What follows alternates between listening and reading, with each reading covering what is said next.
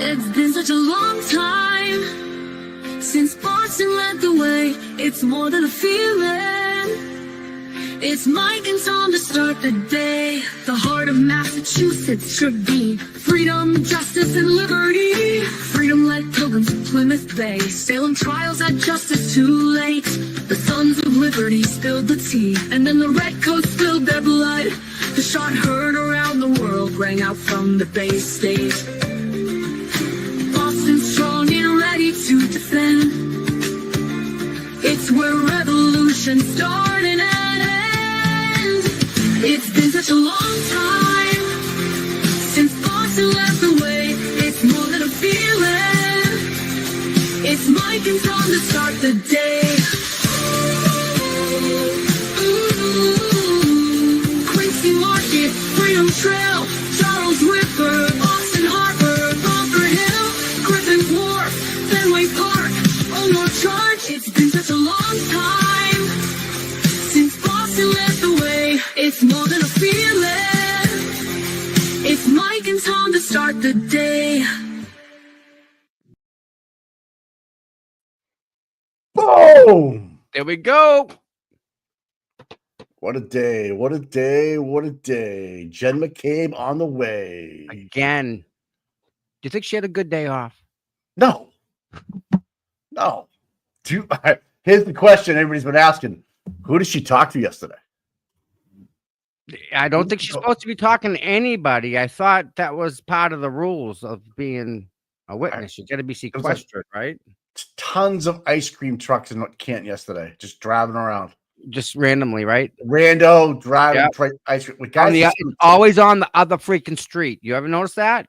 Yeah, it was always weird. over there. I was trying to figure out where they were coming from. I just couldn't figure it out. Then I had all kinds of Jehovah's Witnesses trying to sell me stuff yesterday, coming up to my door. It's crazy. It happens. You change electricity, put solar on your house. I mean, yeah. Mike, she lied. The first thing she did to the FBI was lie to me.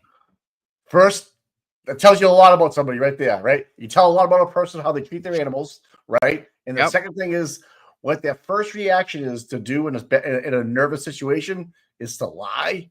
Oh. It's huge, huge tell. Huge tell. I don't know. I don't know if you could beat that one. No, I mean to the fucking feds, man. You straight up, man. I mean, there's so many perjury charges here. Pick one, throw a dart. You know, like, I mean, just throw a dart. Kerry Roberts lied to the grand jury, but she said she didn't lie. So in Kerry Roberts' mind, she didn't lie. Figure that one out. She misunderstood the jury. Somebody took the effort and the time to paint a rock at 34 Fairview and put it there the day of the jury, and then come and get it. It must have fell out of their car as they were driving. And then you have Ian Whiffen putting the cell phone in the house. Jen McCabe lied to the FBI. Yeah, and she lied about the 10-minute phone. She needed 10 minutes to get ready, and she made 2 phone calls that she said. Don't forget she brushed her teeth, man. She didn't do her hair, but she did. She did her teeth, and she then called how many people? Well, she said 2, and then she called 5, actually. Oops. I mean, after Matt said you shouldn't do that. Tingle the wire. And I saw someone, and they mentioned the thing about that. The stupidest thing you could do is just start picking up the phone, making phone calls. Oh my God, yeah. You know, there's people listening to you, right? The FBI comes knocking just to think they're fucking with you. That's all they're doing. They were yeah. Done deal. Yep. Done deal already. They're already all over it. They've been all over it. All this trick in the book, man. It's like one of the biggest things you can do is don't pick. If you're innocent, you have nothing to worry about. Who are you gonna call? You can call anybody you want because it's not going to really matter, right? You can, I called my husband, which is normal, right? But now you start calling Listen, it happened to me once, and I called my wife, and that was it. Right.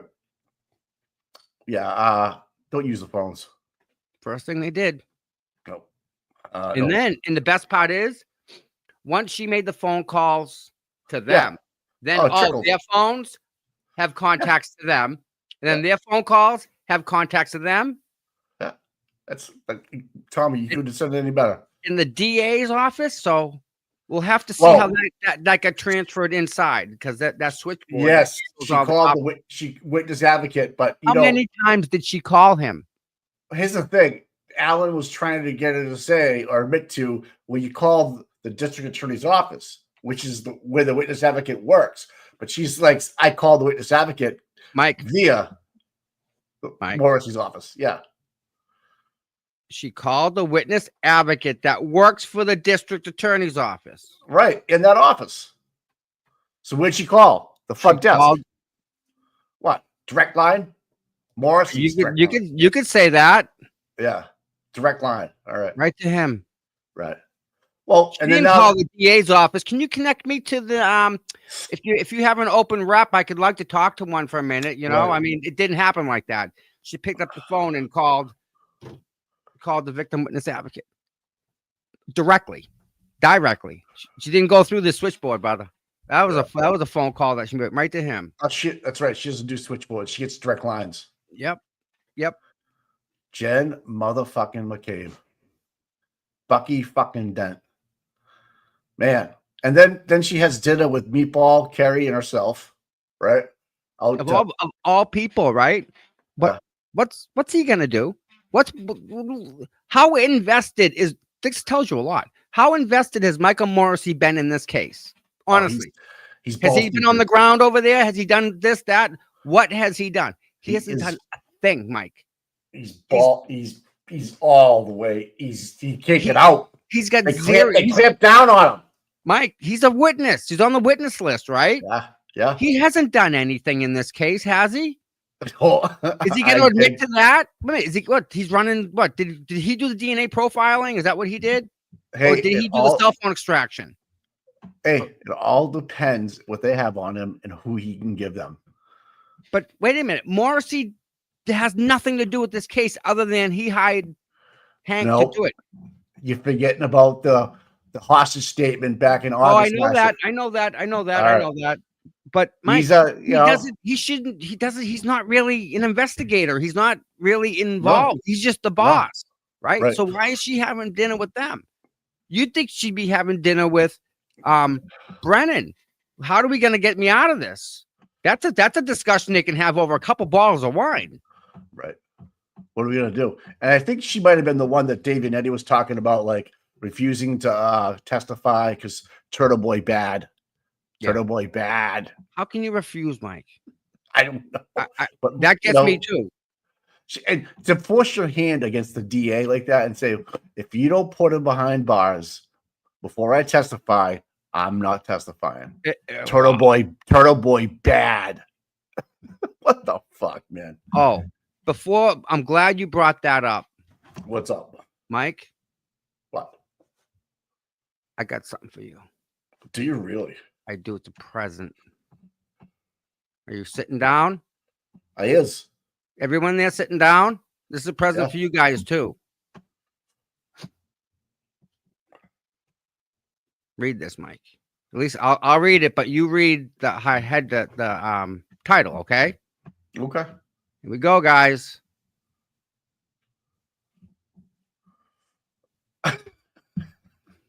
Rare breed of pajama-clad food stamp hippopotamus spotted in New Hampshire yelling, "Free my son, N-word," as a career criminal gets arrested for selling drugs with toy guns. Mike, Like, listen come on. to this. Dude, Is that a hood What? rat? What? Hood rat hero.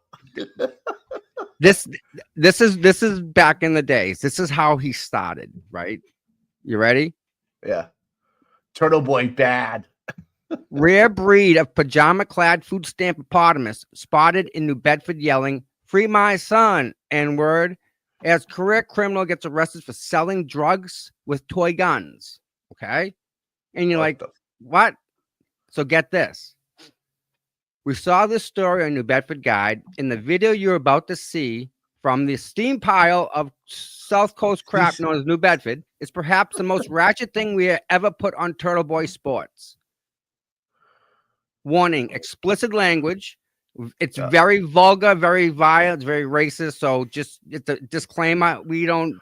This is what we're playing. We don't stand behind it. We don't believe in none of this. So again, we need to put that in preference before we put this video out there or play it. But a 20-year-old Rafael Vega was arrested on Friday and is being charged with distribution of 21 grams of crack cocaine and 17 grams of fentanyl. His Oh, prior God. conviction of drug distribution in 2012. Police appear to be pulling toy guns that look like M16s, AR-15s out of the trunk. Woman screaming out the window, yelling, "Free Lenny," referencing this case. Okay? Check this out.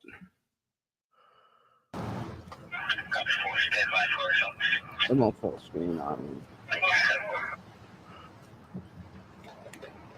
They're just plastic replicas. Free my son, nigga, because he's fucking in his heart. Free Lenny! Free Lenny!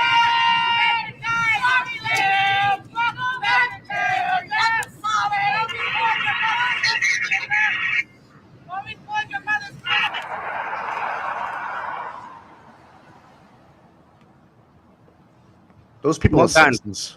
More guns. Like, Just plastic guns, huh? yeah.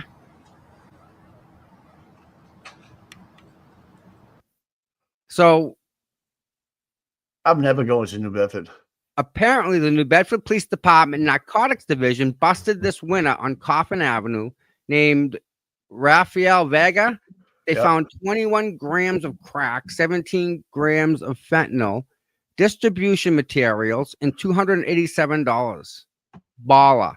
All that money will go real well with his toy air guns. Shockingly, Vega was arrested 5 years ago when he was either 15 or 16 for drug distribution and was convicted. Nevertheless, free my boy. And she's even wearing Champion brand clothing. Do you understand where you have to go to find Champion brand clothing? I see someone's been taking some upscale shopping trip to the Salvation Army in the Goodwill store. If I'm the mayor of New Bedford, I'm capitalizing on this by turning this particular apartment into a tourist destination. You can easily turn these gravy dumpsters into urban safari. You have out-of-towners pay money, get a bulletproof vest, bulletproof bus, and drive around New Bedford visiting the wildlife. Right here is extremely rare food stamp hippopotamus. Wow. Chances of survival at minimal due to a plethora of factors. These include, but are not limited to, non-existent hygiene, moral bankruptcy, a lack of fucks to give about anything, including paying bills and obeying the law, an irrational fear of the dentist, sexually transmitted diseases that have grown their own sexually transmitted diseases, the inability to adapt to changing weather patterns due to an obsession with wearing pajama pants, and even when it's below freezing out. Oh my God. Starvation due to trading in food stamps for half value on Facebook for crack money. A likeliness to be stabbed by either the Johns after spending their clients' money on Newport Lights, heroin, and broken dreams. An inability to spell the words such as GED. And then there's this matriarch. Oh my God. In her natural element, you will often hear her yell things such as, "He didn't do nothing." Or in the case of the particular food stamp hippopotamus, "Free my son, because he's effing innocent." This despite the fact that her correct criminal son was just caught on camera with a copious amount of drugs. Since her son is 20 years old, it's safe to assume that his Mother of the Year candidate was born somewhere around 1981. More than likely, she was disturbed by the fact that her son, who is clearly dealer of choice, has gone for a little bit, and thus she'll have to purchase Diego's overpriced products from around the block. She realizes at this point that she cannot afford Diego's product since he no longer accepts EBT. Thus, the only way she'll be able to get her next fix is to accept a complimentary Diego protein milkshake with the purchase. Oh my God. Additionally, these creatures do not understand their actions have consequences, and since they are unable to pass third grade MCAS, they are completely unfamiliar with the concept of gravity. Oh my God. Oh my God. However, despite the odds against these magnificent creatures, they are still thriving and shouting, "Free my boy," in record numbers today. This is largely due to social policies coming out of Boston that have created a welfare state where even Darwin's misfits seem to be able to land in the record-sized safety net they have created. For instance, had this food stamp of parliament fallen out the window, taxpayers subsidized Mass Health would have stitched her up and gotten her back into her Section 8 rent control ratchet den. Additionally, this particular breed of animal is known to reproduce at astounding rates, thus ensuring their long-term survival. Dude, she was pregnant. The girl's pregnant that's hanging out the window. She's actually pregnant in that picture. Oh, yeah, swear to God. I'd pay money to go on that urban safari, just saying. We're stuck with these people because luckily they're not, gasp, undocumented maids cleaning your hotel room. So you might as well try to find a way to monetize them instead of just throwing taxpayer money at them and hoping in vain that they will use it for social mobility, because we all know that ain't going to happen anytime soon. Anyways, we'd love to know who these people are, especially if they have a Facebook. Screenshots, people. We need them. This is like South Shore Turtle Girl's wet dream. P.S. The commentary on New Bedford Guide's page is amazing. So that was an article that got like thousands and thousands and thousands and thousands of views, right? And this was all on Facebook because like Twitter was nothing at the time, right? Yeah. And he had so many followers, dude, and they took his Facebook page away. I heard. And you get another one, and they took that one away. It's like he gets 100,000 followers, right? Boom, they take it away. Another 100,000, boom, they take it away. But what he's been doing from day one. Are you telling me how is this threatening? How are these words threatening it to anybody, right? Right. We can just insert Tully or Mello or Cosgrove or Brennan or whoever in this. It doesn't matter. It's just words, right? Revenge is that word that no one likes. But is it really though? I mean, no, I agree with you. You have to take in somebody's consciousness and make their decisions for them, and that whole decisions tree. I agree with you, man. But again, that's how he started. He's gotten more refined since then. I mean, don't forget, there's no blueprint on how to become a blogger, a journalist, a YouTube creator, a YouTube personality. Like, there's no job descriptions for that. He and it was all thrown on his lap, so he has to figure out each one of those things while it's all going in real time. So. That was the writing that he did back in the days, and it was. But it didn't bother anybody because it was a segment of society that no one cared about, right? He was the only one bringing attention to it, right? And guess what? He actually helped some of them people. Did he really? People would come to him and say, "Listen, thanks for writing about me because I got off drugs, or I stopped stealing, or I stopped doing it." He's got more success stories than bad. I swear to you. Doesn't he take a blog down once they do something good? Well, I guess I've heard that before. I heard that before. Yeah, I think he said it before on his show. Like, if you sent him an email, and it was nice about it, and it goes back and forth, and it's easy to get to a discussion. He's reasonable, right? But that's how he started, right? So it's carried over to it's still his personality, right? He's still Aiden from then till now. He's just talking about the Karen Reed case. And because that's all he's spoken about in how 500 and something things he's written so far. I know. Wow. I know. Imagine that. April 10th of 2023-ish, right around there. April 18th, maybe. That's a long time for a lot of us, bud. Fuck, dude. You have to understand, April 10th, right? That was a year old already when the feds visited the McCabe and it had to been a year had already passed. Right. So shit was already getting listened to. How? Well, they waited to arrest Farwell, right? We waited. So what was the reason they were up on the phones? Okay. Well, they were already listening to said be Canton police officers, probably.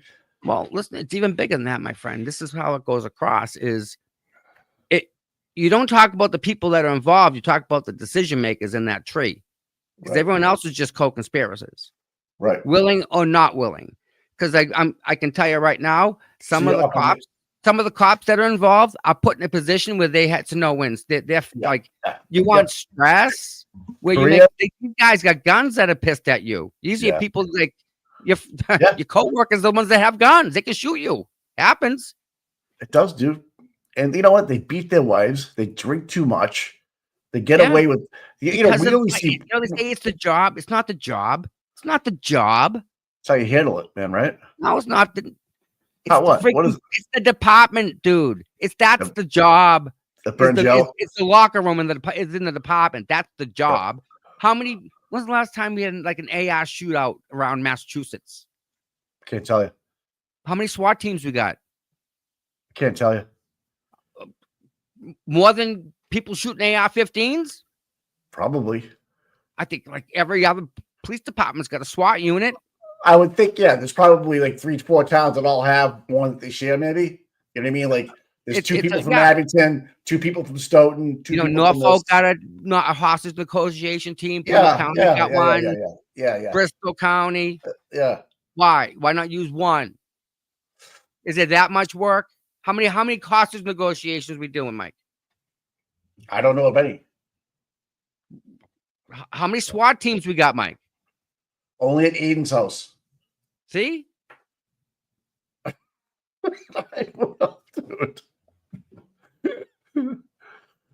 That's why when they when found an iPhone. Look out. That's like that's a weapon. that's why I think if they have anything with a pulse that they can call another team in, they do it just to utilize them, and it's a money grab, right? Kind of thing. Like, let's just say there was a shooting at the mall, right? Inside the mall. Someone one person shot another person inside the Braintree Plaza, which happened. Yeah. They sent the whole thing there, Hey, Mike, you think they got that on video? Yes. How many angles? Probably 5. And you had how much overtime to all watch the same freaking video? Right? It's all like, dude, you saw. See, here's the problem: is that union's so strong, which I'm not opposed to unions, but it's hard to get things changed when you have a powerful, which equal votes, by the way. That's why Mayor Wu was gonna, Boston Police. She's gonna take care of them because it's thousands and thousands of votes. I just think that unions are good, but unions like you look at Jimmy Hoffa. What he did with the trucking company, he could cripple an election. He could stop trucking commerce. He could stop commerce. Nobody eats. One guy or one phone call stop the whole East Coast from trucking. I mean, was that, and that leads to a presidential election, right? We're talking about just local stuff. You like Whitey, one guy, Whitey, Whitey, how Whitey ran everything. Did he run it, or did the other people run it? He was just the guy that did it. It was the guy that did it. That's all. FBI let him gave him a free pass to murder, man. Mike, I think he was just granted. I think he was acting in his own best interest, but I think he was not acting on his interest. I think people that have different. Oh yeah. Hey, Whitey, this is what I want to do. I want to take over this company, and you need to take out this guy, make it look like an accident, and kill this other guy's wife because he's got a girlfriend, and make sure this kid gets into this college, so it sends him away. They can control every part of that, Mike, and make the picture look like it's a hostile takeover when it was a forced. And this whole John thing, Mike, right? What if that was a hit? I've thought of that, but I just can't put the pieces together unless he knew something about a sexual predator in the city. You're assuming it was part of his job, right? I don't know anything. He was communicating directly with Kevin Albert, giving Kevin Albert video from his Ring doorbell that he recorded, right, of a drug dealer, whatever was on it, right. They wanted that because it's gone. There's no reason for that to be gone ever. Yeah, Ring doesn't delete it. even Helena mentioned the fact that they had that footage. She had submitted it. Yep. So where is it? Anybody do it for you? Well, we probably won't get because it's a Who's that detective that just retired and he may have it? DG or Petro. He's getting called. I don't know, like the whole. I don't know. I'm trying to do one thing at a time here, right? You know, if that is ever the truth, it'll eventually come out, right? Yeah, It'll no, it just- absolutely will. It'll all come out, but Absolutely, yeah. I think our main goal is if we want justice for John O'Keefe, it's got to go through Karen Reed. Oh, without a Exactly. doubt. Oh, Yeah. there's no other way. Right, There is there's no other way. there's no other way, without a doubt. And If they had picked, she didn't ask for this, by the way. no, if they had gone to Lucky and got Lucky the way they wanted to originally, we wouldn't even be here right now. Nope. You're 100% correct. They Everybody thought would be- it would be easier to put it on the girl, and boy, did they underestimate that one. Oh my Whoopsies. That was, I don't know who made that. That was Jen, I think, making that call late I night. would- Brian's home sleeping, going, "Oh, we'll get the shoe in the back of the truck, and we get the hat in the back of the truck. This is be a wrap." You know, meeting the plow Done. truck. Yeah. Never happened. I think that's what Higgin was going to look for.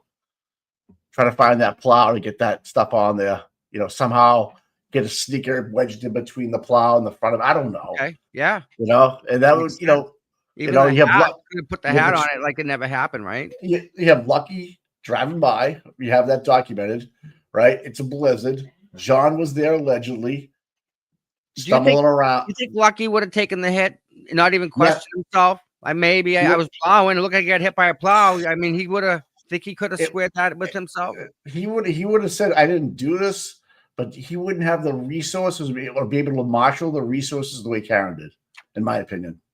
And he was a local. He would have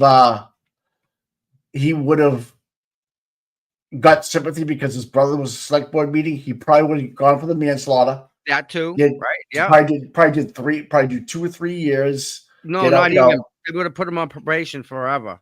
Oh, or maybe done 6 months like Chris Albert got, whatever, right? Yep. And be out, and that's it, man. Geez, donkey, man. Wow. Wow. Whoa. Thanks, brother. He's up early this morning, man. Good morning, donkey. Yeah, you're right. They should change that up. Yeah. Absolutely. Absolutely. Politician diapers have one thing in common. They should be changed frequently. And for the same reason. I don't. Yep. I think limit terms, like, you know, we can't let a 30-year, even in a select board meet, you know, have a 30-year chair. That's fucked. Just fucked. Listen, you got a chief making how much? She's making a lot because she's got how much is her house worth? 1.8 million. Yeah. What are the taxes on that, dude? Oh, so yeah, I think 14%. So a year. So she's paying like I don't know, 100,000 a year maybe in taxes. That's including everything, I would think, water, everything. I can do my math, but imagine that. Hey, our taxes just went up. I get the latest. No. Yeah. Hey, how's that shooting range coming out, Mike? I haven't read this because this is garbage. But How's that we just had a. How's that new school coming out? They're gonna build, Mikey. Well, you know, this is what's on the front headline. Judge permits accident experts as week 2 of retrial. Retrial gets underway. Okay. And then town likely to look outside of Canton PD for interim police chief role. That's a good idea. Select Board Mike Loughran is the goal is to find the right interim police chief to guide us until we find the right permanent solution. Okay. And then we have Select Board approves new stormwater fee, more taxes coming to support critical infrastructure. So basically downtown by the Waterfall Drive is getting flooded.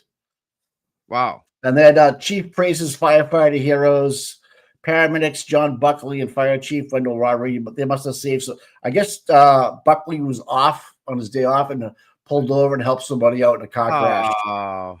Yeah.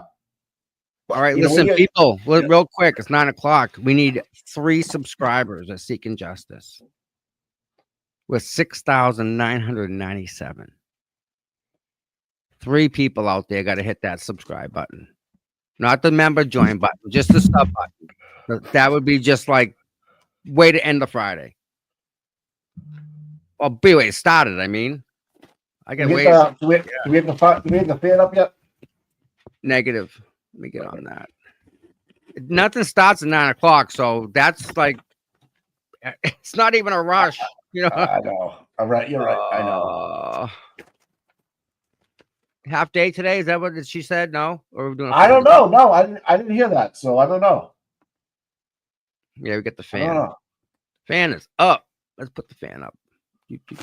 Yeah, I don't like reading what the Canton paper has to say about the trial because it's this paper is in such a hard spot in terms of like advertisers that will pull the advertising out because it's really thin to begin with already. Oh, what's this? By the way, you guys, Morgan & Morgan sponsoring. I think, yeah. Cherry.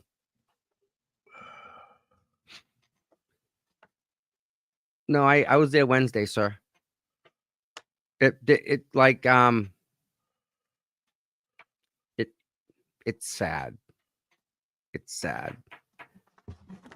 Yes, someone said there was some protesting going on in front of the church yesterday afternoon. I don't know if that was for the hospital or what, Pappas. I'm not sure. So, no. I'll say that the buffer zone is not what it was. We made 7,000, Mikey. We hit 7,000 subscribers. Wow. Well, let's go. Let's keep it going. Wow. Thank you, everybody. Wow. Jesus, someone died 35 years old in Canton. Wow. Oh, no. Don't you hate that? That's suddenly, too. That sucks. Yep. We hit out Mary at 102. She's gone. Bernard, 89 years old. Nash Wadi, 76.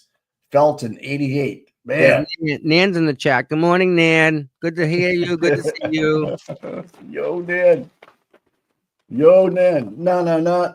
No. Cool.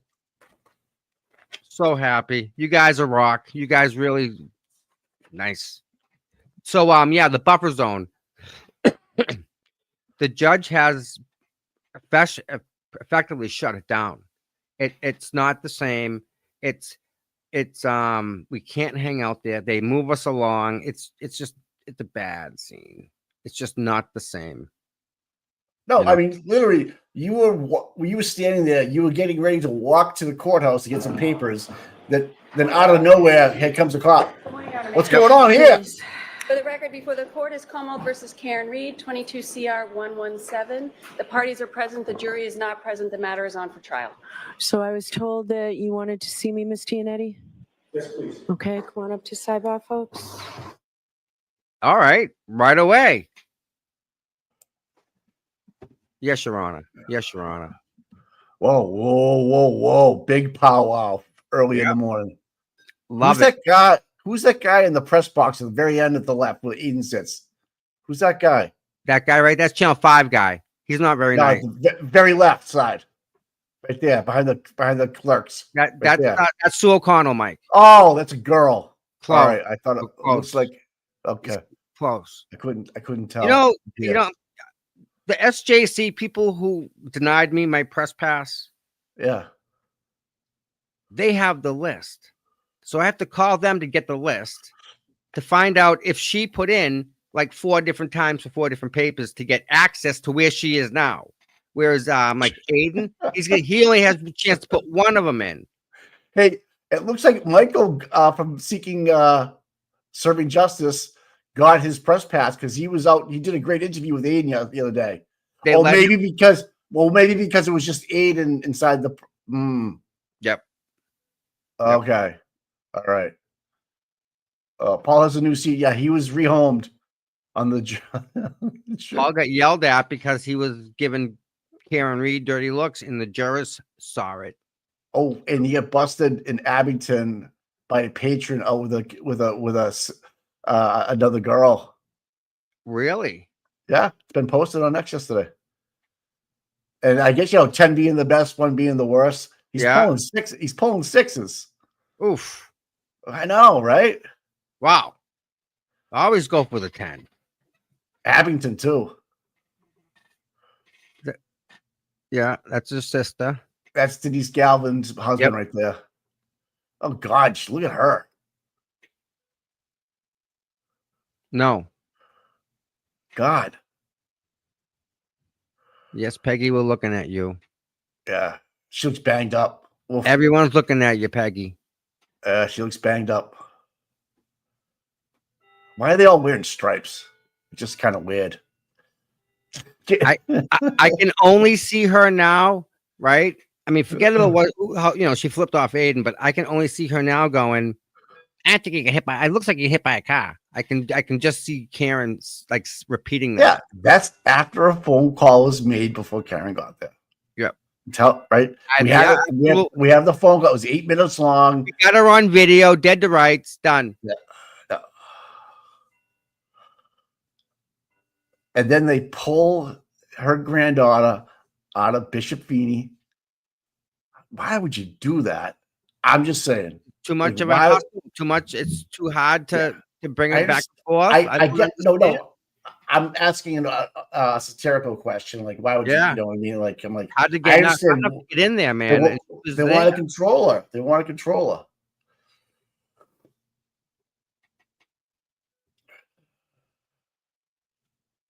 So they got yesterday. Kit and Cutie TV posted a couple of pictures of a policeman, changing a flat tire for somebody. Yeah, I saw that. It was dude. Know that.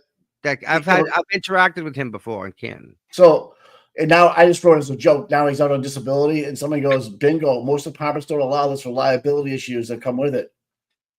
They would wait for the person to call someone to change it. No, he's exempt. He's exempt. He's exempt. He's 100% exempt. There's a clause that you like when the guy was broken. There's this Good Samaritan law. He's under the premise of he's covered. Yeah, because I've seen it before too, where stadiums will have their cars lights on and they'll be out helping a lady with 3 kids and stuff just to get her to, you know what I mean? Get off the road. And I think don't be on the side of the highway. It's where people die. You get off. It's almost as bad as that trooper having lunch with that homeless person and then getting fired. Just because he made him look bad. Because he made them look bad. Not because of the COVID. No. Who's sitting next to Karen Reed's dad? Isn't that one of Karen's friends, Kat? Maybe, I don't know. It's hard to keep track of it. I don't see. Do you see Victoria George around? I haven't seen her in a day or two. No, I have not. No. Oh, Dad, you mean so to the left towards us? This new guy. Yeah, he's a lawyer for the prosecution. He helps out Brendan. I've seen him up at the prosecution desk before. So he's like Joe Krowski, right? Yeah, he's right next to Joe. Yeah, and he stays there. Look at that. He's taking some notes, man. What's he doing? Because right between Mr. Reed and that, there's a piece of tape that goes right down that. You telling me, Tom? Right? Yep. There was. Actually, see it right here, that black tape right here? Yeah. So I don't know. It's straight between them to give separation. Right. So Kieran only gets half that box. We got Johnny's old girlfriend in there from 1999. Yeah. Jesus. Holding on.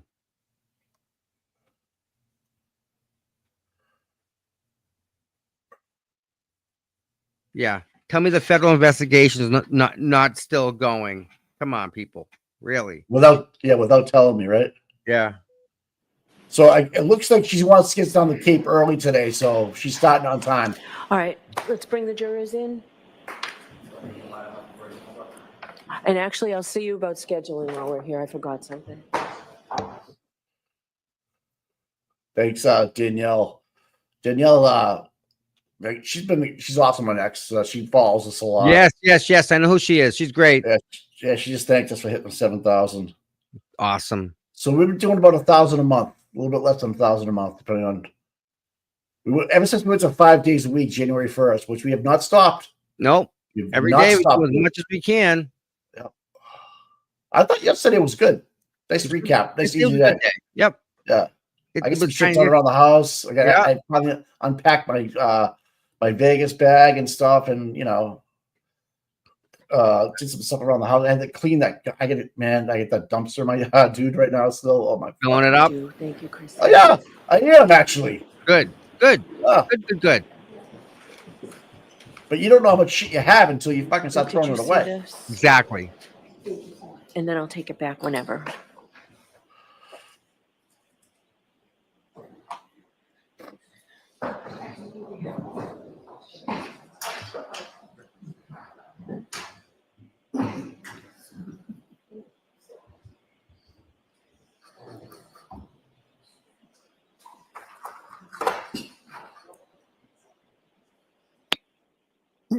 Tori.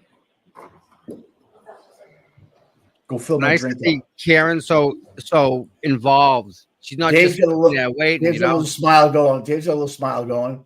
Yeah. But I like, where's Victoria George? Okay, she's just not. She was just part of the. You think the jury process, maybe? Yeah. I'm sure she's working at the office. I'm Do you sure follow? she is. I don't follow Sue O'Connell on X because I can't stand what she writes. Okay, I just want to know what she's tweeting. What he's tweeting, I think is that the right pronoun? Yeah. Oh yeah, I'm retired. I'm retired. Yeah, I'm retired. I do this out of love. A lot of work. Yeah.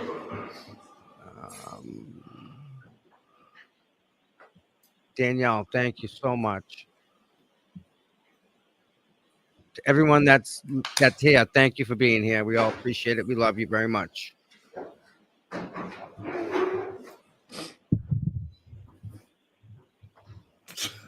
Joey Bag of Donuts. Love you, dude. Hey, I got a tweet here from Bomb. All Pompous. persons have any business before the Honorable Beverly Canoni, Justice of the Norfolk Superior Court and for the County of Norfolk. Draw near, give your attendance, and they shall be heard. God save the Commonwealth of Massachusetts. This court is now open. You may be seated. For the record before the court is Commonwealth versus Karen Reed, 22 CR 117. The parties are present. Our 18 jurors are present. The matter is on for trial. All right. Good morning again, counsel. Good morning again, Ms. Reed. Good morning, jurors. Good morning. I have to ask you those 3 questions. Was everyone Did you able to did you see the follow new my Massachusetts State Police discussing this case with anyone since we left training 2 days ago? article? No. Everyone said yes. No. It's in your. I just sent it to you in Were X. you also Okay. able to follow the instructions and refrain from doing any independent research or investigation into this case? Yes. Everyone said yes and nodded affirmatively. Did anyone happen to see, hear, or read anything about this case since we left on Wednesday? No. Everyone said no or shook their heads. So today is a full day. We will be recessing this Ooh. afternoon around 3:40, 3:45. All right, Mr. Jackson, if you go to the podium as soon as Ms. McCabe comes in. May we have Ms. McCabe?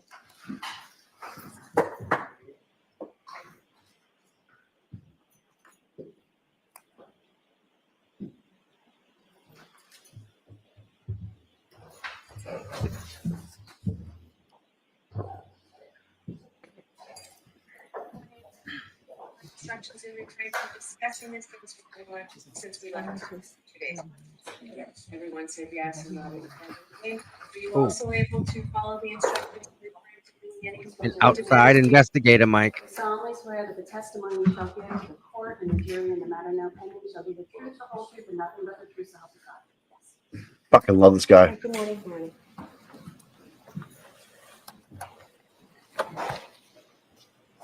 All right, Mr. Jackson, whenever you're ready. Thank you, Your Honor.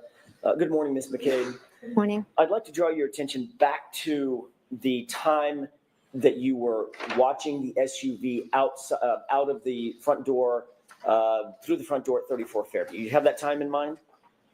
I never watched it, but I went and looked at it. Saw it. Sorry, yes. All right. I just want to clear up one of the time frames that you indicated you last saw that SUV. You saw that SUV for the final time at 12:45 a.m., correct? It was up past the flagpole at that point. Can't be sure of a specific time. You indicated at a prior hearing in June of 2023 that you in fact did see it for the last time at 12:45, and you know that because of a text message that you sent at 12:45. Is that right?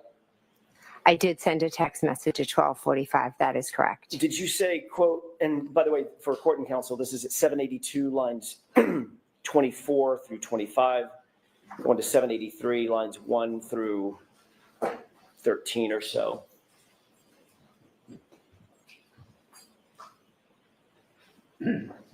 Actually, 1 through 3.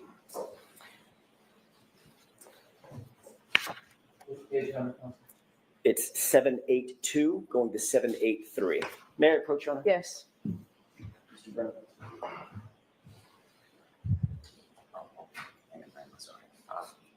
Thank you very much. No problem.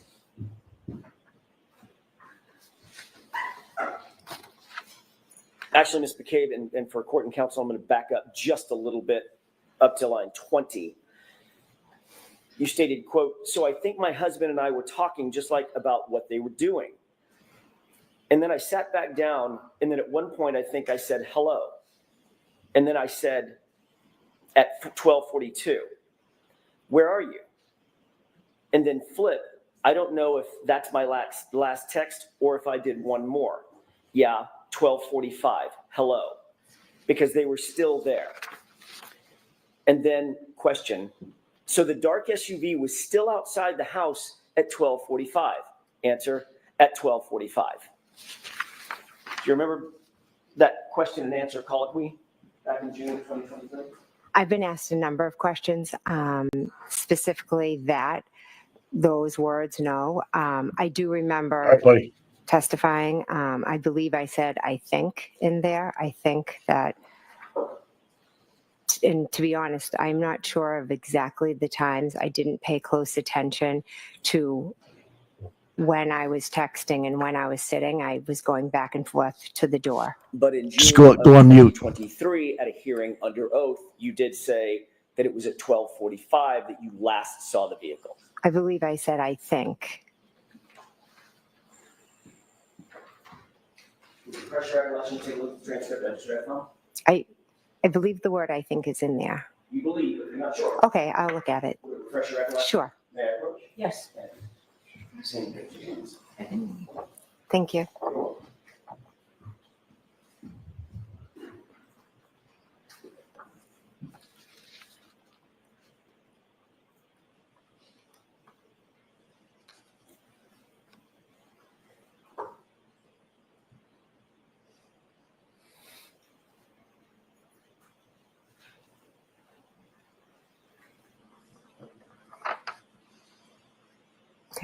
May I approach, Your Honor? Yes. Thank you. Does that refresh your recollection, Ms. McCabe, what you said in June of 2023 about seeing the SUV at the location at 12:45? I see what I read. Sorry.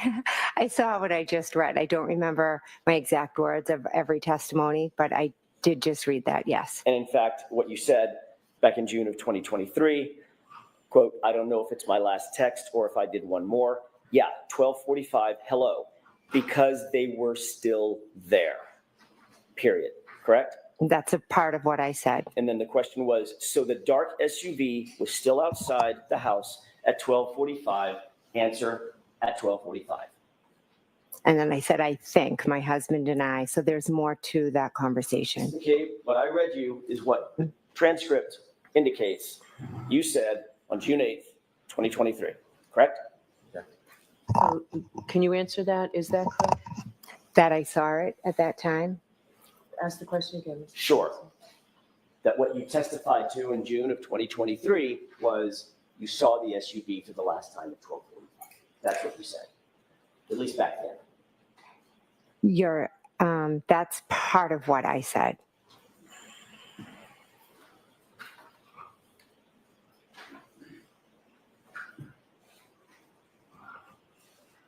I don't know if that's my last text or if I did one more.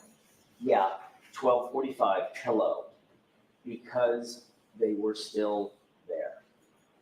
Question, so the dark SUV was still outside outside the house at 12:45, answer at 12:45. That's what you actually testified to in jail from.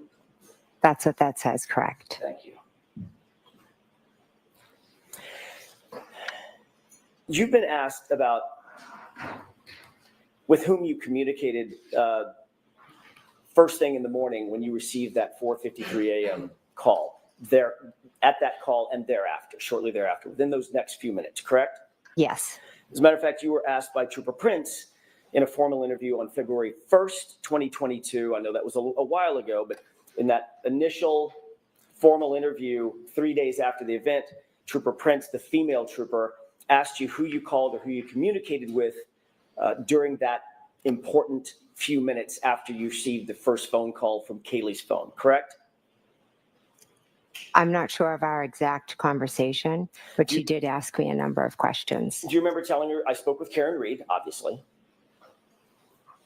Again, I answered whatever question she asked me. So Okay, if she asked, I did speak with Karen Reed that morning, correct? Okay, Ms. McCabe, my question is, did you tell Trooper Prince 3 days after the fact, I spoke with Karen Reed? Yes or no? If you have a report, I don't remember the specifics. I met with many, many police officers. Sure.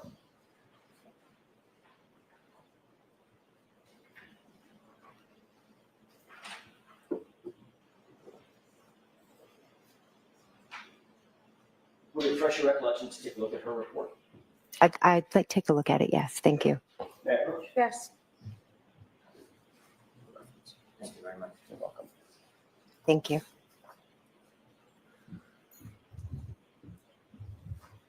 Ms. McCabe, you can familiarize yourself with that report, and there's a tab if that helps you, because Okay. it's somewhat lengthy. Okay. See if that refreshes your recollection. Thank you.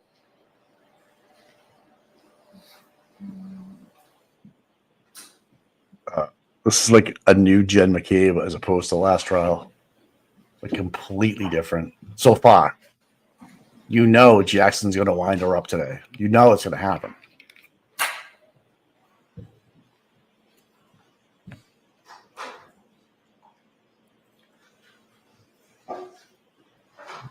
Just because you forget you said it doesn't mean you didn't say it. Mike, she can't answer without looking at paper. You see that?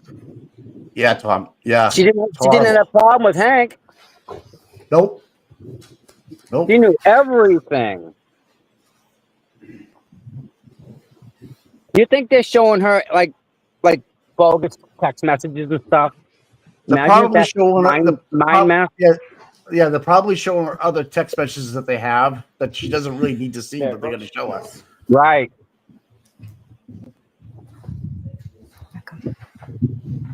Go on mute.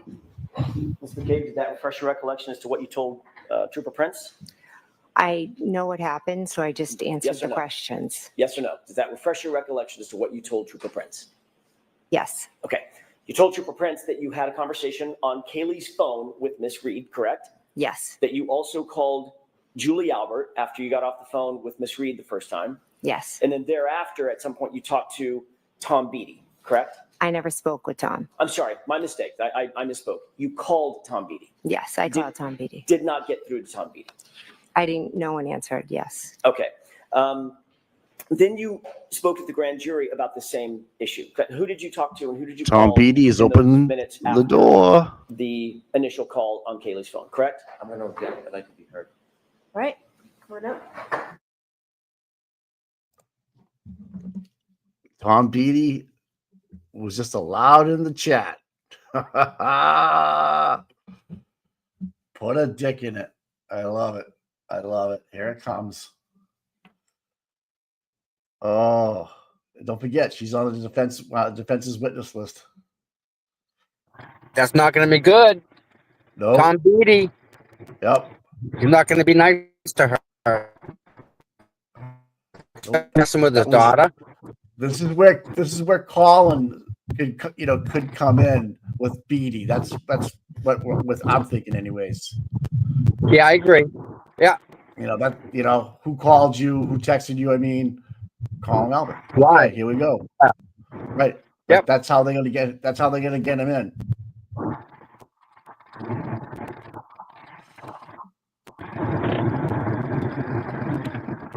I wonder, do we have any idea who's up next, Mike? I mean, he's No. kind of picking random, isn't he? I would think it just my gut would be Matt, but I don't know. You know, Yeah. I don't know Matt or maybe one of her maybe one of the Albert wives. I'm not sure, man.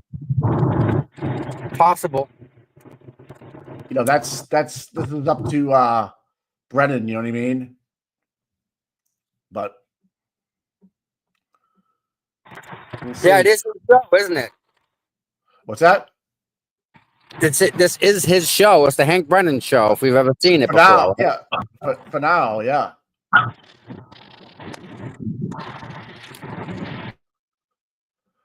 How's the chat doing today? Thank you guys for helping us 7,000. By the way, every one of you has helped. That's right. Hammer. Colin called Aaron Beatty at 12:25, and Jen called Tom Beatty the next morning. You are absolutely right.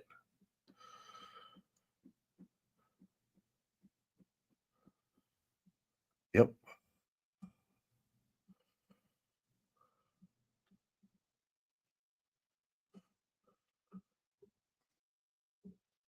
Did anybody check out the Lawyer You Know in Bedrow yesterday?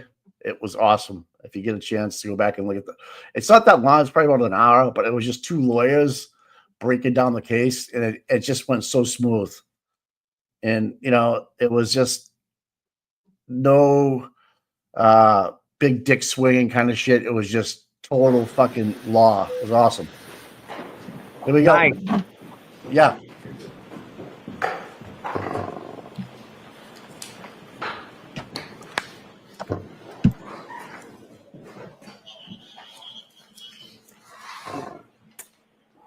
May I, Your Honor? Yes. Thank you. Ms. McCabe, you were also asked the same series of questions about, or a series of questions about the same events concerning that 4:53 phone call and the calls that you made shortly thereafter, correct? Yes. And in that testimony, you also, consistent with what you said to Trooper Prince, said, I spoke with Karen Reed on Kaylee's phone. I then spoke with Julie Albert, or I called Julie Albert, and then I called Tom Beatty, correct? I object. That objection sustained. What did you tell the grand jurors about who you called or who you attempted to communicate with in those first few minutes after that 4:53 a.m. call? I don't know exactly what I said on that day, but I know who I spoke to. You said on that day, you spoke to Karen Reed, correct? On which day? What are we talking? The day of the grand jury. Okay. That would be April 26, 2022. I don't have the paper in front of me, so I don't know my exact words. Well, I'm not asking you for your exact words, but did you tell them, as you sit here, do you remember telling the grand jurors under questioning by the Commonwealth that you spoke with Karen Reed? I spoke with Karen Reed that morning. Again, I've been at many grand juries and different things. So to remember specifically, I don't remember specific questions and specific answers. But yes, Karen Reed did call me that morning on Kaylee's phone. My question is, what did you say to the grand jurors? And you're saying you don't remember? What question are you asking me? Whom did you attempt to communicate with in those first few minutes after you first received the phone call on Kaylee's phone? If you're asking me now, I can answer you. I'm asking- I don't remember this. I'm sorry. I don't remember the specifics. If you want to show me and then I can review it. I know the answer to the question. I'm just not sure of my exact words on that day. I didn't ask you what your exact words were. I'm asking you about your memory. You're testifying based on your memory, Ms. McCabe, are you not? Object. All right, go ahead and answer that question. Are you answering these questions based on your memory, Ms. McCabe?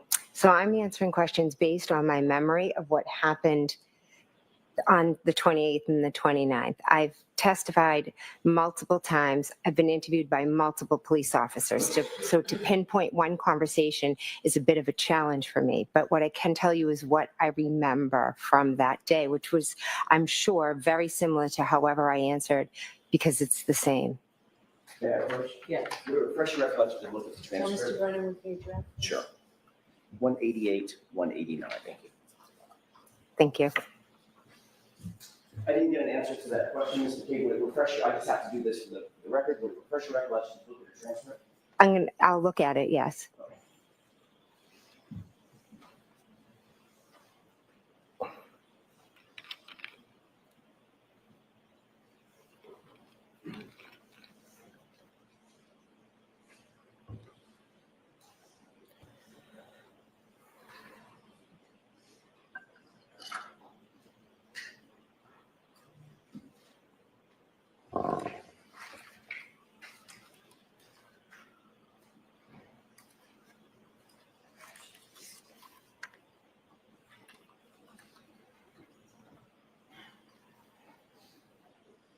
Okay, May I approach? Yes. thank you.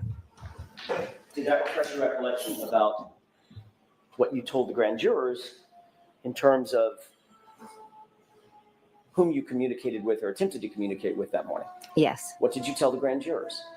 I told them that I communicated with Miss Reed and that I called Julie Albert. And Tom Beatty. Oh, and Tom Beatty, I'm sorry. Right.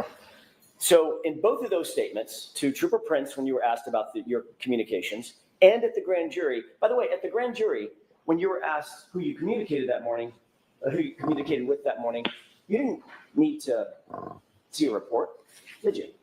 You didn't ask to see a report like you're doing here. Well, I'm asking because you're asking specific questions about what I said on a specific day. And depending on who's asking the question, they ask questions in a different manner. So the answer is always going to be the same. If you ask me who I spoke to, I'm always going to tell you I spoke to Miss Reed and Julie. I called Julie Albert and I called Tom Beatty. The answer is always the same, but the way the question asked and maybe some of the words that I use may be different. And I don't remember on specific days. I've been questioned many times, but the answers are always going to be the same. The wording may be different. You done? Finished? Is that answer? Yes, I am. Okay.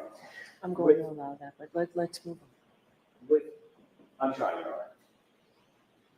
When the Commonwealth asked questions about who you contacted that morning, at the grand jury, you didn't need to have your recollection refreshed with anything. You said, I talked to Karen Reed, I called Julie Albert, I called Tom Beatty, correct? Correct. And that's exactly what you told Trooper Prince as well. Karen Reed, Julie Albert, Tom Beatty. Is that right?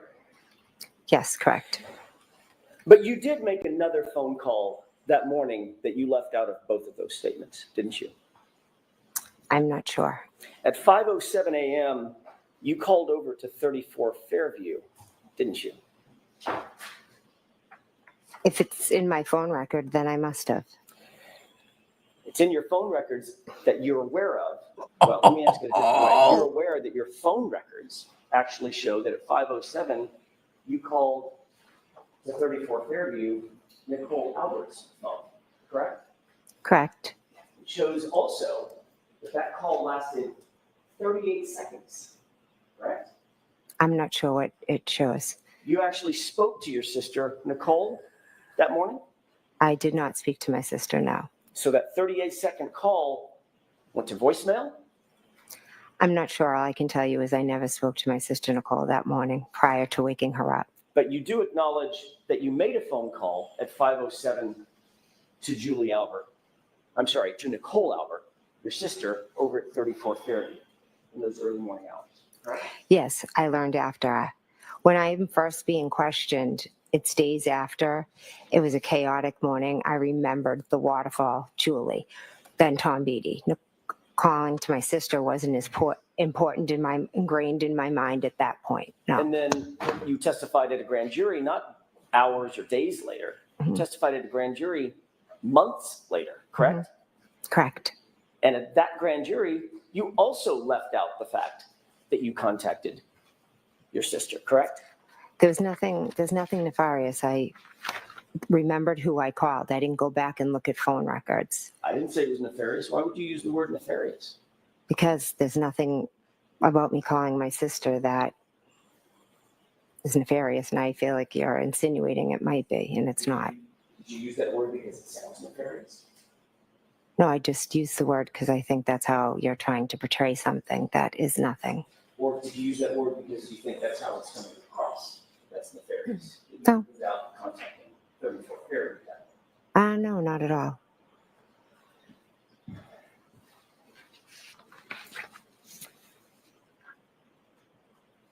Later that morning of January 29th, and by the way, you do acknowledge that your phone records show that you called at 5:07 a.m. to your sister's cell phone, correct? I don't have them in front of me, but I believe that is correct. Yeah. Okay. Were you calling your sister's phone to alert her of something? Is that why you called? No.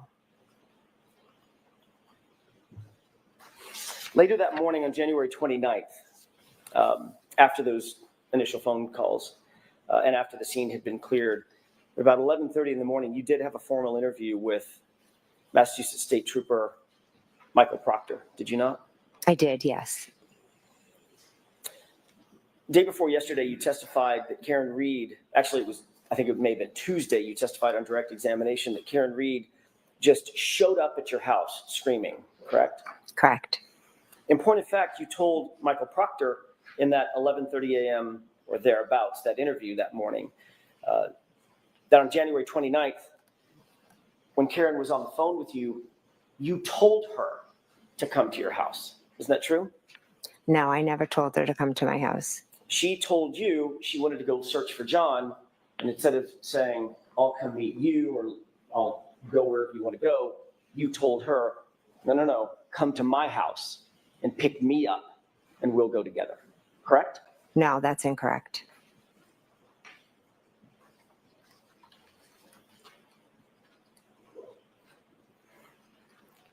Do you remember talking to Trooper Proctor on that day?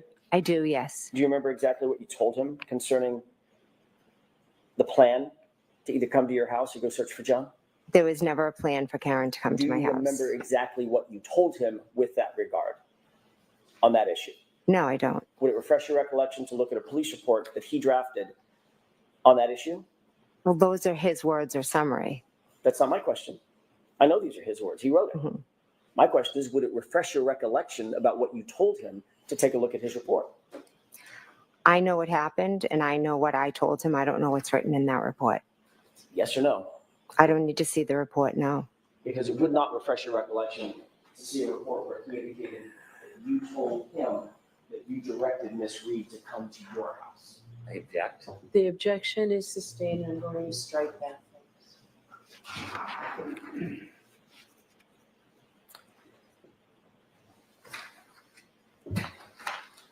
You also told, if I can be seen up. Okay, we can decide that first. Hank is panicking right now. Hank is panicking. Larry's like, how you like me now, people?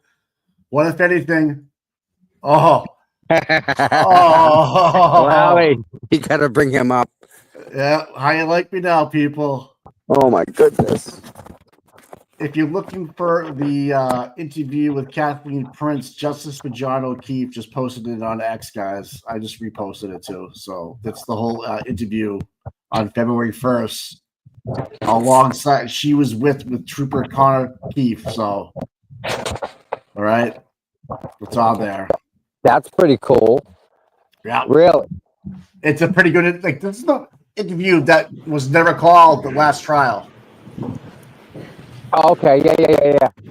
Right? Yep.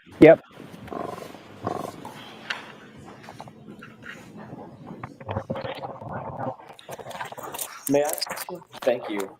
Ms. McCabe, during that same interview, you also told Trooper Proctor that while driving back to One Meadows, after you had been picked up, Tommy, go on mute. Karen at your house, while driving back toward One Meadows, that's actually when Miss Reed told you she may have broken her taillight, correct? Miss Reed told me in the morning at my house. Okay. I know that's what you're testifying to now. Mm-hmm. What I'm asking is, what did you tell Michael Proctor on January 29th? It's freshest in your mind. That she had told me she had a cracked taillight when she called me. You didn't tell him that she indicated she noticed her taillight had been damaged on the drive back to One Meadows after she got to your house? She mentioned it then as well, but she also had told me when she was on the phone, that's why my husband yelled out that we shouldn't be driving with a cracked taillight. But in fact, you did not tell Trooper Proctor that story. What you told him was she told you on the drive back to One Meadows after having picked you up, correct? I told him she told me in the morning and on the drive back. So if he didn't write that in his report, it's obviously incorrect. Gotcha. Sustained. Of course, that drive back to One Meadows would have been 5:30-ish or so, maybe even a little later, 5:35. Approximately, yeah, I'm not sure. Well after she backed out of the driveway and struck another vehicle at One Meadows, correct? Do you know that? No, I have no idea. All right, next question. Speaking of Trooper Proctor, when you first interviewed with him during that same interview on January 29th, you noticed that he was taking notes, obviously.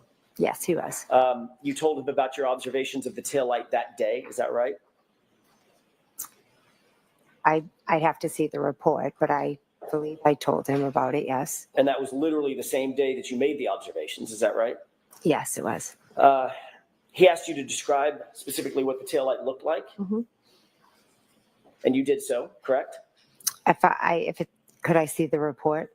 All I'm asking right now, I've got the report. Okay. If you need it, I'll give it to you. I'm asking about your memory, Ms. McCabe. Did you tell him about what the taillight looked like? If he asked me what the taillight looked like, then I would have told him what it looked like, yes. And what you told Trooper Proctor on that day is that you, quote, saw a crack in it. Is that right? I believe I said it was broken and cracked and it was missing pieces. Isn't it true that what you actually said is, we got out at John's house and looked at the taillight, back right taillight, saw a crack in it, correct? I said that I saw it and it was cracked and it was missing pieces. You noted that he was taking notes, correct? Correct. Have you ever seen those notes? No. Would it refresh your recollection as to what you actually told him in terms of that description to take a look at his notes? So ask it differently, that's sustained. Sure. Do you remember exactly the words you used in describing that taillight to Trooper Proctor as you sit here today? Again, the taillight was cracked and missing pieces. Okay. I know that's what you're testifying to today, Ms. McCabe. We're all aware of that. You've said it 4 or 5 times now. What I'm asking you is, what did you tell Trooper Proctor on January 29th? That's my question. Do you remember the exact words you used to him on the 29th? I believe I said it was cracked and missing pieces. Do you know that, or are you guessing? I'm not guessing. Okay. Do you remember that specifically? I remember describing it as cracked and missing pieces. Do you remember saying it had a crack, or she saw a crack in it? I do not remember saying that, no. Would it refresh your recollection to look at a copy of his notes? Those are his notes. Ms. McCabe, we can do this all day. Would it refresh your recollection to look at a copy of his notes? If it wouldn't, just tell us. No, it wouldn't. Okay.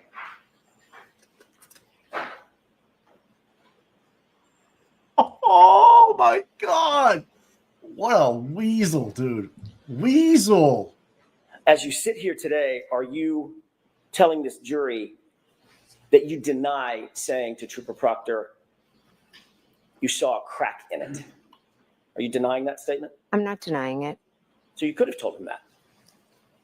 He asked me multiple times different questions. I spoke to him at my house, and then he had called me. So maybe one time I said it had a crack in it, and another time I said it was broken and missing pieces. So it's very possible that that's how you described it on the 29th, Ms. McCabe. It had a crack in it, right? And missing pieces. I'm not asking you to finish my sentence. I'm asking you, is it possible that that's what you told him that day? It had a crack in it. Yes or no? Yes, that was Okay, one thank way. you. Mhm.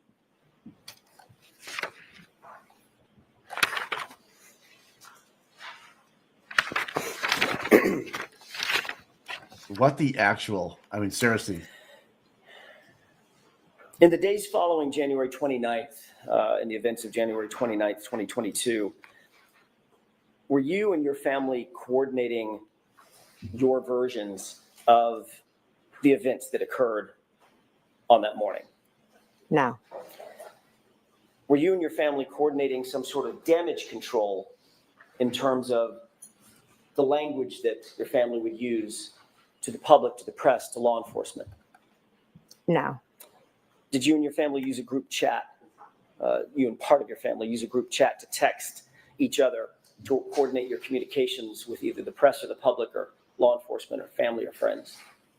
I have multiple like group chats with family and friends. You had a very specific group chat that included yourself, Nicole, your sister, Mhm. Brian Albert, and Matt McCabe, correct? Yes, I did. Your Honor, if I may. Okay.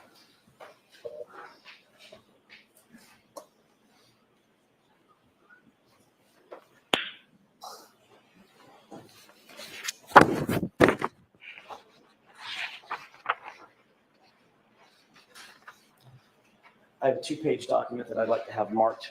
All right, Asked to approach. sure. Thank you. Did you show Mr. Brennan your first? Mr. Brennan, I failed to show you. It's okay. Thank you. It's the one from the 20 now. You're welcome.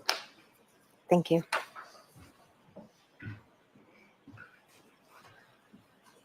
Can you tell me if you recognize what's depicted or what's contained on that 2-page document? Yes. Don't read it at this point. Just tell me, what is that? What are we looking at? This is a, looks like a group chat with me and my sister, Nicole. Oh, no, just actually conversations with just myself and my sister, Nicole. May I approach? Yes. Yes, I think it's mine. Oh, sure. McCabe identification.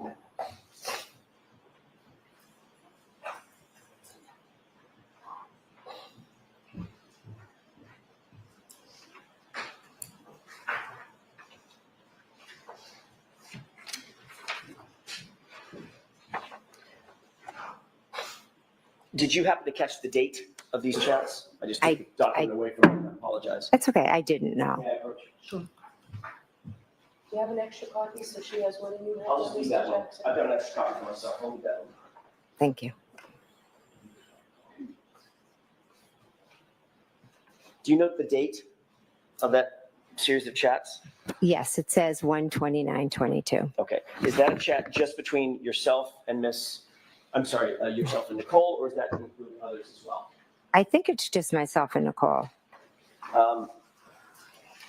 There was another series of chats, we'll get to that in a second, that does include Nicole, Brian, Matt McCabe, correct? Yes. On this particular set of texts, do you see the first text starting in the green box? That is a text from you to, it says Coco, correct? Yes, that's my sister, Nicole. Okay. And you recognize this text?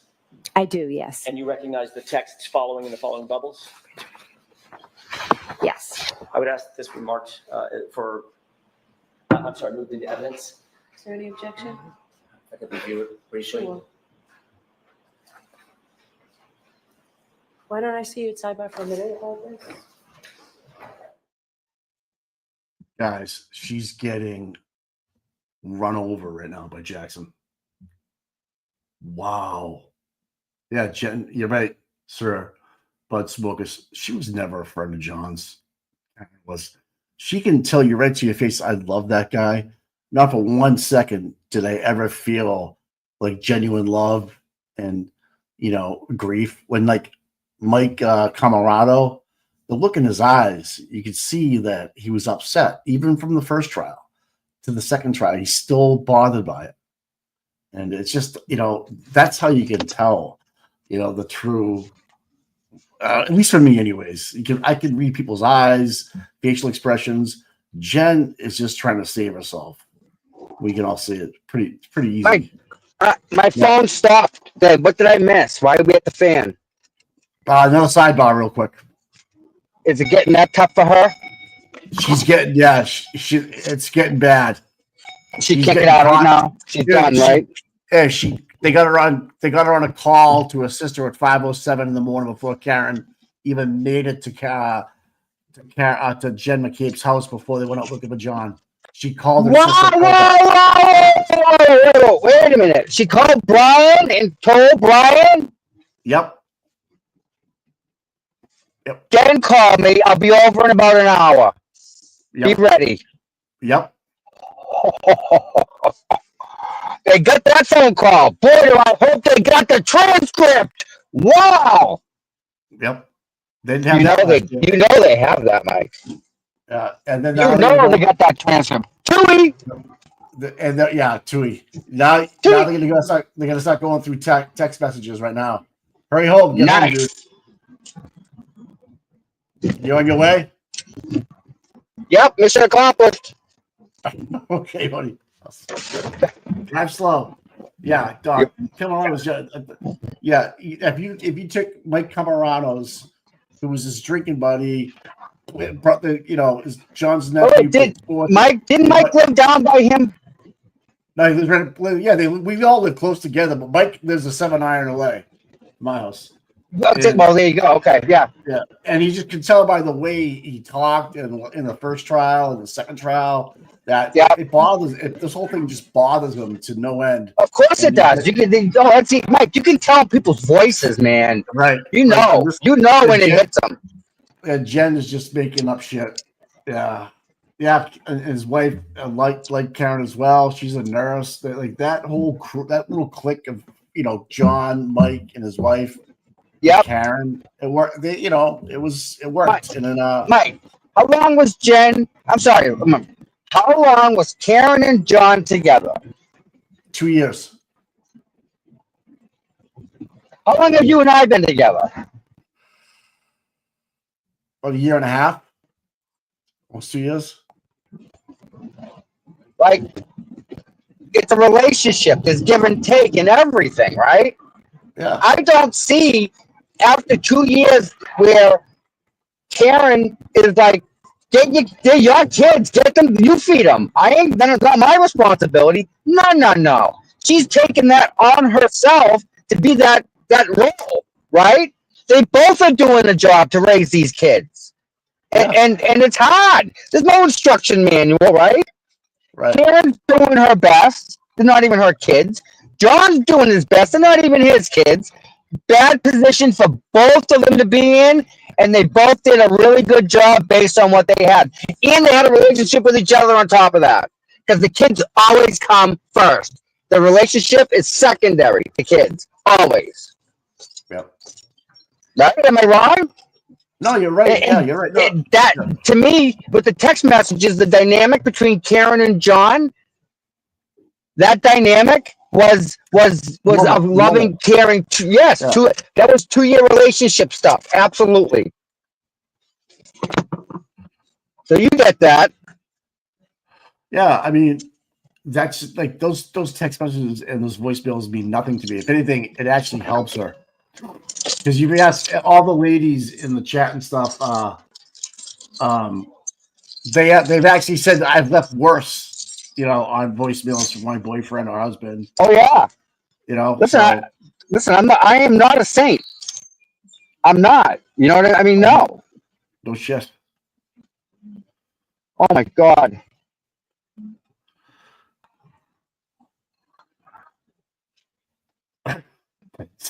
Body work done. Stop it. We got the best viewers. I'm sorry, but some of them comments just like next level. Really are. Yeah. So RVA, yeah, they do. I live very close to One Meadows. I live very close to Mike Camarano. I like a 7-9 to Mike Camarano's house. John will take me 2 minutes to get to, maybe. I can walk to it if I wanted to. But I listen up right there, buddy. I'm right there. All right, man. So right now they're at a sidebar talking about text messages.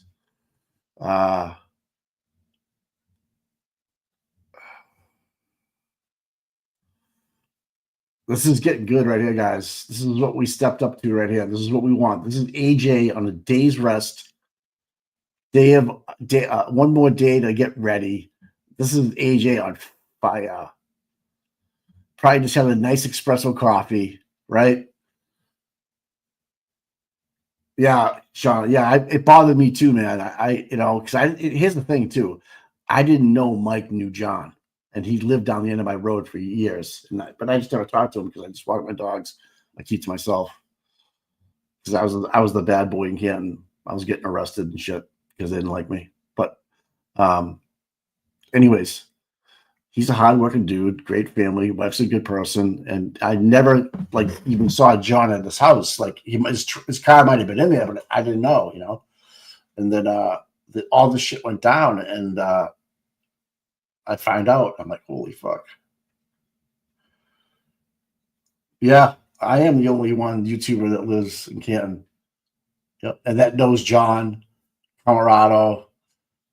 His wife lived at the end of my road. I didn't know Karen. Obviously I played with John. I know the whole family. Not as well as some people do, but yeah, I did back in the day. But yeah, I've been arrested 3 times by the Canton PD I won't get into it, but it's bullshit. I was a member at Wapatuck Country Club where all the cops are. I got in a fist fight there, 3-on-1 against me. I sued. Can't talk about it because I signed a non-disclosure.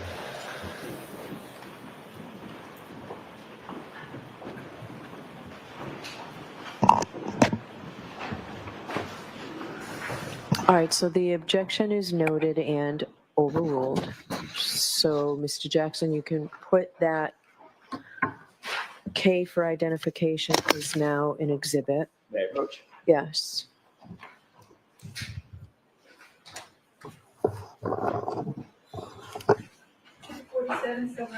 Thank you. Thank you, Your Honor. Before All I right, proceed, so, jurors, before you consider any electronic communications in your deliberations, and you heard Trooper Garino read a lot of text messages the other day. I didn't interrupt him. I probably should have. But before you consider any electronic communications in your deliberations, you must first find that it is more likely true than not that the person who either authored or created or transmitted the communication was in fact the person alleged. So here we have communications allegedly between Ms. McCabe and her sister. Before you can consider them, you must find that it's more likely than not that they were the people who sent and received those. If you do not find it's more likely true than not that the person alleged to have created or sent them, then you may not consider the electronic communication in deciding your case. Now, when you read or hear about these text messages, you may not consider the statements for their truth, but you may consider them solely for the limited purpose of understanding the state of mind of Ms. McCabe when she sent those messages. All right, so now that's what I needed to do. Mr. Jackson, your turn. thank you, Your Honor. With the court's permission, I would ask that the January 29th text be published. Yes.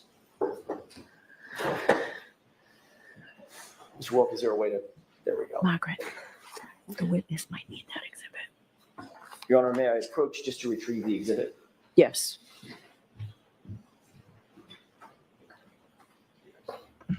They're gonna let it go, man. This is gonna be good. Thank you. Watch, guys. This is where it's gonna get great. Yeah, I was just going to say, could you please enlarge that? Any way to make that bigger?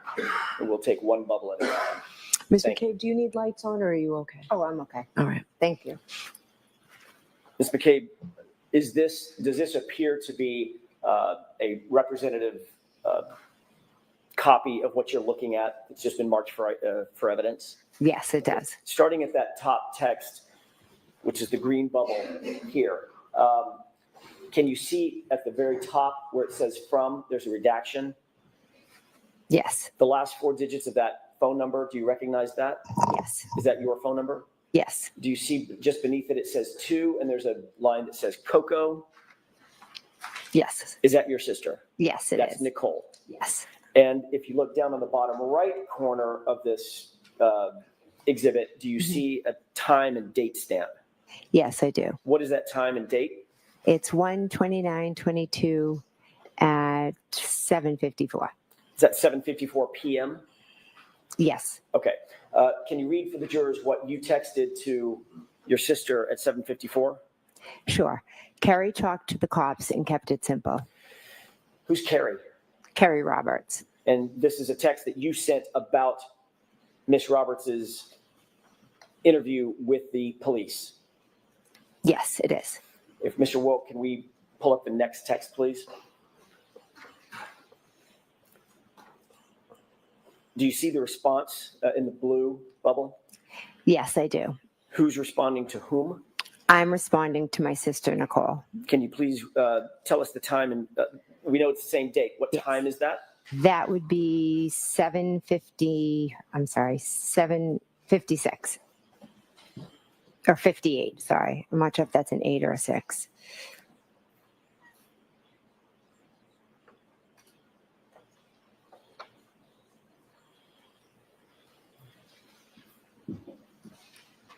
I may have misheard you. The blue bubble is from whom? It's from my sister, Nicole, To whom? to me. Okay, I may have misheard you. I thought you said the reverse. I want to make sure we're very clear. The blue sorry. bubble is from Nicole. The green bubbles are from you. Yes, correct. Got it. And this text says, I'm sorry, read that for me one more time. Sure. Okay. Try and get some sleep. Talk tomorrow. Next text, please. What's the time of this text? 7:57. This is from you to Coco, to Nicole. Yes. What does that text say? Any update? What did you mean by any update? I meant had she heard anything or learned anything new? Next text, please.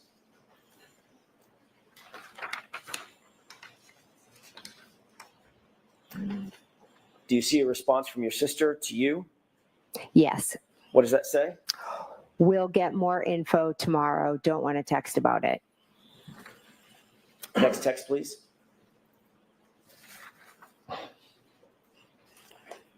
Is this a text from you to your sister, Nicole? Yes, it is. What does that say? Right. Next text, please.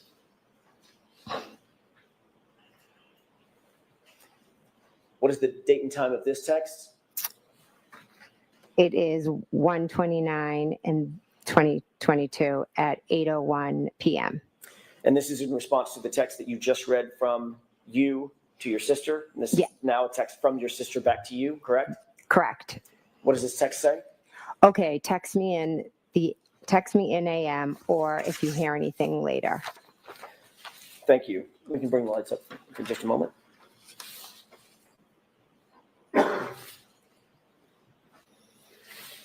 One of the texts, the third from the bottom text on the second page, in other words, the top text on the page, was from your sister to you. We'll get more info, TOMM, correct? Yes. Don't want to text about it, correct? Yes. TOMM means tomorrow. Yes. This was January 29th, 2022, correct? Yes. Tomorrow would have been January 30th, Yes. 2022. Is that right? Yes. Your Honor, I'm holding another document. This is a multi-page document.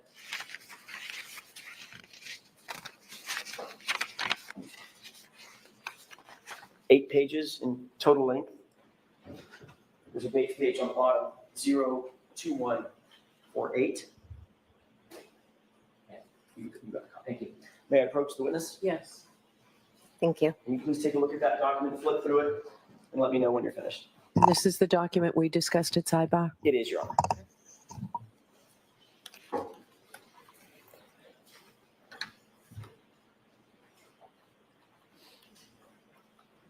Drop the fucking bomb. Drop it.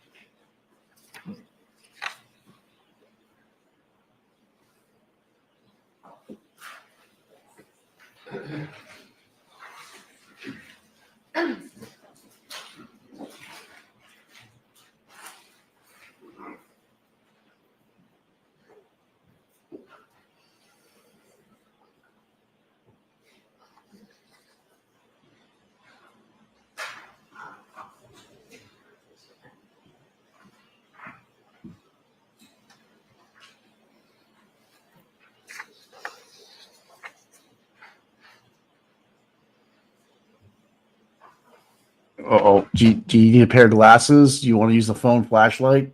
What do you need, honey? What do you need? We got you. Take it all in. Deep breaths. Take it all in.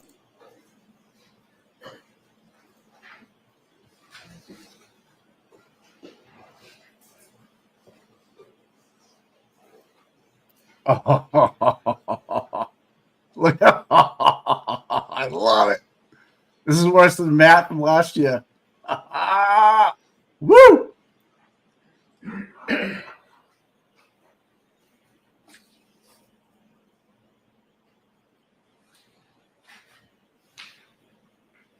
I think she's changing colors.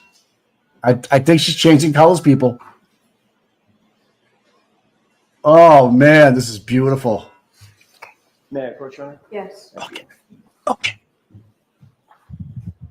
May I stand at the witness stand for just a second? Thank you. Don't have a separate copy for Ms. I- McCabe? I do. I'm going to hand you this one and ask this. Look at her. Look at her face. Ms. McCabe, do you recognize what was depicted in these documents? Yes. Does this appear to be a group chat between and among yourself, Nicole Albert, Chris Albert, and Matt McCabe?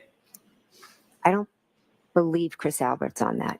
I'm sorry, my mistake. Brian Albert. Yeah, Brian, Okay. sorry. So the four of you? Yes. Okay. And does this appear to be a group chat that was engaged between and among y'all on February 1st, starting, I'm going to try to bookend it, starting Okay. at about noon, ending at about 5 or 5:30 that evening? I didn't look, but I'll take your word for it. You can just look at Don't take his word for it. Oh, yeah. If you February want to 1st, yeah. Mhm. Okay. Oh, man, she's a Yeah. different animal this And then the last one. trial. Same date, around 5:30. Yes. May I approach? Yes. I'd ask that this be marked Say, for identification or in evidence? in the evidence. Same objection, Mr. Byrne? Please. Yes, that can come in. Number 48.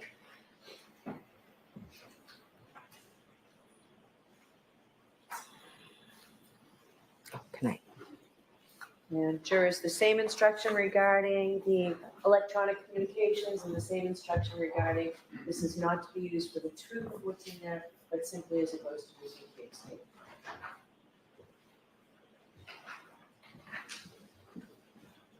With the court's permission to publish, please? Yes. If we could start at the second text down.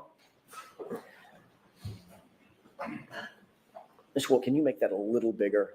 I apologize. Thank you.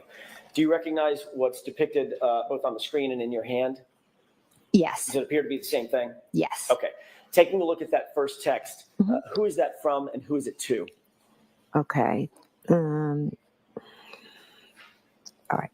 It's from Brian Albert, and it's to myself, my sister Nicole, and Matt McCabe, my husband. And if you can orient us, please, and I won't do this with every single text, but orient us for the first text. What date and time is this text? This is February 1st at 12:50. So this is about 3 days after the event in question. Yes. 12:50 noon, Noon. Yes. just before 1 p.m. Yes.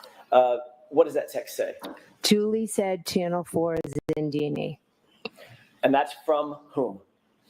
Brian. So Brian Albert explain what that text means. So Brian Albert is telling us that Julie told him Channel 4 is in D&E. Who's Julie?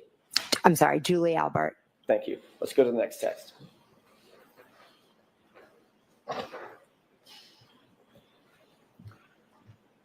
Is this in response to the text that you just read? Yes. The prior text mentioned Channel 4 and D&E. What is Mhm. D&E? D&E is a sub shop that is owned by Chris Albert. Is that in Canton? Oh, sorry. Yes, it's in Canton. On the main street of Canton? Yes. Directly next door to what? Waterfall. Across the street from Oh, Waterfall? sorry. CF McCarthy's. Yeah. Thank you. Across the street from Waterfall, directly adjoining, they have an adjoining wall to CF McCarthy's, correct? Yes. And D, is it D and E or D in E? D and E. D and E. Okay, Yeah. that's just the name of the pizza sub shop. Yeah. Thank you for that context. Mhm. Ms. McCabe, can you read what this text says, who it's from and who it's to? This is from Matt McCabe to myself, my sister Nicole, and Brian. Can you read it for us, please? Sure. Eating, I assume. Ask Chris to ask some questions. Tell them the guy never went into the house. What does tell them the guy never went into the house mean to you? How did you take that? I took that as John never came in the house. Who's the guy? John. John O'Keefe. Yes. And the beginning of that sentence is tell them that the guy never came in the house, correct?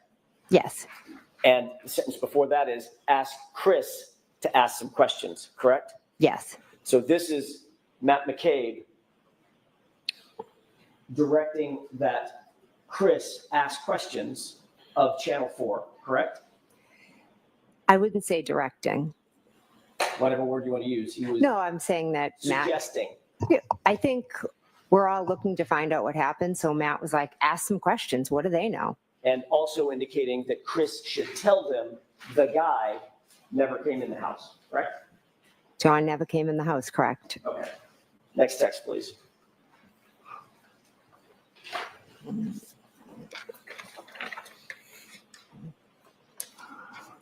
Can you orient us? Who is this text from and who is it to?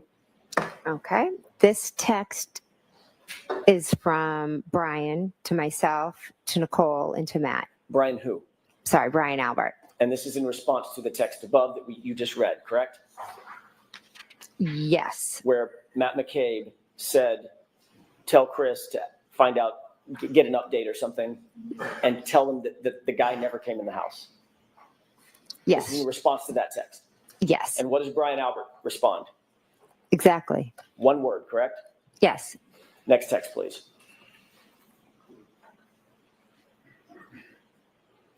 This is a green box, so I presume this is you. Yes, it is. And this is to whom? To Nicole, to Brian, to Matt. And what does your text read? It means, oh my God. It's ONG, but Yeah. it meant to be OMG, correct? Yes. Yeah. I do a lot of errors. Which stands for oh my God. Yes. Next text, please.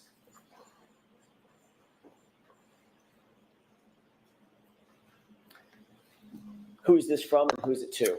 So this is from my sister Nicole to myself, to Brian, and to Matt. And what does that text read?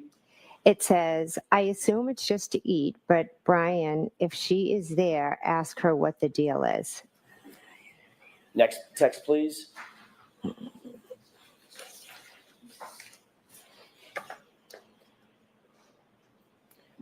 Before I ask you about this text, the last text, that was from whom one more time? My sister Nicole. It was from your sister Nicole? Yes. And she mentions a she, a pronoun she. Yes. Is that referring to Julie Albert? To be honest, I don't know who she's referring to. Well, remember the first text started, or did the first text start with someone reporting that Julie said that Channel 4 was in D&E? Yes, it did. So would that prior text mean get Julie Albert to get some updates on what's going on? Let's go back to that last text one more time. Yeah,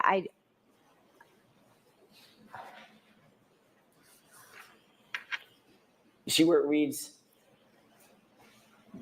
if she's there? Does that mean if Julie is at D&E, hence she just reported that Channel 4 is there?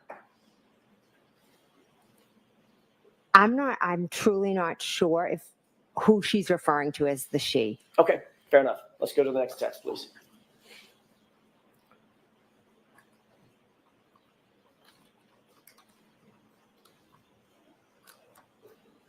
Mr. Wilk, I think you missed one. The one above it.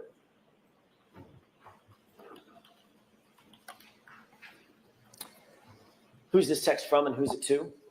This text is from myself, and it is to my sister Nicole, to Brian, and to Matt. And what does this read? This says to ask if we heard if she is in a mental hospital. Next text, please.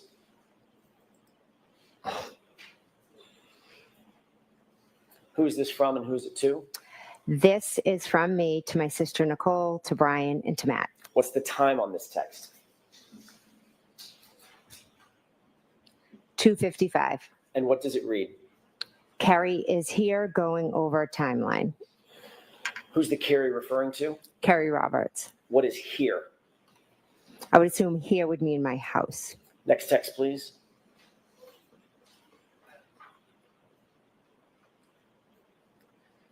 Who's this from and who's it to?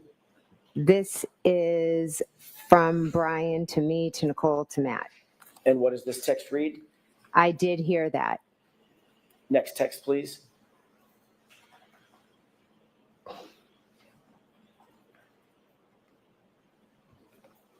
Who's this text from and who's it to?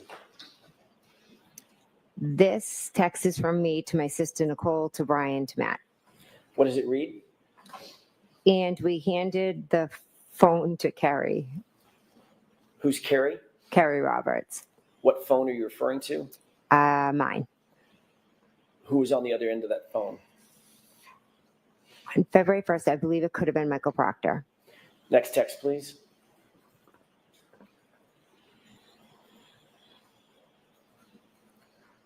Who is this from and who's it to? This is from me to Nicole, to Brian, to Matt. What does it read?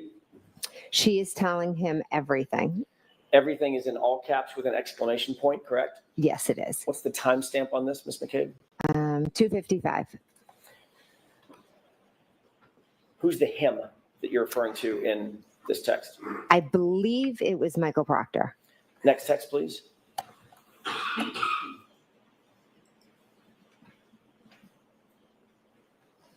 Who is this from and who's it to?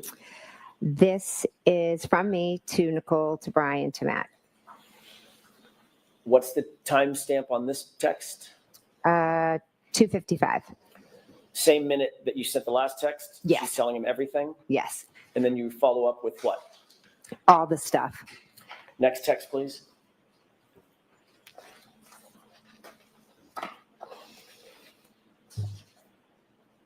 Who's this responsive text from? This is from Matt to myself, Nicole, and Brian. And what's the timestamp on this? 4:35. What does this read? Yep. If she pleads out, it will end. If she fights it, it will be an episode. Who's she? I'm assuming that would be Miss Reed. Next text, please.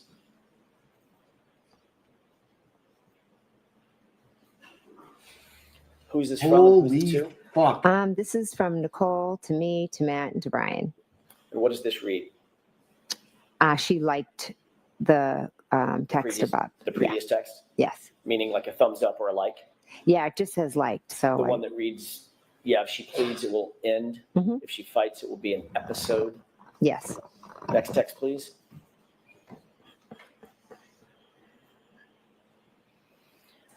Who's this from and who's it to? This is from Matt. Oh, sorry. To me, to Nicole, and to Brian. And what does this read? Brian, sitting separate. Is that a period or a comma? I honestly can't see. Is that a period or a comma between Brian and sitting? Or can you tell? I can't tell if it is or it's just like the way it printed out. I'm not sure. Next text, please.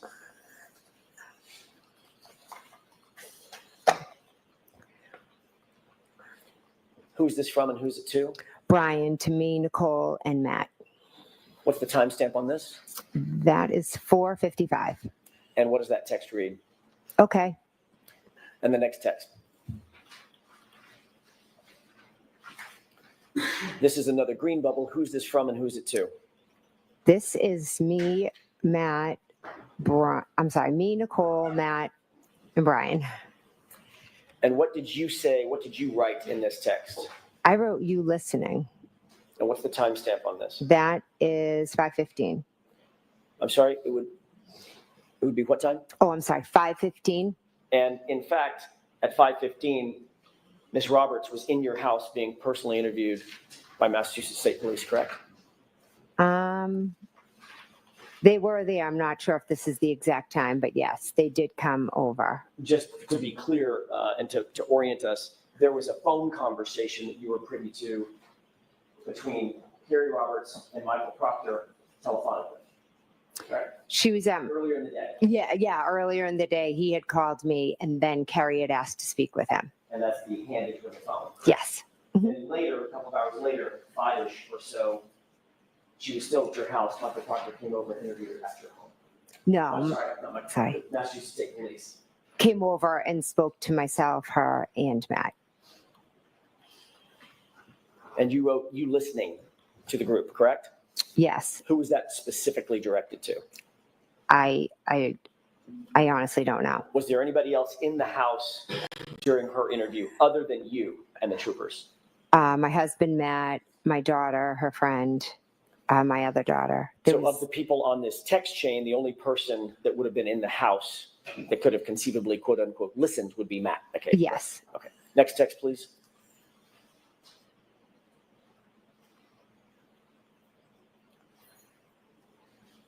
Who's this from and who's it to? It's from me to Matt, Nicole, and Brian. And what does it read? Cops here again. You were reporting to the others on this text stream that the police had arrived at your house. They were in your house with you and Carrie that you just described, correct? Yes, I was just telling them that they were here again. Next text, please.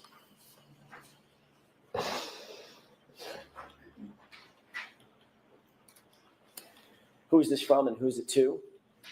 This is from my sister, Nicole, to myself, Brian, and Matt.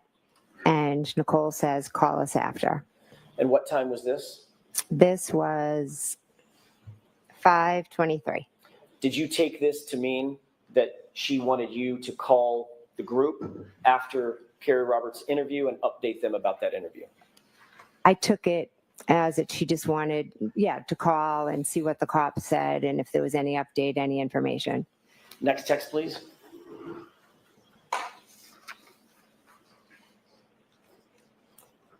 Who's this from and who's it to? This is from Matt, and it's to myself, Nicole, and Brian. What time is this? This is at 5:31. And at 5:31, what does Mr. McCabe write to the group? This girl could write a book nonstop. Was that in reference to Carrie Roberts having her interview with the Massachusetts State Police? Yes, it was. And this girl is Carrie, correct? Yes. Next text, please.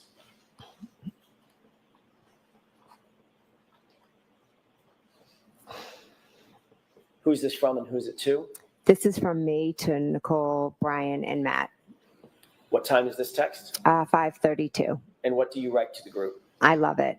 And this is in direct response to Matt McCabe's, your husband's text about Carrie Roberts could write a book, correct? Yes. Suggesting that both you and Mr. McCabe were listening to her interview, correct? We could hear different parts of it, correct? Next text, please.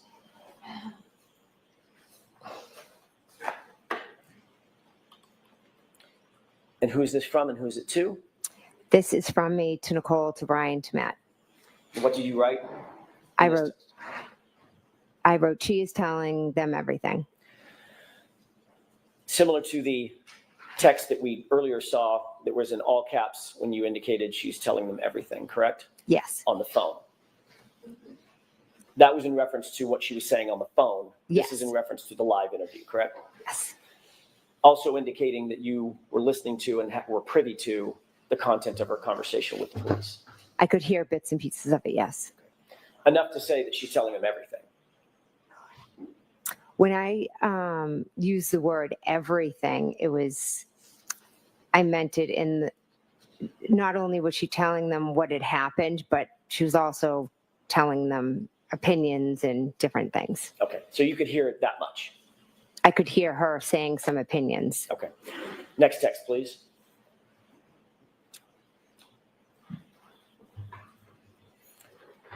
Who's this from and who's it to? This is from my sister Nicole to myself, to Matt, to Brian. And this is in response to she is telling them everything, correct? Yes. And the text reads what? Good. Next text, please.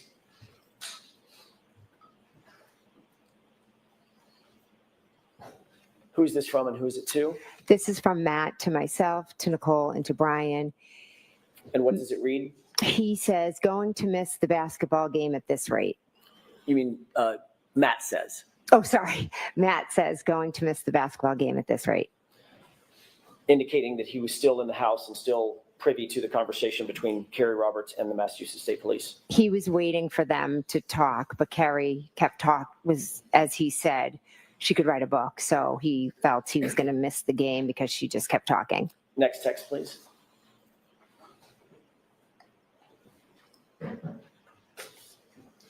That may be the end of it. Yeah, it is. Is that the last text on the page? Yes, it is. May I approach you? Yes. Do you want both of them? Okay. There you go.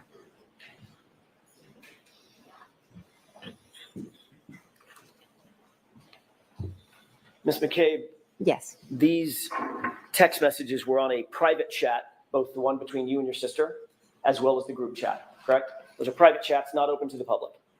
Correct. You never intended, obviously, for any of those texts to become public, correct?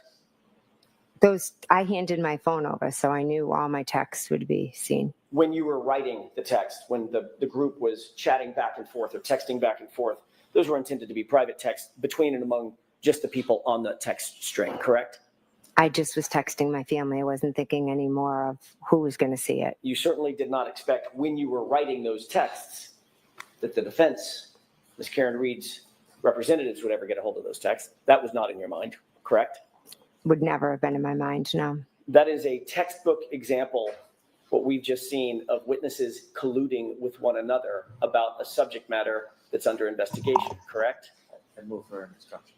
All right, jurors, disregard that comment completely. Disregard that question. Your Honor, may we approach? Yes. Oh, man. How do you like me now, Lally? Jen, someone in the comments said that Jen flipped. I don't know, man. She's not helping with the prosecution. I can tell you that. Holy shit. She's struggling, huh? Someone in the chat just said, did she flip? And I'm like, fuck, man. She's not helping at all. She's not combative, Jen. She's not, I forgot, Jen. I don't remember what I said. I don't want to be here, Jen. I'm done. Like, I'm done. Like, enough. I've had enough. They're all just, they're her words, bud. She said it a couple times, right? Repeated it to the grand jury. Nancy saying she didn't flip, but it just seems like it. I'm saying, I get that. But, like, damn. Maybe she's giving a little to get a little, Mike. No, all those sidebars. We don't know what happened over there. I mean, Nan, is it possible for her, for Brennan and Karen's attorneys to talk about like going easy on her and what they can and can't do? Like if she's gonna cry.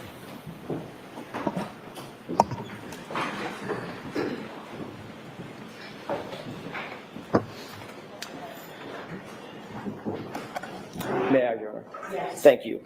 In the text that we just saw, you were colluding with other witnesses, percipient witnesses in this case through those text messages, were you not?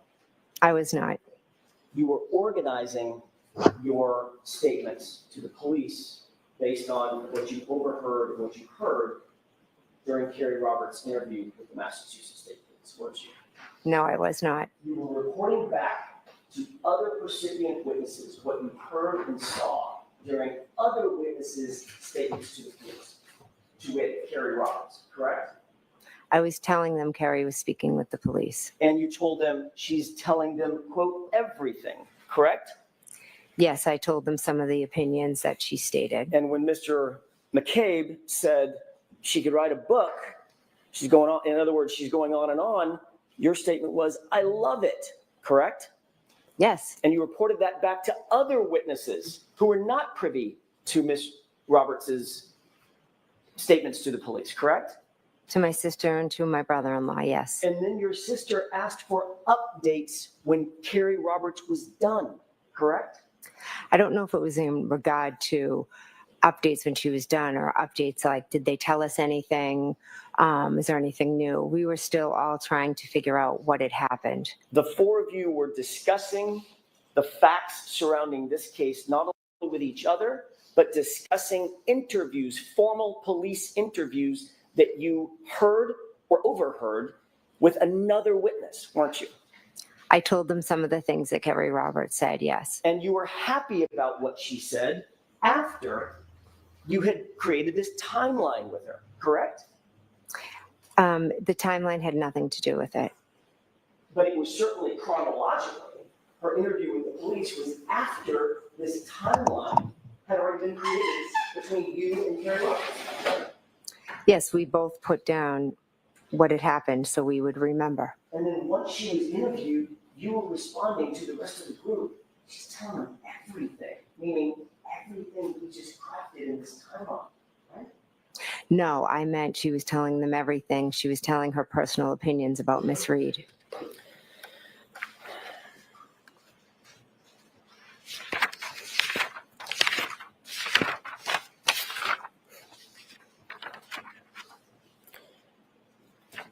I want to change gears for a second, Ms. McCabe, and ask you about that visit that you took to Michael Lank's house.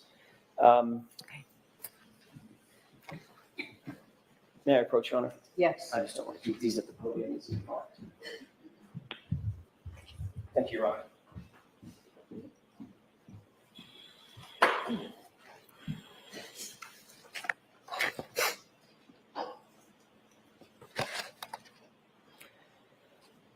Have you and Ms. Roberts discussed that visit to Michael Lank's house before your testimony, before you testified to it for the first time in May of 2024, about a year ago? Did y'all discuss that at all? I don't recall. You testified under oath in that proceeding that you went, and I want to be very clear about this, that you went from One Meadows, the O'Keefe residence, John O'Keefe's residence, directly to Michael Lank's residence, which is in another neighborhood in the same town, correct? Yes, we went. Correct. And you indicated that you were there to drop off one of Carrie's daughters. Is that right? Yes. That's how you testified in May of 2024, about a year ago. Yes. Just a moment, Your Honor. Yes.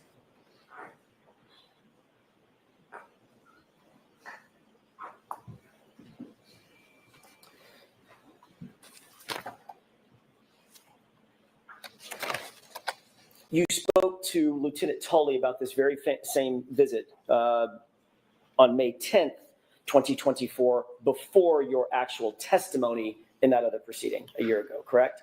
Yes. All right, and what y'all talked about was your visit and your travels over to Sergeant Lank's, by the way, Sergeant Michael Lank of Canton PD, correct? Yes. The same Michael Lank that we've talked about. Yes.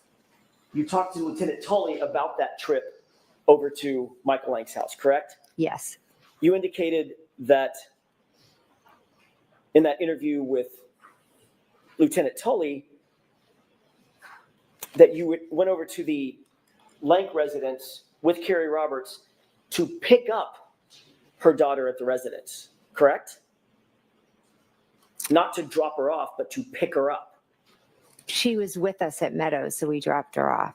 Right. I know that's what your testimony was a couple days ago. Mhm. I'm asking, when you talked to Lieutenant Tully on May 10th, 2024, before your testimony last year, did you tell Lieutenant Tully we were actually there to pick up her daughter? That's why we went to Michael Lank's house. That's why you went to Michael Lank's house. I went to Michael Lank's to drop her daughter off. What did you tell Lieutenant Tully? That I went to drop her off. So you didn't say pick her up to him. I don't believe so, no. So if he said that, that would be another example of an incorrect report. Sustained. Do you remember exactly what it was that you told him during that interview?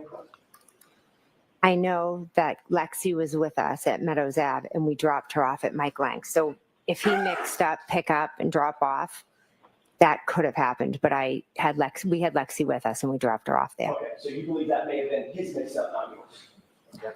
Sustained. Is that, I'm sorry. Do you remember exactly what it was that you told Lieutenant Tully during that interview? I know I said that we dropped her off. Okay.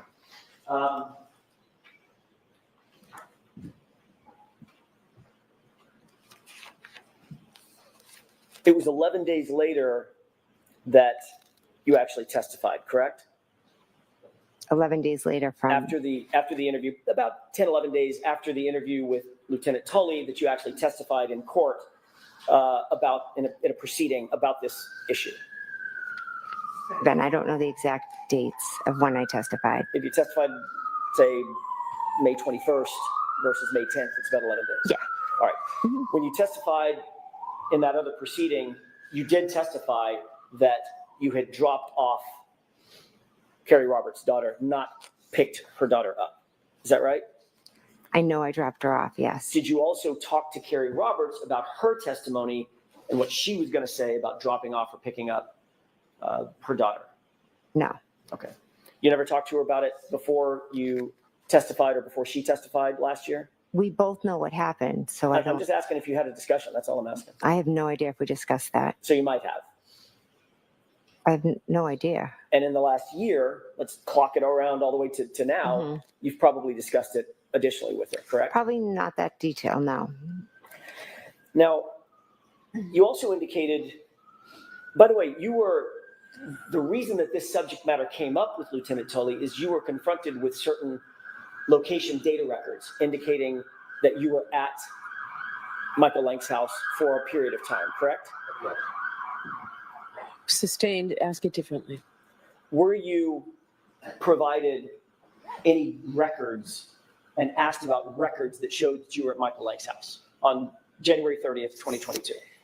I was asked if I had gone to Michael Lank's house, and I had, to be honest, I had completely forgotten because those days were just a complete blur. But then I remembered that after we left Meadows Ave, we did drop her daughter off at Michael Lank's. All right. Do you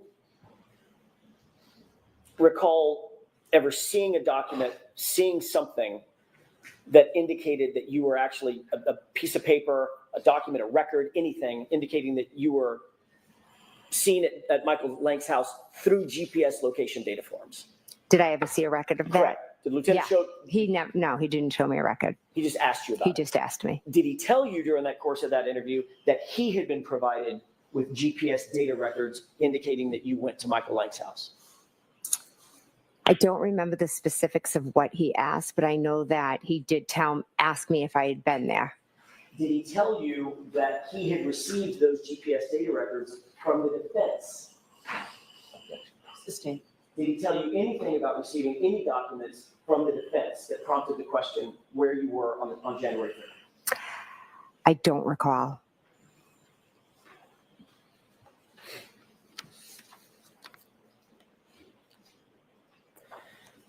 Before that interview on May 10th with Lieutenant Tully, Mhm. this is preceding your testimony last year. Okay.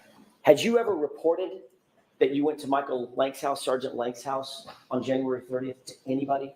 No, to be honest, I completely forgot about it.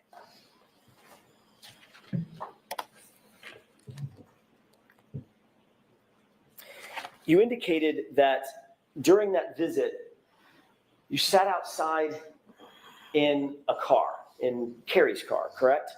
Yes. Basically for the entire visit. Is that right? Yes. You indicated that you did not go in the house. You might have went to the except bathroom. to use the restroom, possibly, correct? I have a faint memory that I ran in to use the bathroom. You indicated that you did not see Sergeant Lank at his home, correct? I don't believe I did, no. What time of night was this? I don't know. We had been at Meadows for a while, and then we left, dropped Lexi off, and then I went home. I don't know a time, maybe afternoon. I'm not sure. I'm sorry.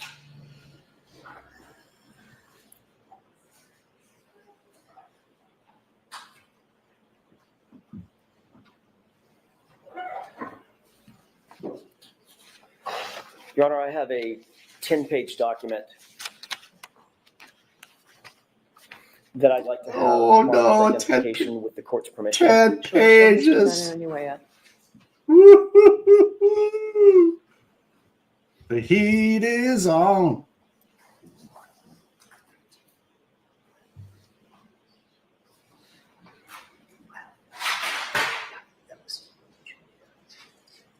He's like, Lally, they This got is merch. this- They got this is merch, Lally. not happening. This is bad.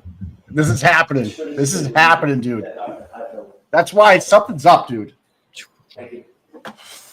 Good? Okay. Mayor Porch? Even Brendan looks sheepish. Thank you. Even Brendan looks sheepish, dude.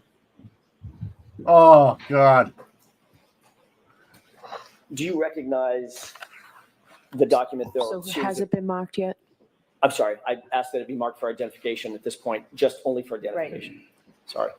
So Madam Court Reporter will mark it and give it back. Okay. Thank you. For identification. Thank you. Go ahead, Mr. Jackson. Thank you, Your Honor. Once you get the document back, I'll ask you a couple of quick questions about it. Okay.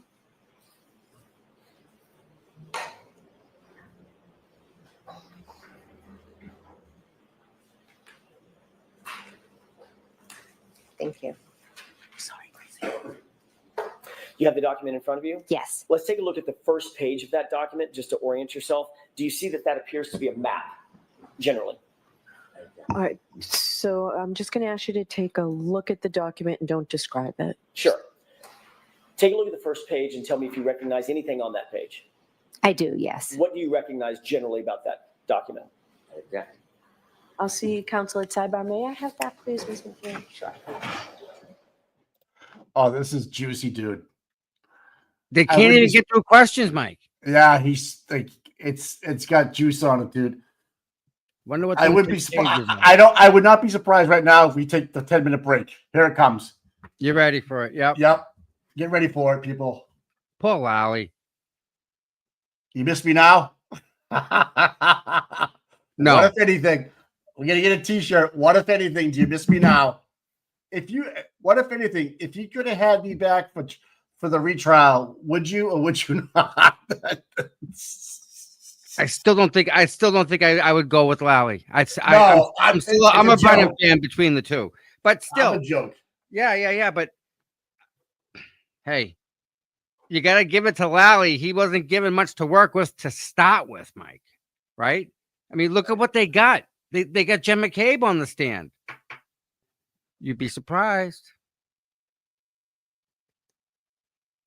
I think there's more going on than we think about. Because don't forget, Mike, we are so embedded in the picture, right? Yeah, Jen yeah. McCabe on the stage stand lying. We've seen it before, right? It's not a shock. Again, it's her memory. Don't want to say that she's not telling the truth. However, Carrie Roberts, even though when presented with facts and true facts, she determined herself that it wasn't a lie. And I mean, I don't know. I wasn't there. I don't know what was in the poor lady's head.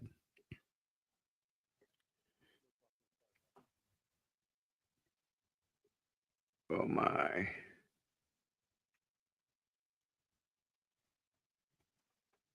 So basically they're at another sidebar after Jackson gave a copy to Jen and Brendan said, okay, as they're about to read it, Bev says, I want to be put into marked as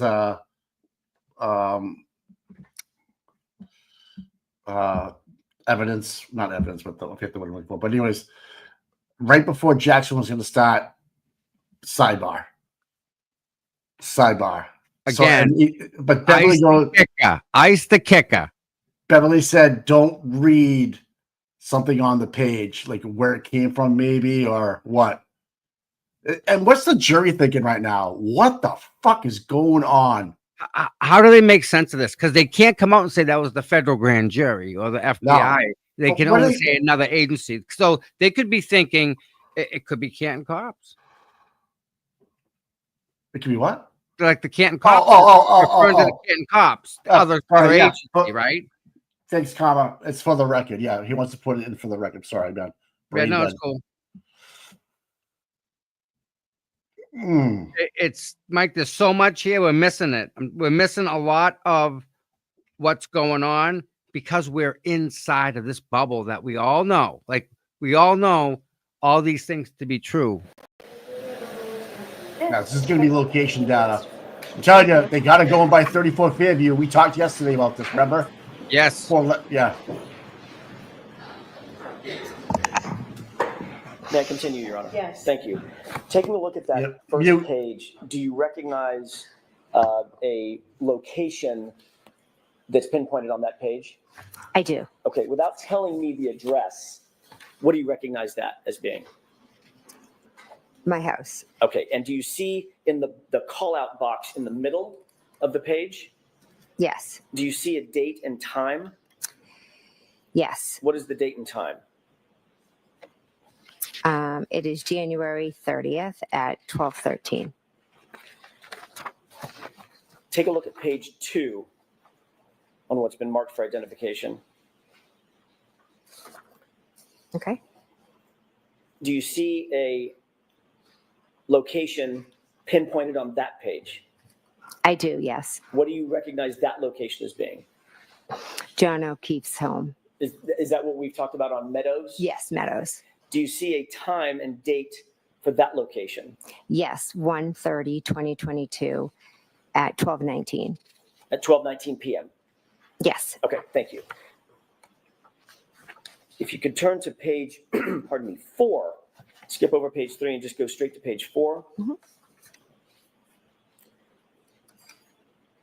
Do you recognize something that's been pinpointed on that map as well? Yes. What is that? Again, don't give me the full address. What is that location that's pinpointed? That is my house. Okay, and do you see a date and time for that location? Yes. That's 1:30 at 5:21. When you say 1:30, January 30th. Sorry, January 30th, 2022 at 5:21. Okay. Looking at page 5, do you see a location Yes. pinpointed on that map as well? Yes, I do. And what's the date and time of that location? That is also 1/30/2022, and that is at 5:28. Got it. Taking a look at page 6, do you see a location pinpointed on that map? Yes. What is that, again, what is that location? That is 1/30/2022. The location, the address? Oh, I'm sorry. That is Fairview. Appear to be 34 Fairview? Yes. And what's the date and time? 5:36. Taking a look at page 7, do you see anything located on that, a pinpoint location on that page? Yes. What's the date? I'm sorry, what is that location? That's Fairview again. And what's the date and time? That is 1/30/22 at 5:40. So just to be clear, the page before was 5:36 and this page is 5:40. Yes. Okay, take a look at page 8.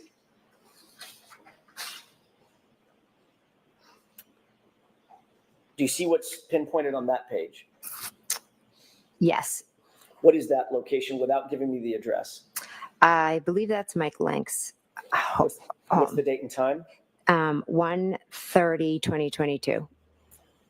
January 30th, 2022. And Yes. the time, please? 5:43.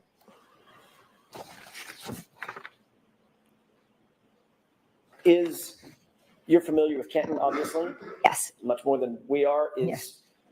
driving time from 34 Fairview to Michael Lank's house consistent with about 3 or 4 minutes?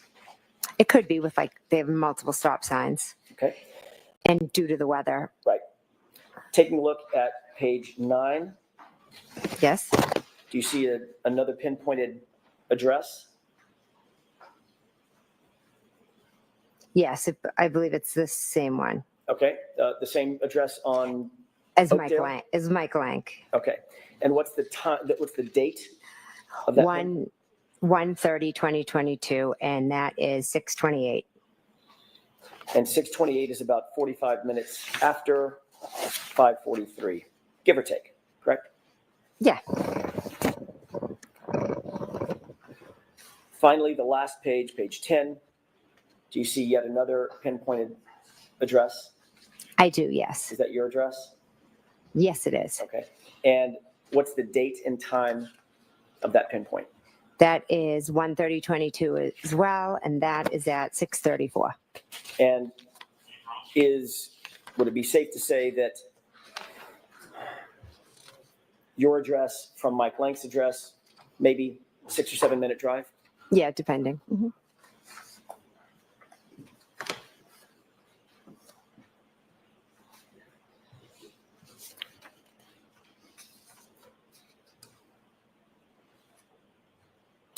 we were talking about what happened when you were at Mike Lank's that evening. By the way, does any of that refresh your recollection about the time that you went to Mike Lank's house? Yes, I knew it was after Meadows and later in the day. Yes. So closer to 5:45, 6:30, correct? Yes. This is in January in Boston, is that right? The greater Boston area. Yes. Gets dark really early. Yes. It was a blizzard. The night before. Yes. Safe to say that it was dark out. Yeah. I Safe to assume. say it was cold out. Yes. The blizzard was still brewing, correct? I think it had stopped snowing by then. Still freezing cold. Believe so. And your testimony is that you sat outside in a car with Carrie Roberts and Michael Lank's wife for 45 minutes. Yes. You actually, and I'm assuming the car was running. Yes. He'd had to be on full blast. Yes. You're dressed in winter gear Yes. because it's freezing out, correct? Correct. You actually got out of the car and went into the house to go to the restroom at one point. I have a faint memory. I think I did. Yes. And the three of you didn't just decide, let's just go in the house. No, we didn't. You actually came out of the restroom, came out of the nice warm house, and fought the cold and got back in the car, according to you, correct? Yes, I went back in the car because Carrie was going to bring me home. You stated on direct examination that, and you stated again today, that you stopped by Michael Lank's house, Sergeant Lank's house, directly from the O'Keefe residence as sort of a, my word, not yours, sort of a pit stop to drop off Carrie Roberts' daughter, correct? Correct. In point of fact, you actually drove from your personal residence to Michael Lank's house as a destination, didn't you? I don't remember that. This is what this piece of paper says. I remember just leaving Meadows and dropping off Lexi. In point of fact, it wasn't an errand. It wasn't to drop anybody off. It was a destination that you went to from your house to Sergeant Lank's house on January 30th, 2022, wasn't it? No, we went to drop off Lexi. Was Lexi at your house? She was with us at Meadows, and then we went to drop her off. Right. She was never with you at your house, was she?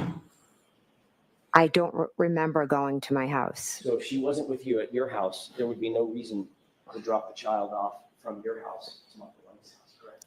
Lexi was in the car with us, and we dropped her off at Michael Lank's. That's why we went to Officer Lank's house. Yes. And in point of fact, you actually went from your house and did make a pit stop to 34th area before you went to Michael Lank's house, didn't you? We drove by and stopped. Yes. Slowly stopped. Yes. You went in the house and spoke with someone. No, I never went in the house. Why did you go by and just stop?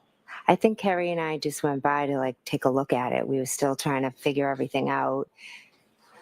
Stayed there for 4 to 6 minutes. I have to look at the report, but yeah, we were sitting in the car, kind of just like, oh my God, looking. Didn't go in the house. We didn't go in the house. No. Nobody came outside to talk to you. No, You didn't speak to Nicole. I don't believe so. Possible. Like I said, Carrie and I just kind of drove by and were looking at the area. And that's before you went to Michael Lank's house, correct? That was on the way to Michael Lank's. So in point of fact, you didn't go directly from One Meadows to Michael Lank's house. I truly thought I had. But now your memory is refreshed. My memory is not, this isn't refreshing my memory. I do not remember going by my house before Michael Lank's. Do you remember testifying a year ago that, well, let me ask it this way. Do you remember denying a year ago that you ever even stopped by 34 Fairview? I don't remember that now. Would it refresh your recollection to take a look at your prior testimony? Sure. Getting absolutely smoked. Smoked. Take a look at that page, the top highlighted. Mhm.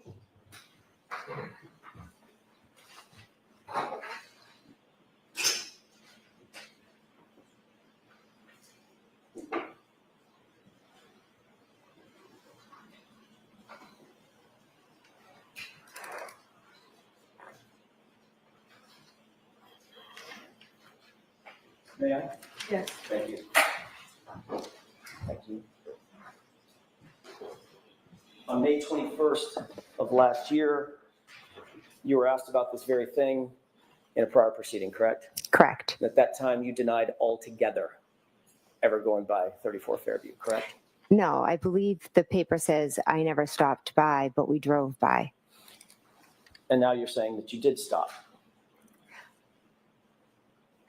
Stopping by and driving by meant something different to me. Stopping by, I look at as like, then you pop in the house. Driving by is you just drive by. So we just drove by slowly and kind of looked at the scene. And Ms. McCabe, I think you just said that you may have even spoken with Nicole. I didn't speak with Nicole, no. We were in the car, Carrie and I and Lexi. You were denying that you ever spoke with Nicole or any other member of the Albert family or anybody at 34 Fairview as you sit here today. As I sit here today, I'm telling you that we slowly drove by. So again, last question on this point.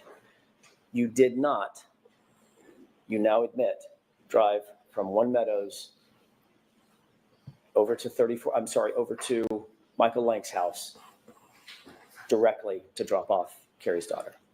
My memory is we did drive from One Meadows. I know what this piece of paper says. I'm telling you that just my memory is we left Meadows and went down Fairview and then went to Michael Lank's. But this paper is saying we stopped at my house first. I don't remember that. But again, I was in shock. Sorry. So a lot of things from that day are foggy. Certain things, certain details I may have forgotten. And all of your testimony over the last several days is based on that memory that you just described to these jurors, correct? There are certain things I'll never forget, correct?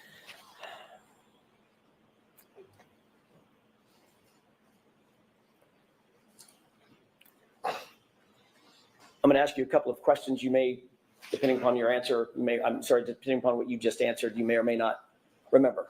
But let's see. Okay. Isn't it true that at 12:13 p.m. you left 12 Country Lane on January 30th, 2022? Yes, according to this, yes. Isn't it true that at 12:19 you arrived at One Meadows, the O'Keefe residence? According to this, yes. Are you asking her regarding? I'm asking her memory, not according to the document. Oh, my Your memory. Your I memory. don't remember exact times. Thank you. Isn't it true, Ms. McCabe, that at 5:12 p.m. you left One Meadows, which is the O'Keefe residence, 5:12 in the evening? That I don't remember the times that I left. Isn't it true that at 5:21 you arrived back at your address on Country Lane? I do not remember that. Isn't it true that at 5:28, 7 minutes later, you actually left your address on Country Lane? Again, I don't remember going by my house. Isn't it true that at 5:36 you arrived at 34 Fairview and stayed for at least 4 minutes? I know we drove by. Isn't it true that at 5:40, or just thereafter, you left 34 Fairview? I know we left and went to Mike Lank's. And isn't it true at 5:43 you arrived on that Oakdale Road address at Sergeant Lank's house? Not sure of the exact time, but yes, we did go to Sergeant Lank's house. And isn't it true that at 6:28, almost 45 minutes later, actually a little better than 45 minutes later, you left that address at Michael Lank's house and drove back to your house directly? After leaving Mike Lank's, I went home, correct? And you arrived at your house at 6:34, correct? According to the paper. What about according to your memory? I don't remember exact times. Mr. Jackson, is this a good place to take a break? is. Do I'm you about have a to shift while gears. more? Okay. Yes. All right, jurors, we will take our morning recess. 15, 20 minutes, we'll see you back. And this will be again if we just go. Break this way, jurors.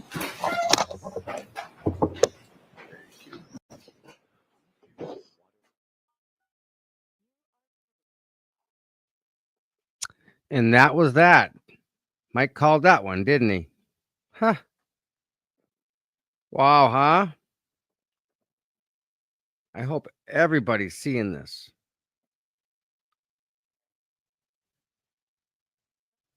I'm absolutely messing this up. All right. Let's check the chat. Hank, Jen's probably screaming at Hank right now. You know it. She's in all sorts of confusion state, right? I don't think she's doing too good at this moment, unfortunately. Poor Jen.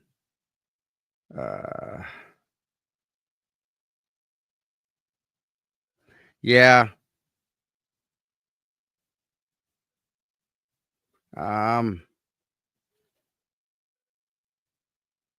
Yeah.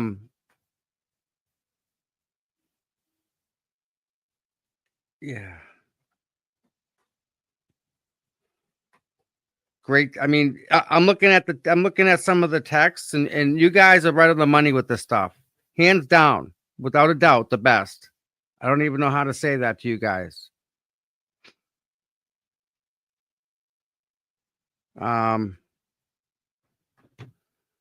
Do do do. Ba, ba, la, la, la, la, la, la, mhm.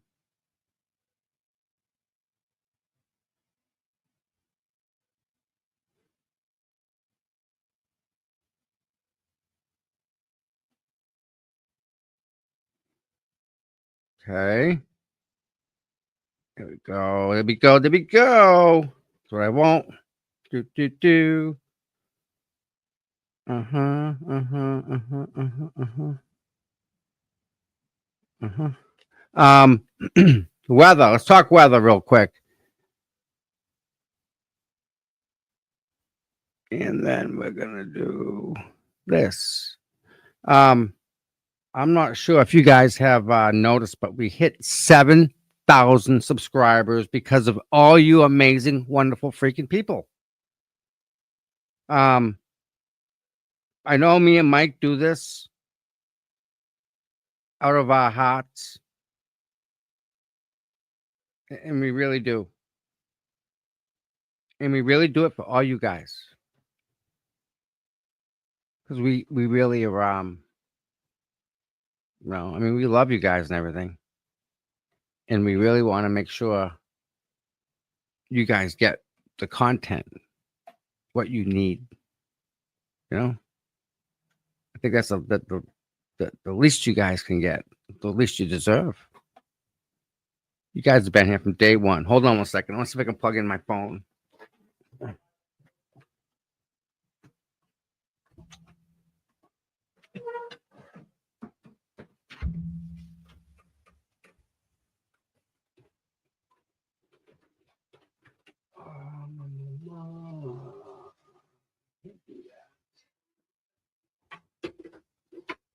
Yes, I can.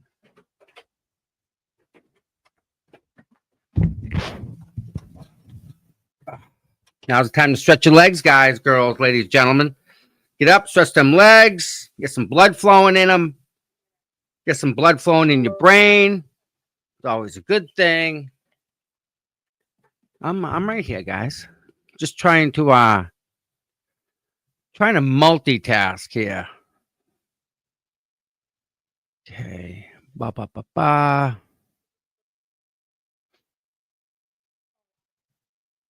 All right.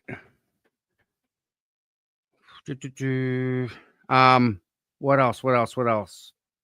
Me and Mike were talking yesterday. Shock, right? Yeah. We were we're thinking about trying to figure out a fundraiser for Aiden. Maybe we do like another pizza night, something low key, something comfortable, something easy for everybody, right? Everyone kind of relax, enjoy the night.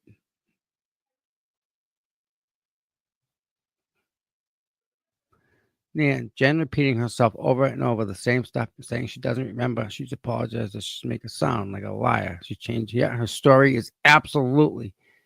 She's made it very known that this was a first trial and that there are other agencies involved. Oh, isn't that beautiful?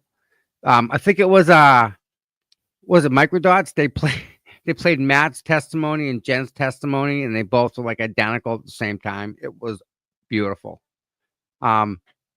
Michelle, I'm thinking maybe something between, like, if you look at Massachusetts and you see what Canton and Dedham are, between there and Worcester, got to come to some point where it's kind of a little bit of drive for everybody. You know, I mean, we've been doing South Shore stuff. Maybe we start finding somewhere, and we'll just have a pizza night. Have a little bucket at the door. Walk in, a couple bucks in there, order pizza, enjoy yourselves. Good time. See if I can make some shirts, give them out. I'm sure we can do all sorts of stuff. But yeah, I mean, he's actually in a fight, in a serious fight. As much as Karen is, he is. And it's obvious, and you guys can all see it clear as day. You all can see what they're doing to Aiden.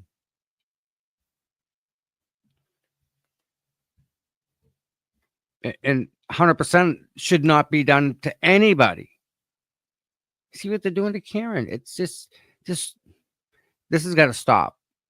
And we're here to try to make it stop. That's all we can do, people, right? But if we don't try, then we don't fail. And that, you know, let's try and fail on this one, right? What's going on, bro? And just chit-chatting how this is important, and how, you know, you're talking about trying to raise some money for Aiden. Yeah, he needs it. Without a doubt. Yeah. Look at what he's against now, right? It takes $1,500 it costs $1,500 for Riddle to take a shower, okay? And be here in a minute. Yeah.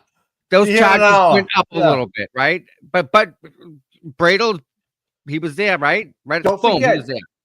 whatever Aiden is going through in terms of timelines, be here, all Bradle is going through it as well as a legal front. You understand what I'm saying?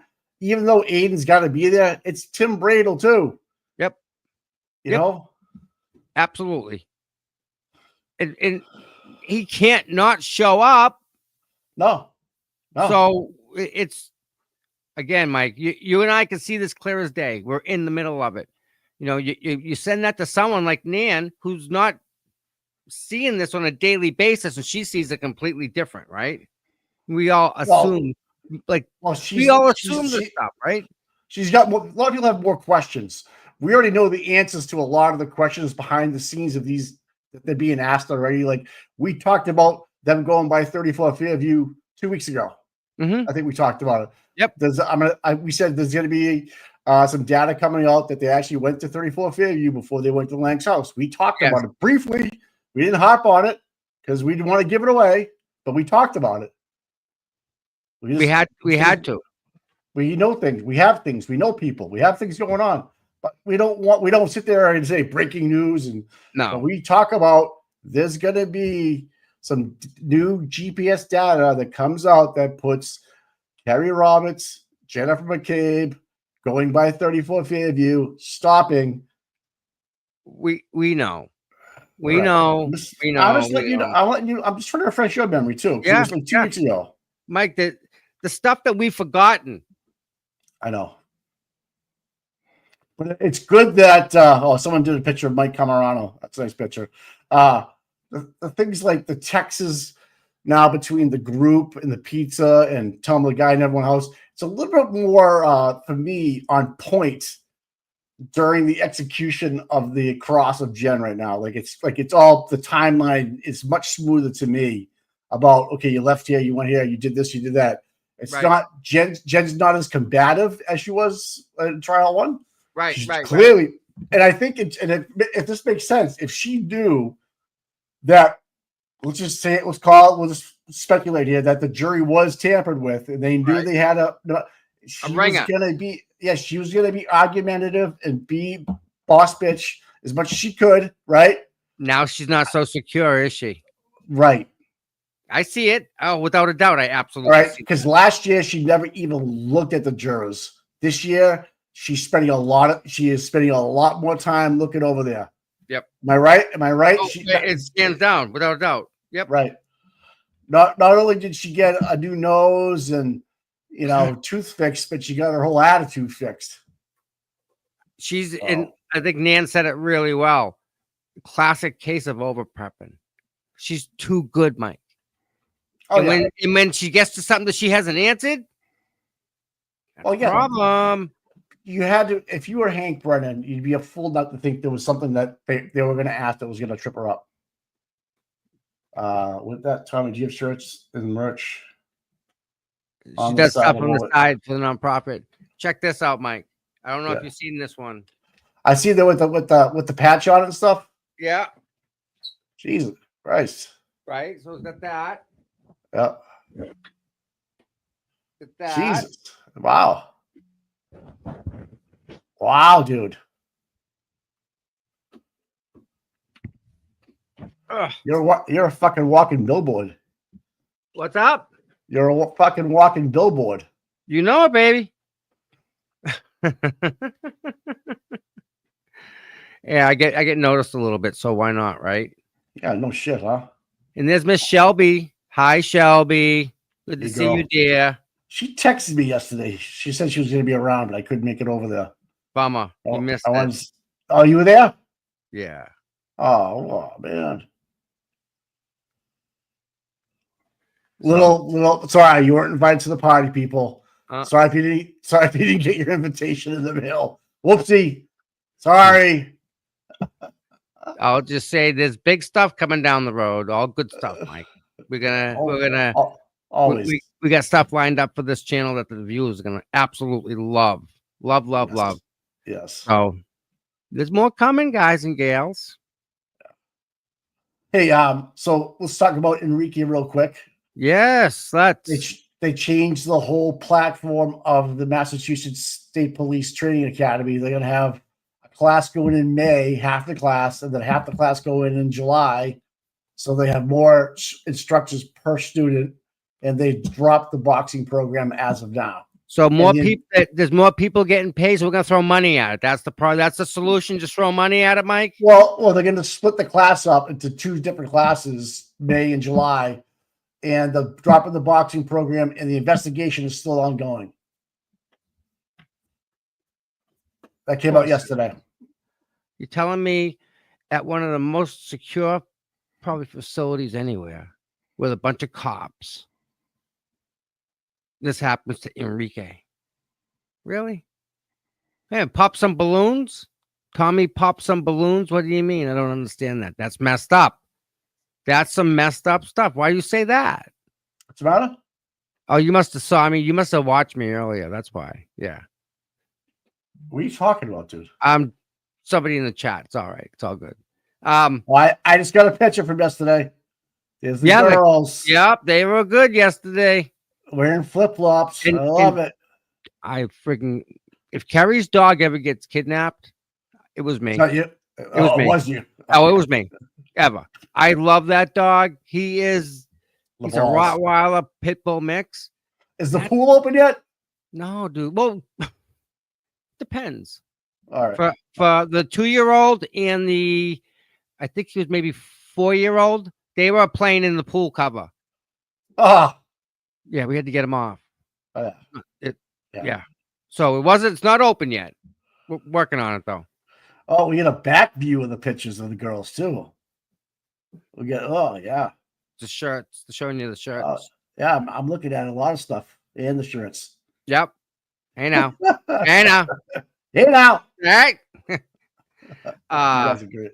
Yeah, no, we had lots of fun. We laughed. Yeah. How can you not have that house? Is the perfect house to have fun at. Oh my god! I was talking to. She's gonna have a pool party this summer. Oh yeah, gotta have one. Dude. We're beyond that. Yeah. Maybe we can invite a couple of Yeah, maybe seeking justice warriors. Maybe there's something like that in the works. Oh. You never know. That neighborhood looks like a good block party neighborhood. Oh, Mike. I mean, Did I read your mind? Just put your cars right across the street. Yeah, You know who lives near there is Rich, yeah, yeah. Rich Schiffler, the the Duck Duck King. King. So yeah, so What's been yeah, going on so with him? What's going on with him? He's been awful quiet. He just kind of faded away, huh? you know he's doing his thing. I think he's Yeah. trying. I think he's trying to retire. Actually, Mike, he's trying to Right. like get his ducks in a row, per se. And he's got nobody to take over the business, or does he? Uh, Because I know his son's a builder. And one of his sons is a good builder. Does $1 million homes? Yeah. Oh yeah, I know. Rich has Yeah. busted his ass for a long period of his life. So Yeah. you know, I think he's earned the right to do whatever I think he wants. Right at this point, Oh fuck yeah. right? So, Yeah. but yeah, so let's talk about We'll get throw my- some I ideas was- out there and try and get some money in Aiden's pocket real quick. Like a pizza thing, Mikey. How about a golf tournament? You want to do that? I mean, you can just get a couple of guys who played 9 holes or 18 holes or something. Listen, I don't know. let's Mike. I Yeah. got the best idea. You ready? We can we'll do go- Hey, We're we gonna can golf in the morning, pizza after golf. or just pizza right there at the golf course. Go to a place that has pizza. Yeah, Deanne's Who- or something like that. We'll go to a golf with them. We usually go to a golf course. Like you get foursomes, right? And it costs $400 a foursome. But Yep. all you have to do is pay the golf course $50 for 18 holes with a cart.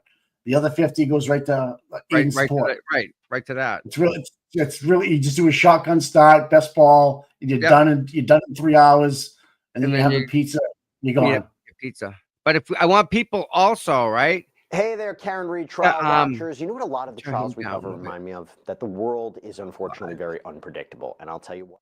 I'm looking to just get some people together. So if we have the pizza, people can start showing up and hanging out when Oh, yeah. while we're golfing, right? Yeah. So when people start when they finish up, we'll just come in.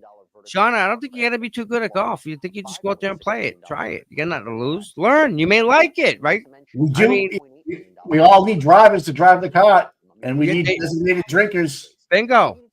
That'll Right. work. Yep. Oh. Have some fun, some laughs. Oh my god! Yeah, great time. Or we could do a mini golf tournament. No, let's do real golf. Let's just bite the bullet. Do $100, $100 a person. Yep. Right. $100 a person. Yep. And What's, that can what's the include schedule? pizza. What's the court schedule? Do we know anybody? Anybody know the Yeah. court If we schedule can for at figure- least next week? Because I want to we can figure plan out if we can figure out a Friday that they're gonna have off the shore, that'd be huge. it. Exactly. But I Right. mean, I'll take a Thursday too, right? Yeah, I would too. I'd take any day during the week, actually. Yeah. You know, let me call Is Reddit. anybody see if they'll- in the chat? Anybody a comedy show with raffles? Tommy golfs. Let me. I'm gonna call Ritters real quick and see if they'll work for us. I hit the ball. That's about all. I try to. I Oh try to yeah, hit the ball. Ritters is a nice course. Yeah, Nice and easy, it's my backyard. and they get that restaurant right there. Yep. Do. Fishing tournament, Dave. Yeah,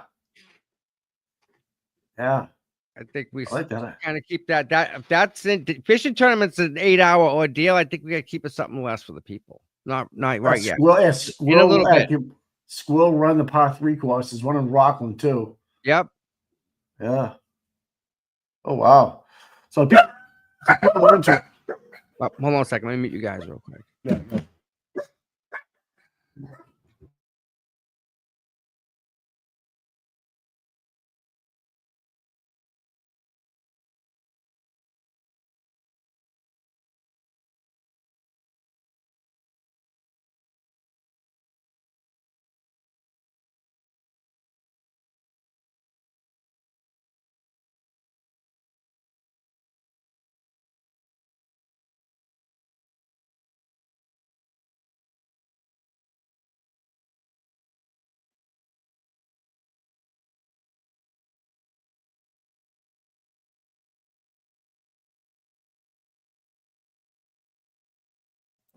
What's he calling, Ritter?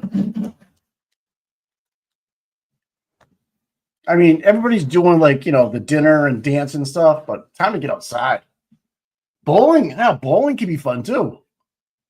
You're on mute. Oh, I like the bowling. Oh, I like the bowling. That's a good idea. I like the bowl, and you can, Mike. We can do it anytime, right? And everybody Yep. can come. It's an easy Yep. thing to do. I mean, Yep. just show That's up. That's the way to go. And they got pizza right there and stuff. Yep. There's a place in Hanover, There's a place right in the Route 18. It's Timberlane's. a big picnic. Best Derby hat prizes. Oh yeah. Yeah, the Trillium is huge.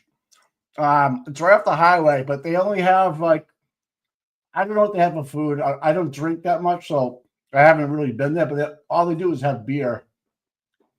Yeah, bowling can be cool. Bowling can be really cool. We can rent the whole place out for a couple hours for sure.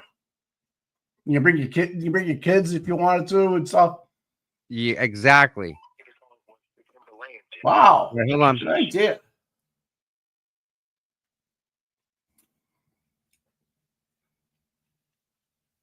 Island Creek oysters. I love.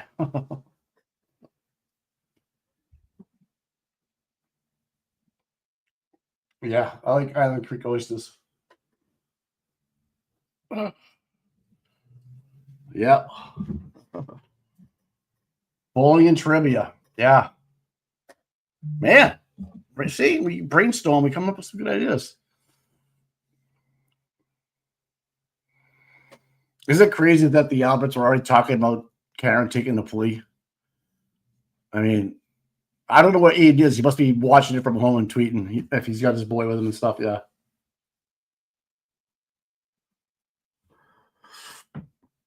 Why would we be? How about the vendors their donations to attend?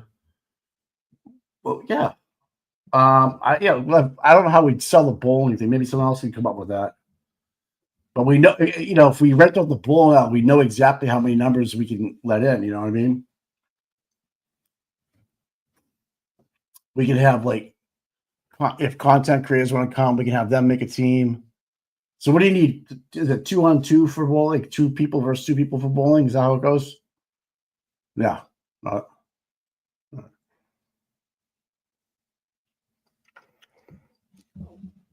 my dog's doing.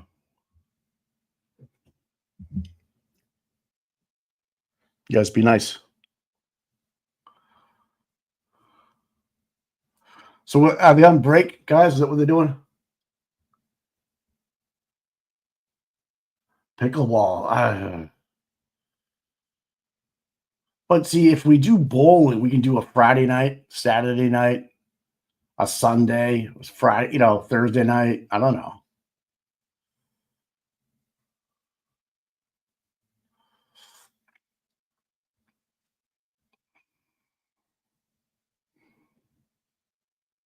Yeah, this thing that Auntie Beb's Sidebar and Grill just posted. It's just a Buchanan interview. Julie told us that she was asleep at 4:55 a.m. on January 29th, 2022, when her phone woke her up. And it was Jen missed call. And that's how she found out about John dying. Wow.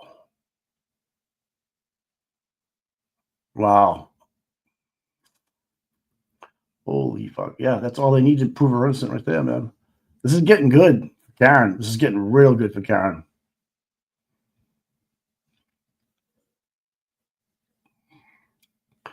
Good point, Nikki, on Twitter. Also, does Morrissey really want a third Karen retrial on the eve of his re-election? Nope.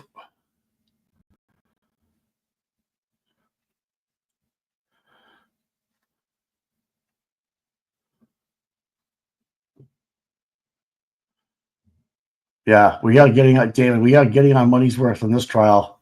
Jim McCabe got off easy last trial because, like we said, like if that was a true thing that there was a plan and they knew about it, which leads me to believe that something was up with the 3 of them being there last year. During deliberations, she just seemed like a different animal on the court, and now it's like to this trial, the retrial is like she's looking, addressing, acting like a certain way.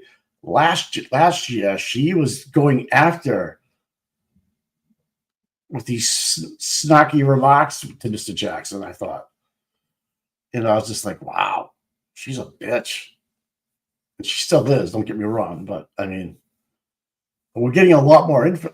I think that even though Hank's dictating the timeline of the trial right now, the way that Alan Jackson is breaking down this timeline for the day of, the last 2.5 days, we'll call it right now, he's got it perfect. He's nailed it perfect. When they first went out to drink, when they allegedly arrived at 34, what happened after that, when Karen called Jen, all that other stuff. So this is, to me, it's just a lot clearer. And I think the jury is just taking this all in, just taking it right in, taking it right in. And I think they can see through Jen's lion eyes right now. Yeah, Denise Galvin, yeah. She's the one that was sending stuff around to try to get people fired and stuff too, by the way, guys, just so you know. Yep. Liz Proctor called someone's job. Hey, I just made a phone call, Mike. They got 22 lanes. We can have the whole place if we want. They'll work with us that way. No way. Yeah, man. So 22 lanes. You put 5 max on a lane. It's 5 people? Yep. 5 times 22. But how do you make teams out of 5 people? It's all computerized. But how do you make teams? Oh, so one team up to 5 if you want. Yeah. Stragglers, we'll just throw people together. So 5 people on one lane could be one team, or it could be, or a team of 4, or a team of 2, whatever. Right? Yeah, I think we got to figure out how it works, doing the average. So 5. Okay. So if there's 3 guys, whatever their average is that's their number. That's all. Yeah. Okay. Not a big deal. It's right. Yeah. I mean, I'm not very good at bowling. I'll admit that right now. You're not very good at golf too. I know. I can admit that one too. I'm good at fishing. You can fish though. Yeah. Someone mentioned the fishing derby. I'm like, yeah, no, that deck is stacked right there. They say 10%. They say 10% of the fishermen catch 90% of the fish. I believe that. I've known that to be true. Yeah. So trick is getting 2 of the people that can catch fish together, hook them up, and then go out. Oh yeah, damage. That's what we did. A question: there's a bowling alley at Patriots Place. Oh, no kidding! That's right, Dedham. It's called Kings. No, okay, let's check that out. That sounds like actually a good plan because that's more central, Mike. Yeah, I mean, yeah. But let's so yeah, that's a good idea. We should do this when you want to do it like a weekday night. Yeah. All right. Because you can, we can start at 6:37 the entire night. Yep. And we can be done by 10. Nice, yeah. And put a bucket at the door for money. Nice. All right.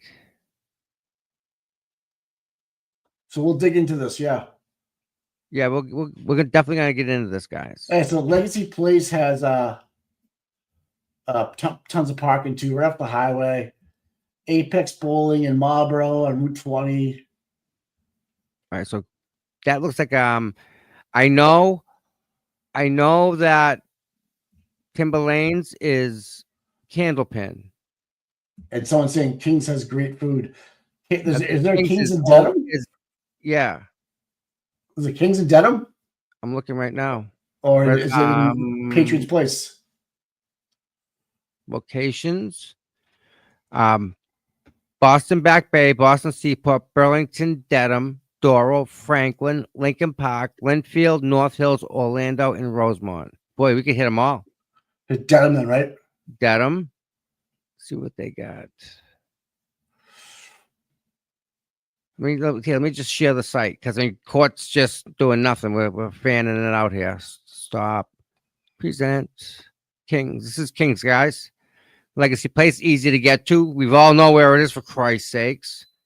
Hold on a second. I get my coffee. Private events,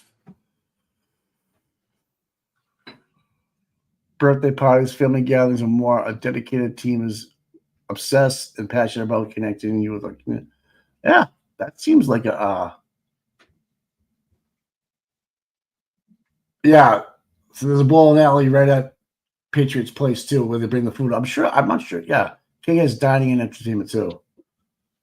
You went to the place in Gillette, Sharon. Okay, I had a work party there. Which one, Shauna? At King's or Gillette Stadium? Oh, Legacy. Oh, so King's is at Legacy Place. Okay, in Dedham. Okay. All right, that makes sense. I was trying to figure out where it was. That's right off the highway. All right. So Legacy Place is yeah, for people in Worcester County. I know it sucks. This is in Legacy Place, dude. All right. So it's right there. Yeah. This is a 10-string bowling. So there's 10 lanes there. Right. As opposed to 22, right? 22, and we can have the whole place to ourselves. Right. And they're the candle pins, not the Right. And where's that? The small balls. Abington on Route 18. Oh, okay. I mean, that part is easy to get to. Yeah, for the people on the South Shore and stuff, you know. Yeah.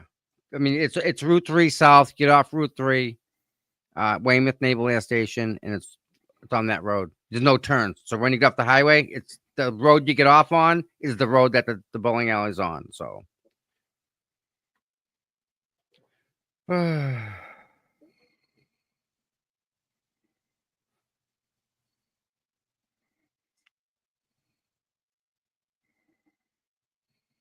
No.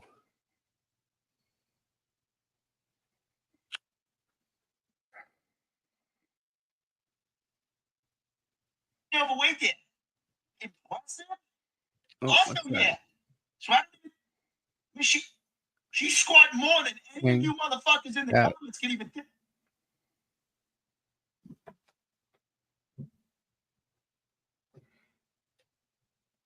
Yeah, Western Mass. I don't even know where to go out there. I'd have to spend the night at a fucking hotel and shit. Talking about a lot of stuff. Well, hey, how about that? That's something, right? Well, at Patriots Place, you do have a hotel right there. Yeah, but it's small there. There's got to be a happy medium, Mike. There's got to be somewhere out like how about Worcester? Is Worcester? I ain't going to Worcester. No, like how about past Worcester? Hey, we're from the side of Boston. We're gonna stay on the side of Boston, all right? Remember the place that was in Charlestown, right up the highway? Yeah, nope. You do. You know what I'm talking about. You mean Somerville? It's Slummaville. That'd be the one. Yeah, I remember that place. Yep, there's a place in Quincy too. Yep. This hotel's on Route 1. Yeah, you're right. No-tell hotels. Remember them? Not that I've been there. Not that I've been there. Yeah, I know nothing. I know nothing about those places. Don't want to to know. I want to. Don't care. Okay.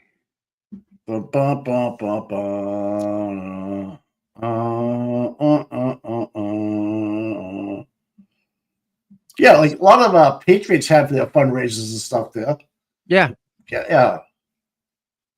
We can all get shirts made up and wear some awesome bowling shoes or sneakers. Now we're talking. Now we're talking. A question. I think, yeah, she's all about legacy. Yeah, but it's the big. It's not the little candle pins. That's my issue with that. It's the candle pins. Right. I heard they're trying to take anything west of Worcester and make it New York State now. Because no one goes out there. They want to sell it up to New York State. Well, other than Shelby out in Western Mass, there ain't much out there. You know what's funny? Shelby says to somebody yesterday, "Yeah, I live out in Western Mass." Did she actually say it? She said it? Yeah. It's finally not Central Mass anymore? I heard she says she lives out in Central Mass. Oh, Not West, man. Central, but she's out there. Do they still have internet out there? What's going on? Do you know? Dial up. AOL. Dial up still. And AOL. It's analog. No cell service. Nothing. Nothing. Absolutely nothing. All right. I think they're still playing on PlayStations, right? The original ones. They didn't even have a. I Remember know, them? I used to game with them. She's gonna kill me. Xbox, the original Xboxes, man. I was never a gamer, man. I was always. They were fun. Wow. Going back, brother. You know how much more stuff we got to get into in this trial that's going to be so explosive? If Jen was just the tip of the iceberg, because she's setting up for all the follies afterwards, the Bryans, you know, Matthew, you talk about Allie, whoever, Caitlin. This is going to be Who is she huge. brought into this? Think about that. Who has she brought into this? Well, the one thing that jumps up at me is the mechanic. What the fuck was that all about? He does house calls on a next day service. I don't know what that was about. If anybody knows in the chat. to say hi. Hey, I texted with you yesterday. I told you what my game plan was. I said hi. I said I missed you. Stop it. You know better. You know how I roll. All right, so how about this for an idea? Why don't we who wants a link? Someone want to come up real quick and say hi? Be careful. They might attack me. Rhonda, you want to come up and say hi? Shelby, you can pop in. Oh no. Oh no. Oh yeah. Shelby's got a wrench. She can kind of do stuff like that. Oh yeah, she's got a wrench, all right. Yep. Yeah, he's right, Shelby. I'm gonna be nice to you now. Okay. She was all over the first trial, man. All right. That was back and forth. That was a lot. That was a lot for the mods. So thank you, mods. Thank you all very much. All right, so they're only on a break, huh? They're gonna be back. I wonder. So someone asked the question: of course they can. They can talk to Jen can talk to Hank Brennan right now, back in the DA's office, and what's going on, right? Yeah. So I'm gonna pull this up. So stop this. Let me present this.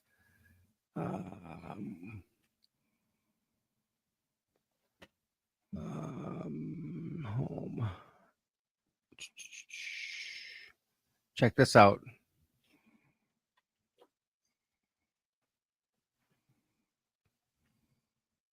Jennifer McCabe willingly made the suggestion that it could be perceived that her behavior was nefarious.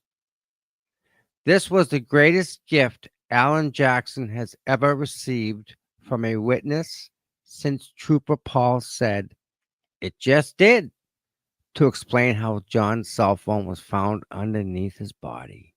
Wow. Dude Mente. You can't get no more checkmate, brother. There's no out of that.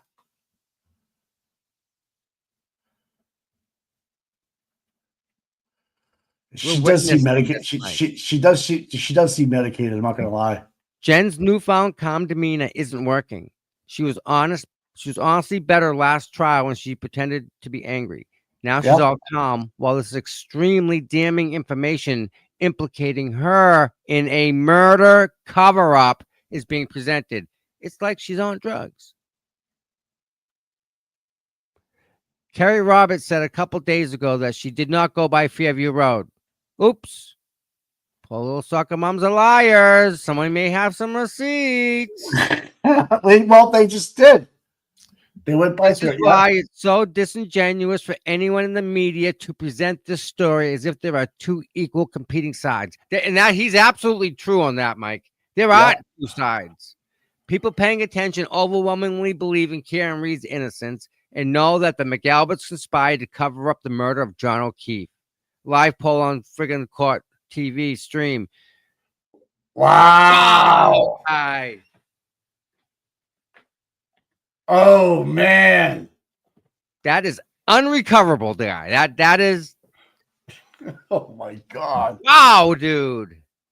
Isn't Reddington her lawyer? Oh yeah. What if he's heading over there now?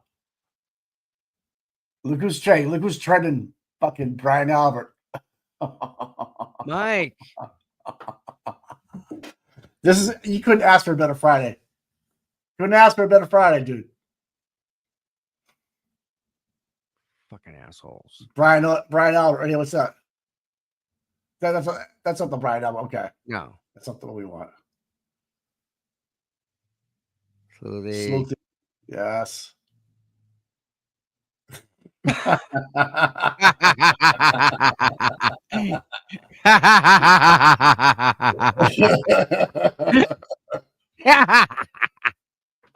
This is where, like, you might see over the weekend. Shit just Oh, goes it's south gonna be. again. Oh, dude, thank you Shit's for just this gonna go present. south. Oh, these creators we got. Oh, I love Can you you guys imagine what already. Can you imagine what the state police are doing right now? And can you imagine Oh, the kid 1, PD 2, 3, 4. 1, 2, 3, 4. 1, 2, 3. Where's the fourth one? Can't see it. 1, 2. Those, don't forget, no, those aren't Those just are teeth. Yeah, I was gonna say those are Those teeth, bro. These are teeth. That may be teeth too. But So that's the front definitely two, claws. the front two are only gonna hit the skin. The middle two, don't forget. So Right. 1, 2, right there, And and there's then the the other other two. paw, and there's the bite mark off to the right Right there in his here. elbow. Yep. Those right here. See it? Yeah. And The then bite mark there. and then it rebit again over to the right. Yep. It bit twice. Yep. Yep. Yep. That's why it wasn't a good police dog, because it didn't bite right the first time. Nope, it didn't lock. Ted, this is one of the greatest examples of fucking here we want to go. find out. Oh my god. Jen McCabe just read a text that she sent to her husband, her sister, and Brian Albert. If she, Karen, pleads out, it will end. If she fights it, it will be an episode. Understatement of the fucking year there, girl. You got it. McAlberts thought Karen would fold. A corrupt Massachusetts state police thought she'd take the fall. A dirty DA's office thought she wouldn't fight for her freedom. But for 3 years, Karen Reed has stood toe-to-toe with all these monsters. And guess what? She's winning. They fucked with the wrong woman. She should be an inspiration to all little girls everywhere. Oh, Right. do we not believe this to be true? This is simple, right? Yep. Let's see what this plays at. Yep. If she pleads out, it will end. If she fights it, it will be an episode. Who's she? I'm assuming that would be Miss Reed. Next text, please. Andrea Burkhart, I love her. Isn't she dynamite? Yeah, I like her a lot. Yeah, she's smart, man. Again, wait till they start looking at this for what it is over the weekend, Mike. When they all start talking at the, let's call it, the watching parties in Canton, when all the cars are lined up and down the road. It's like Super Bowl weekend, Super Bowl Sunday every time, man. Not so much this week, I think. I think a lot of people are going to be going, what are we going to do? They're saying that right now. Yeah, I think you're right. Oh, we should. I wish if Nan wanted to come on, I wish she'd come on. Maybe we get Nan on next week. Yeah, Nan, if you're free anytime next week, we'd love to have you. Or today, if you want it. Well, today, whatever you want to do. If you want to watch it for a while, it's up to you. If you get shit going on, I know you're a lawyer and shit. But it doesn't really and not just that, Mike, but she's getting all this, and she's thinking of this case in a whole different legal way that we're not even thinking about. We're just like, dude, it's wrong. Where she's like, this case, and I had to read this Perry versus this one, and Griswold versus Commonwealth, stuff like that. That she's, yeah. Olivia just called Jennifer McCabe Jennifer Mofo McCabe. Uh-oh. There's no coming back from that. When you lose Olivia, you're done.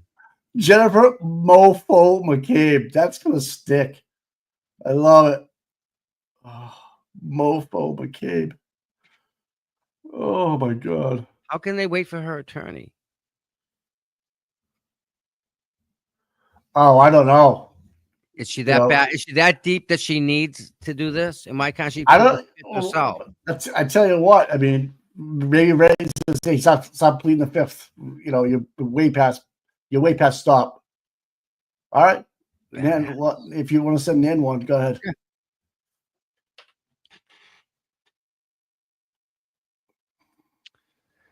Get some real information in here, not just what we're thinking. Because I mean, Mike, we go right to liar. This is wrong. Oh, you're not saying that. So our heads are a little Yeah, we're definitely biased. Right. There's no So doubt we, about it. we definitely need outside people. Well, I think every day, obviously Nan just like, yeah, I could tell from the rip, but she's probably getting kind of blown away that this kind of information's out there. Oh, maybe she knew already. Maybe she knows. I don't know. Mike, I'm pretty sure she's like us. What are you doing? I'm sending her the link. Because I have it in text here.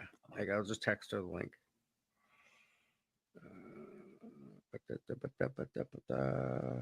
Remember when they all had the party afterwards with he got arrested and they all went into the city, got fucking hammered.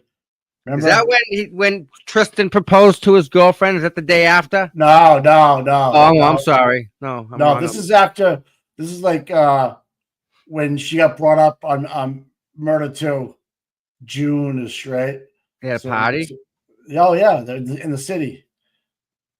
Yep. When Colin was drinking, and I think this is it right here. Someone's got a picture of it.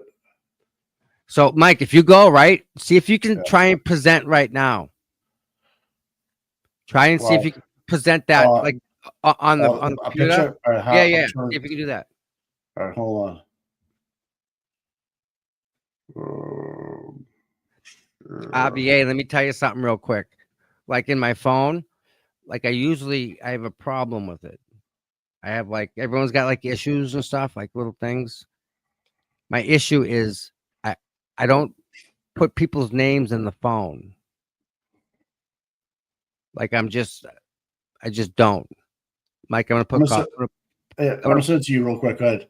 I'm putting it up. Yeah. All right. Session. But I don't put people's names in. But Nan, I put Nan's name in it. Sure, as that break was longer than I told you it would be, we were waiting for some records to be printed, so it took a while, but we appreciate Any more volume or no? Okay. I'll shoot something. That's her. Yeah. Nan said today, Mikey. All right, Mr. Okay. Jackson, go right ahead. Thank you, Your Honor. Ms. McCabe, You need more volume, Tony? some phone calls that you had with Trooper Michael Proctor back in January Sure. of 2022, moving forward to February and March. Your Honor, may I approach? Yes.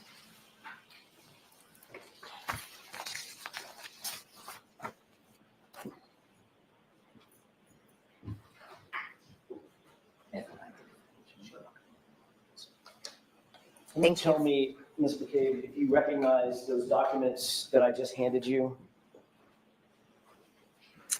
Yes, this first one looks like a Verizon record of my phone. Okay, and what about the second document?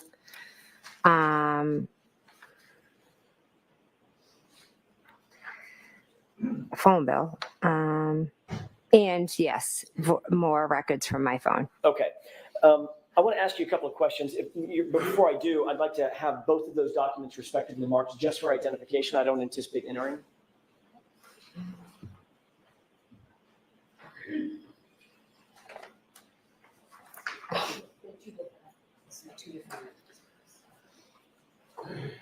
M and N for identification.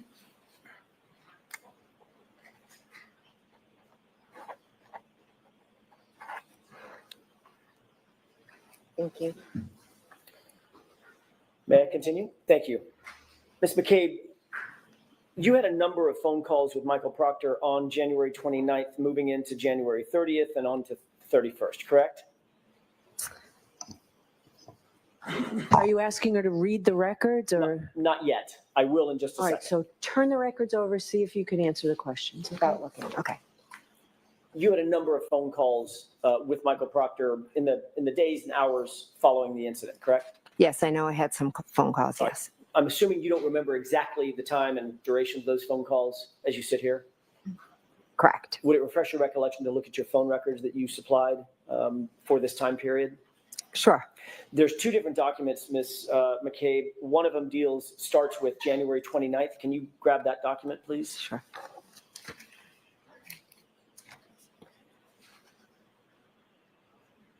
Okay. You should see some highlights on that document. I do. Did you receive a phone call from Michael Proctor at about 10:54 a.m. on January 29th, a couple of minutes in length? I object to the form. Okay. So you asked her if this would refresh her recollection. You need to ask her if this refreshes her recollection. Sure. Do you remember, as you sit here, a phone call at 10:54 a.m.? I remember getting a call. I don't remember the exact time. Would it refresh your recollection to look at the document that you're holding as to the time of that phone call, time and date? I see what the document says, but I just, in my head, if you ask me what time did he call you, I don't remember. Do you have any quarrel with the accuracy of that document? No, it looks pretty accurate. Okay. It looks right. It looks possible, yeah. All right. Did you receive, as you sit here, do you recall, does that refresh your recollection that you received a phone call from Michael Proctor about 10:54 in the morning?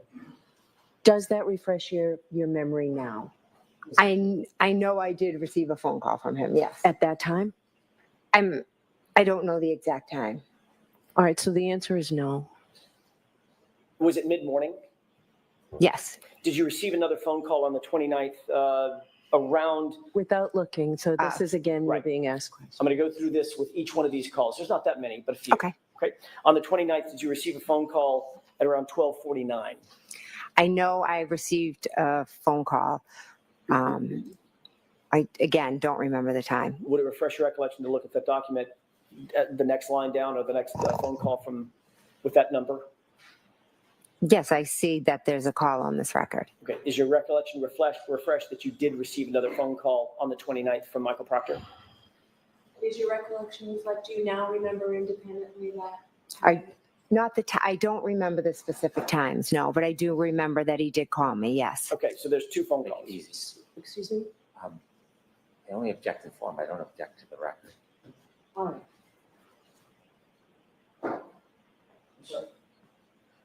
So I guess the record is fine, but if you're asking it whether she remembers, you're not going to get anywhere, Mr. Jackson. Well, then I'll just, I'm being told that there's no objection fine. to the record, just the question where you're incorporating several things from the record. Fine, then that'll speed things along. I The appreciate nature of that. the objection, Mr. Bowman?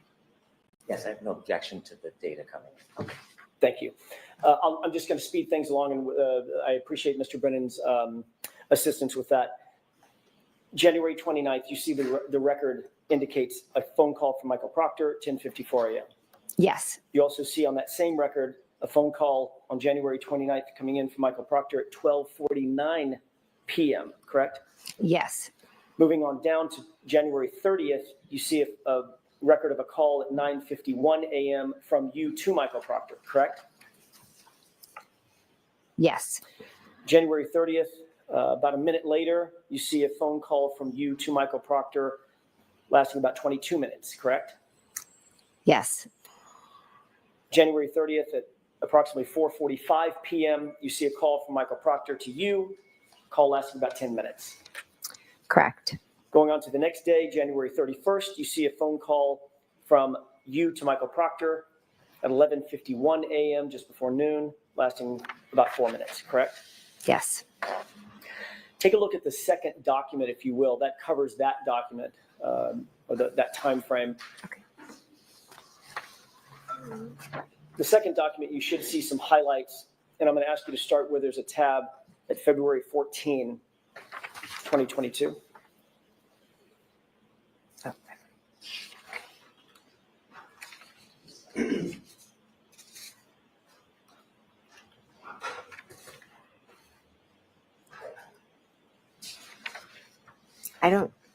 Am I looking at the second one or the, May I approach you? Yes. this one? Yes.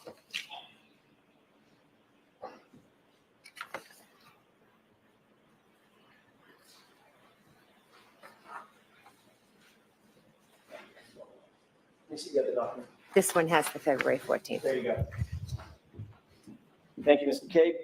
Taking a look at that document, and by the way, for the record, which one is that, M or N? This is M. M as in Mary. Mary, yes. Thank you. Do you see a record of a phone call on February 14th at about 3:55 p.m., lasting about 17 minutes between you and Michael Proctor? Yes. February 17th, at about 5:19 p.m., is there a record of a call between you and Michael Proctor at that time? Yes. February 28th, at about 12:48 p.m., is there a record of a call between you and Michael Proctor? Yes. On the same date, February 28th, do you see a call at 4:34 p.m. with you and Michael Proctor?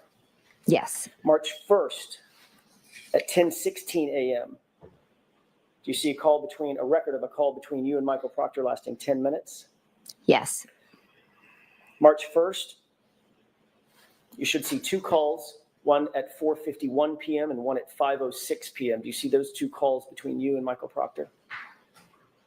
Yes. One was 1 minute and the other was 2. Thank you. And staying on that same date, at 5:50 p.m., do you see a call on March 1st between you and Michael Proctor lasting about 12 minutes? Yes. And then finally on March 29th, 2022, do you see a call at about 3:27 p.m. lasting about 4 minutes? I'm sorry, what was the date? March 29th? Oh, okay. Yes. Okay. And that's about a 4-minute call at 3:27 in the afternoon. Yes. Okay. And you had in fact, and that's all I have on those records. Thank you for that, Ms. McCabe. You had in fact met Michael Proctor in person on January 29th, correct? Yes. He was actually in your home and personally interviewed you, correct? Yes. Not only did you have him in your home, it was for the purpose of a formal interview between the two of you in person. Is that right? Yes. That was the time that Brian Albert was there. Yes. In your home as well. Yes. And you had at least, I think we went through about 14 phone calls with Michael Proctor in just the next days and weeks, going all the way up through February and March. We've just gone over those, correct? Yes, there are calls, but you're right about the number of calls, but some of them, I don't even know if they were answered. And of course, that doesn't, and that may be true, but you were communicating back and forth, certainly. Yes. In the weeks and months following. Yes. And that doesn't include those records, just for brevity's sake, those records stop in March. But there were more communications in April, May, June, July, August, correct? I'm not sure about that. I don't know. I think initially we communicated, but I'm not sure how long it went. And then I know we started communicating again in the summer of 23, I believe, or April of 23. So you had spoken with Michael Proctor on the phone many times. We've just gone over those records, correct? Yes. You met him in person on the 29th. Yes, when he came to interview me at my house, correct? You just took the words out of my mouth. That was for a formal interview with you, correct? Yes. And it was in your house that you met him for that formal interview. Yes. And that was probably for some time. It wasn't a 2-minute conversation. No.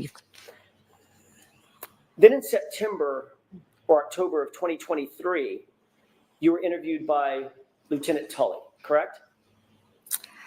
I have been interviewed by Lieutenant Tully. I don't recall the date. And you indicated just now that you began picking up conversations with Michael Proctor again in the summer of 2023, correct? Yes. So there were many more communications at that time, just before the September-October timeframe of 2023. Yes, but that was in regards to something different than this case. Not the subject matter, but you had met him and talked to him more times in the summer of 2023, correct? I never met with him. I just spoke with him. Okay. In that interview with Trooper Tully, you were specifically asked about your relationship with Michael Proctor when Trooper Tully sat down with you in that, I think it was a September or maybe it was an October interview, correct? I don't remember the specifics of the interview. He asked you specifically whether or not you had met Michael Proctor, whether or not you had any sort of relationship with Michael Proctor. Is that right? I'm not sure the specifics of the interview. Isn't it true that you told Lieutenant Tully that you had, quote, never met Trooper Proctor prior to September of 2023? No, because Michael Proctor was in my house in January of 2022. Exactly. The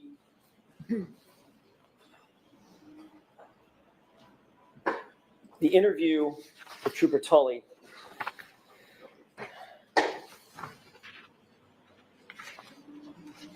I may have just a moment, Your Honor. Okay.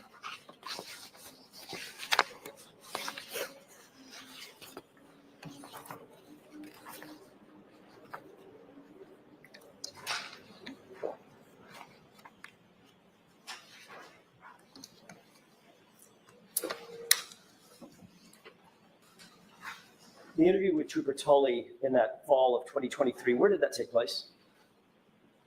I don't recall. Do you recall telling Trooper Tully that you had never met Elizabeth Proctor or Michael Proctor prior to September 2023? No. Would it refresh your recollection if you saw a copy of Lieutenant Tully's report? I don't need to see the report because I know I told him that I met him on January 29th when he came to my house. So again, Trooper Tully wrote that you never met Trooper Proctor before September 2023. That would be an error by him, correct? You have to ask for an instruction. So again, that is sustained. Ladies and gentlemen, I instructed you on previous questions regarding the same type of thing, whether another witness is lying or not. Disregard the question and move on, Mr. Jackson. If you had told Trooper Tully, Lieutenant Tully, that you had never met Trooper Proctor before September of 2023, would that have been a truthful or an untruthful statement? I object. I'd like to be seen. Okay, come to sidebar, please.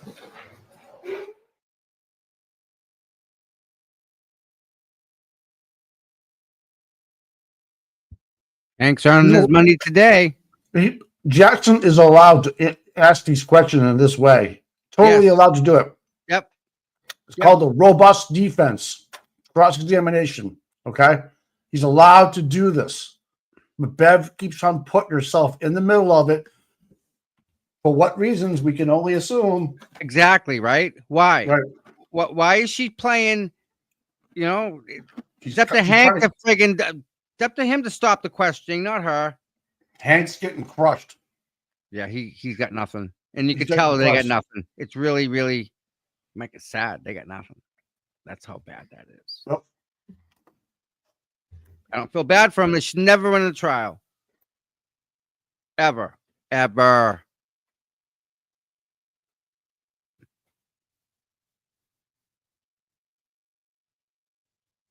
They got her in a spot where they're trying to even ask a simple question. And if she told the truth, it would be like beyond easy. But no. Nope. You're absolutely right, Tom. And again, we're all witnessing this in real time, and we know she's lying. Well, did she have to say anything like this when Hank was asking her questions about her timeline? No, because it was rehearsed. It was fresh in her memory. These lies she can't keep straight, and she's afraid to answer them one way or the other. And you can see the eyes roll to the right for help. She can't get it because you can't get out of that, Mike. It's Jackson is allowed to have a robust cross examination of her and make her feel uncomfortable. Exactly what he's supposed to be doing. But he's getting kneecapped by Jeff. She's not letting it happen. Right. It's 12 o'clock. When's lunch? Probably the next half an hour or so. This is crazy, man. And it's better than Lally last. What? I'm okay with this. You know why? I want him to keep going. I want him to go all day and keep her so she's going to have a bad weekend and she'll come back in Monday. I got more questions for Mr. McCabe. You're not wrong there, man.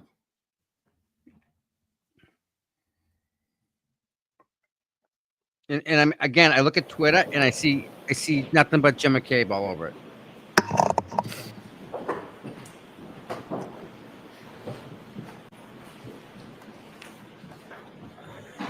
Next question. May I? Did you tell Trooper Tully, quote, you had never met Elizabeth Proctor or Michael Proctor prior to September 2023, end quote? I had never met Elizabeth Proctor prior. Well, there was Did you tell Trooper Tully, Lieutenant Tully, that quote? if I can break that quote up because it's two thick parts. No, you can't. So this my has question been is my asked question. and answered. Move on, Mr. Wow. Do you deny, as you sit here, telling Lieutenant Tully that quote that I just read? Do you deny it? Sustained. Move along. The question's been answered. I don't think it has been answered. No, it hasn't. Calls to John O'Keefe on January 29th, 2022. I'd like to go through those calls with you briefly, if I could. Your Honor, this has previously been marked Exhibit 26. Okay. Mr. Brennan has a copy, if I may. Yes. Thank you. Do you want this one? That back. Thanks.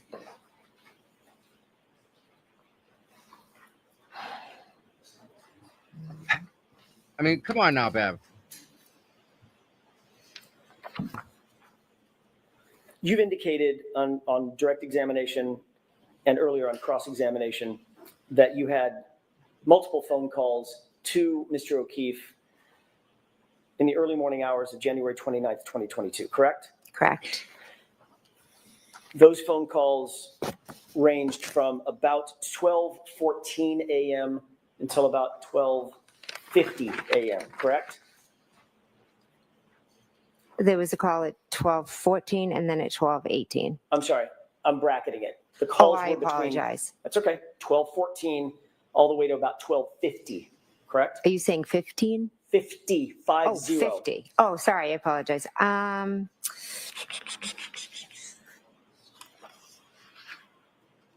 She's nervous, dude. She's really Yes. nervous. That cross ain't helping her today. John O'Keefe at 12:14 and 31 seconds, lasting about 49 seconds, and that call was answered, correct? Yes. And you see that reflected in Exhibit 26, is that right? Yes.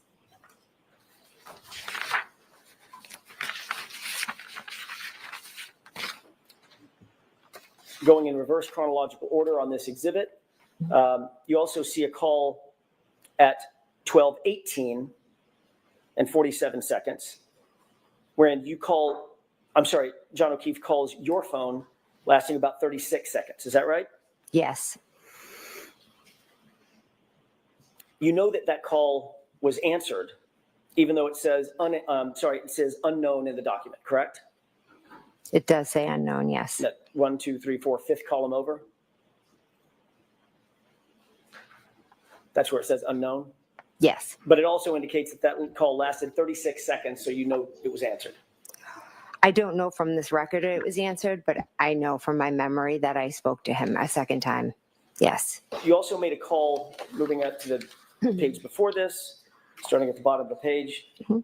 At 12:29 and 44 seconds, there was a call What's up, man? from you to John O'Keefe's phone Sup? lasting 7 seconds, correct? That's what it says. And the record indicates that it was an answered phone call, correct? According to the record, it was answered, but I never spoke to him. You deny speaking to John O'Keefe at 12:29 and 44 seconds. Yes, I never spoke to him after 12:18. Okay. Moving up, 12:41 and 10 seconds. There was a call from you to John O'Keefe's phone indicating that was missed. You see where it says missed? I do. 12:41 and 59 seconds. There was another call from your phone to John's phone, and that was also indicated as missed. Correct? Correct.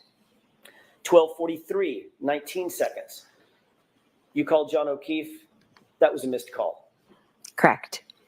12:46 and 16 seconds. You called John O'Keefe's phone, and that was a missed call. Correct. 12:47 and 52 seconds. You called John O'Keefe's phone, and that was a missed call. I'm sorry, which one was that? 12:47 and 52 seconds. Yes. At 12:50 and 37 seconds, you called John O'Keefe's phone, and that was a missed call as well. Yes. Ms. McCabe, there's 7 calls.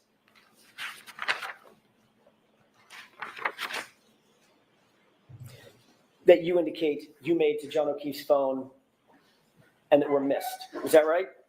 According to this record, yes, they were And calls that missed. comports with your memory, correct? You indicated that you had called him multiple times that morning and there were missed calls, right? I called him, but I also think that some of the calls I might have done inadvertently. Well, we're going to get to that in a second. My question is, that comports with your memory that there were several calls, according to the records, there were several calls made to John O'Keefe's phone, including 2 calls that you say you spoke to him, 12:14 and 12:18.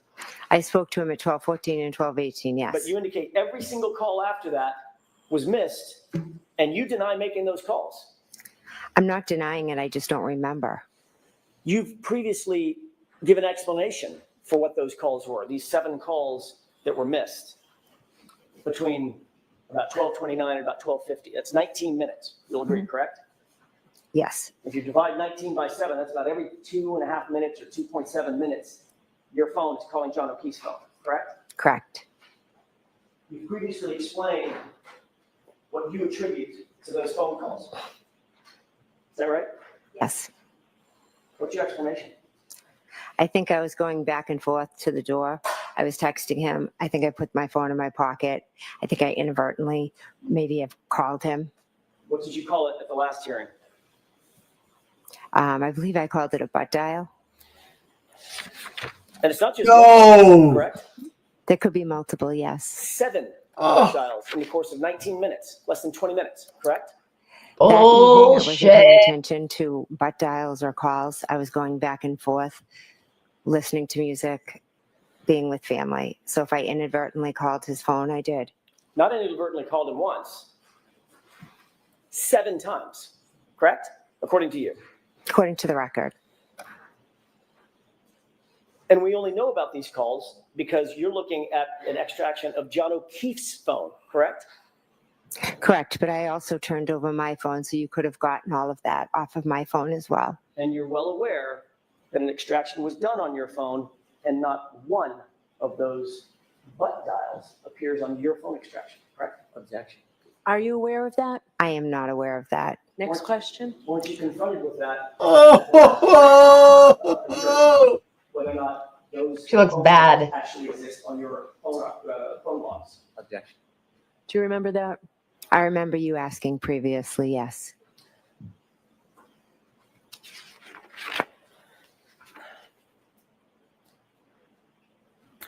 When you dial somebody by mistake, it requires several steps, doesn't it? I'm not sure. A lot of times I just put my phone down and the next thing I know, I think it's very common to do butt dials. So you have an iPhone, is that right? Or had an iPhone. I do, yes. And that iPhone required a biometric or a passcode to get into to even open the phone. Mine's not open right now, right? It's not open, correct? And it requires, your phone required some sort of biometric interaction with the phone, otherwise known as Face ID, or you put in a code, correct? Yes, or I could have been texting, and then after I texted, the phone was open, and I could have accidentally called John. That happens to me all the time. It also requires you to open the phone app, correct? For instance, if you're texting, you're in the text app. Is that right? Actually, I'm not. I'd have to sit and look at it Well, how often do you make phone calls, Mr. McCabe? every day. Every day. Every day? Yeah. Hundreds of times a day, right? Not hundreds. Dozens of times a day. Yeah. You have to open the phone app to make a phone call. You can't call somebody from the texting app, right? Is that right? I'm not sure. I don't know what to tell you. There's a list of apps at the bottom of the phone. How about the Yes. truth? Messages. Mhm. Oh, right. Mhm. Is that yes? Yes, and maybe And I that's it. accidentally hit the last thing, the last call. Like since I had talked to John, Your Honor, at this point, I would ask the court to instruct the witness to answer my question. I believe she is. Go ahead and finish. Your Honor, nobody approached. Nope. Okay. Yeah. Wow. Wow, Wow. man. Yep. What's your thoughts? Hi, guys. Hey. How are you? All right. Good. So this was very important for Alan to ask to approach Judge Bev right now because he has specifically asked for an instruction for her to answer his question. That has been happening in terms of her evasiveness all morning, where she wants to answer the question as she frames it, which by the Right. way, while they're on this little break, it's important for your audience to know that there are classic, very, very classic signs that she has engaged in professional witness preparation. And one of the key tells of that is that she reframes questions asked of her. So if he asks a very incriminating or inculpating question, Jen will say, she'll give the answer that she wants to give to the question she wants to be asked of herself. So in Right. this case, Alan's had it up to here with her, and he's like, I want her to answer my question. And this is yet a repeated pattern of Judge Bev misinforming this jury and really making bad rulings by saying things like, she's answered your question, move along, or I'm sustaining an objection, she's answered it, move along. She is not answering his question. So I don't know how this particular sidebar is going to pan itself out, but there have been several instances this morning where the defense has had sidebars and ultimately the defense has won. Yeah. So, and I think your audience knows this, but you can always tell which side won that sidebar, that challenge, that objection, or an issue. Here we don't have an objection. We just have Alan saying, I want her to answer my question. You can always tell when a side wins because the question either gets posed again to the witness, or perhaps the question that the attorney was asking then gets asked again. So we have just a classic case of Jen being evasive. It is, I'm not even sitting in this courtroom, but I would be shocked if this jury is not looking at her saying she is full of you know what. So this is a very, very successful morning for the defense. Can we get rid of that Ms. McCabe. timer? Yeah, Jumping Mike the wants gun. to see Yeah. to see my face. Can we get rid of this, Tommy? Yeah. Thanks. So Ms. McCabe, answer only the question that's being asked of you, okay? We Ms. McCabe, won. you're aware that when you're in the messaging app, you have to do something else volitionally to open the phone app, correct? Correct. You have to touch the phone, is that right? Yes. That would open a separate app, correct? Correct. Then, once that phone app is open, then you have to choose the person to call, correct? Yes. Sometimes the last dialed. Right. Yeah. And if that happens to be the last dial, scroll through, pick a person, make one tap, and that calls the person and initiates the call, correct?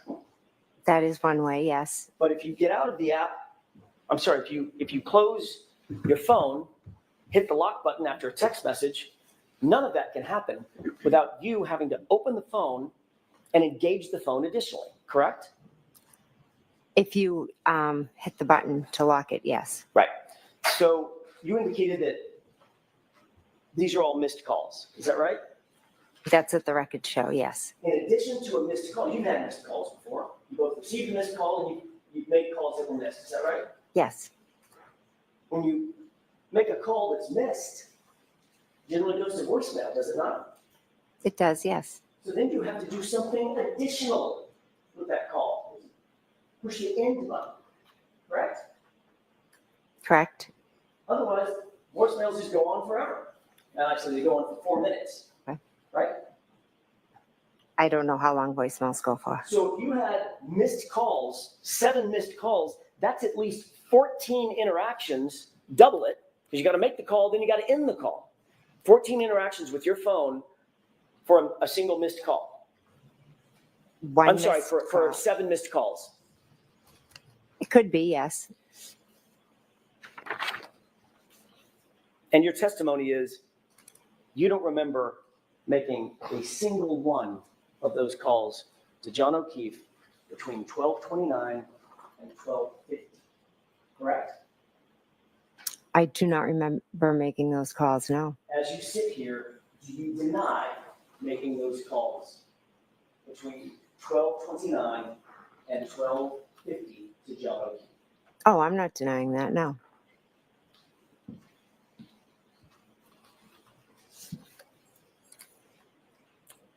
She looks so defeated. She I'd like looks to ask so you a few defeated. questions about You should just keep at January her all 29th, day. a little further on in the morning after you got home from 34 Fairview.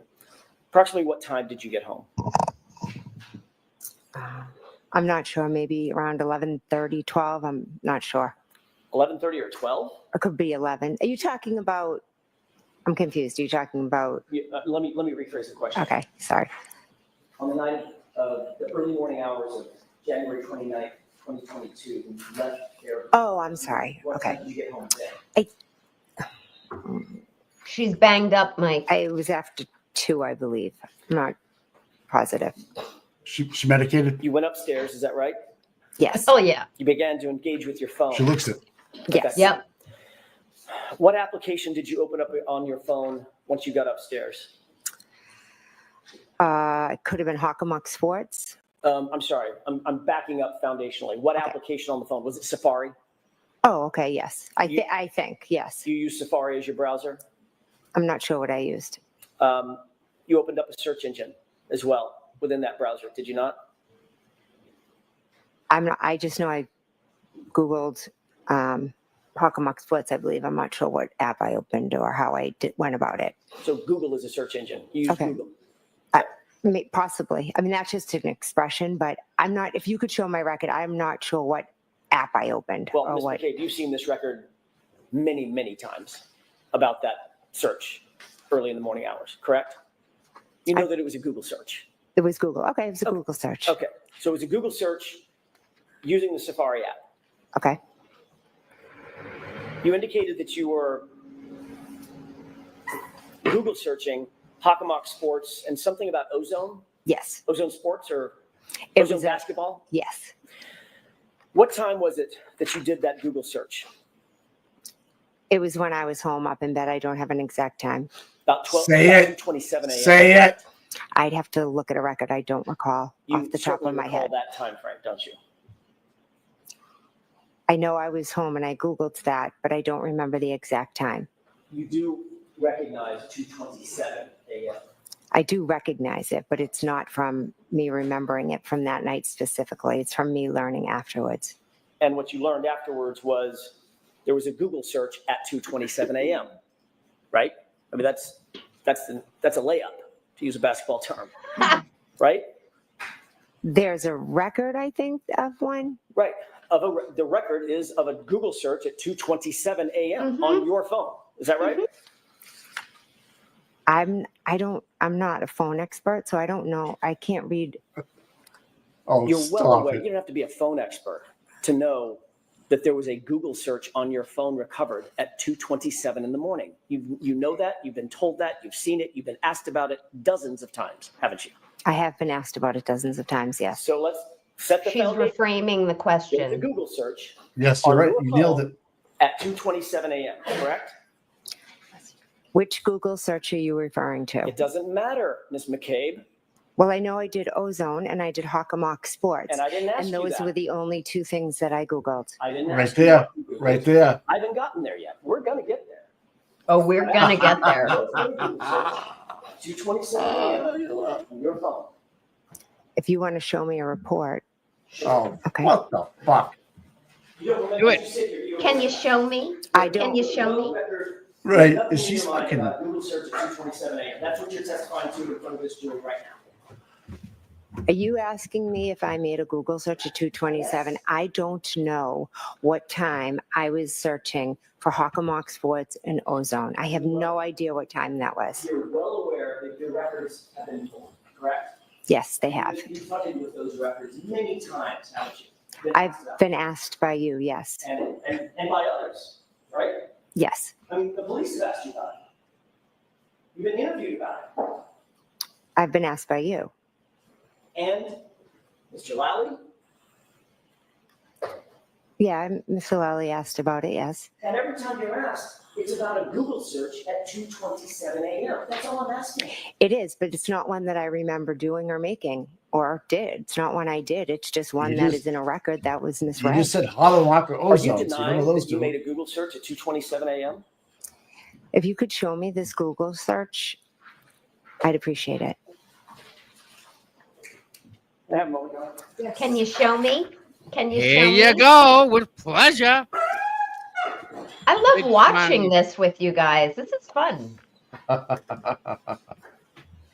She's consistently reframing the question so she can limit how she answers. This Correct. is not only designed to give substance that she wants. It's designed to prevent a future allegation of perjury. Okay. I was just going to ask you that. Is she, in your opinion, has she perjured herself at all today? 100%. Okay. Yeah. Can we take a brief recess, 5 minutes?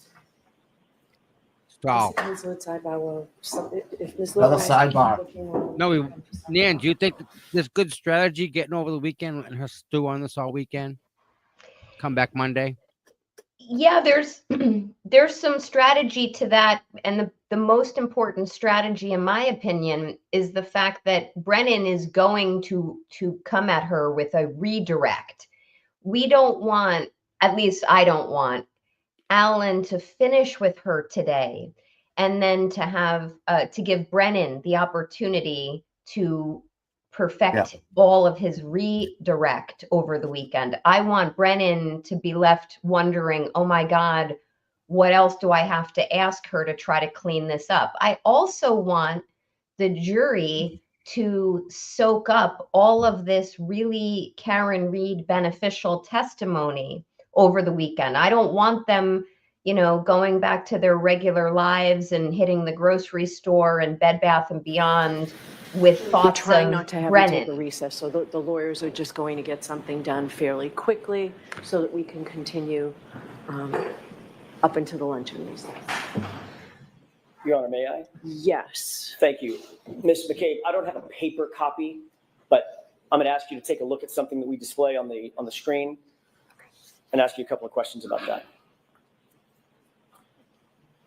Can you zoom in?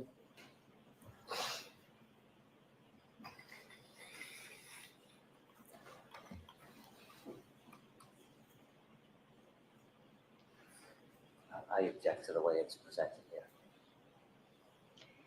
See those very Okay, hollow take it down. objections from Brennan? Very, very hollow. That's not how it appears. You need to get rid of the column. Right? That's exactly how it appears, Your Honor. That's the House of record. Counsel, it's sidebar. Oh my God. Just see, this is the stuff like, do you run into this a lot? No, right? I've run into it a handful of times where the trial testimony unfolds with a difficult witness in Right. fits and Okay. starts.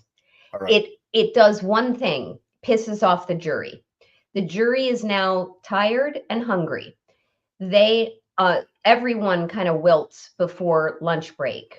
Right. So they probably also are witnessing Jen, who had this perfect memory with Brennan, now becoming what is perceivably intentionally forgetful or obtuse on what should be really simple answers to very simple, direct questions. So when there has to be these consistent approaches to the bench, or can we take a 5-minute break so we can go get a document, the jury isn't going to like it, and they're not going to take it out mentally on Karen or the defense. They're going to get annoyed with the witness, in this case, Jen McCabe. So if Jen would become a little bit more forthcoming with the story that she's been telling all along, I'm not saying it's a true story, but if she would just stick to her story, they wouldn't have all of these breaks, and she would probably be better regarded by the jury. But I saw a lot of banter this morning on Twitter where people are like, is she doing better or worse than trial 1.0? I think she is doing much, much worse, despite the fact that she has a softer approach verbally and a softer look physically. This is not going to, in my opinion, this is not going to bode well for the defense. For the Commonwealth, because she comes off as hiding something. She also, as has Kerry Roberts, admitted that she's perjured herself previously. They're technical liars, and a technical liar is a liar none the same. So if they simply say, well, I didn't realize I said that, or I didn't know I was saying this, or this is what I was asked, it's really bad for the Commonwealth. I love how Karen goes up to sidebar every time. It is nice. She's so involved. So involved. Go ahead. Thank you. Found the paper. Okay. Thank you for your patience, Your Honor, and Ms. McCabe, may I approach? Yes. Thank you.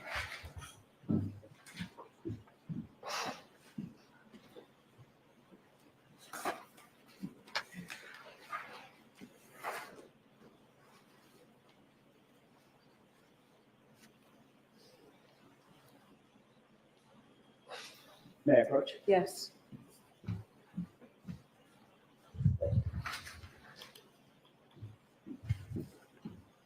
You indicated you wanted to see a record, Ms. McCabe. Did you see a record that indicated a Google search? Not what the contents of the Google search is, but there was a Google search. I just saw a Celebrate record, yes. And did you see the time of the Google search?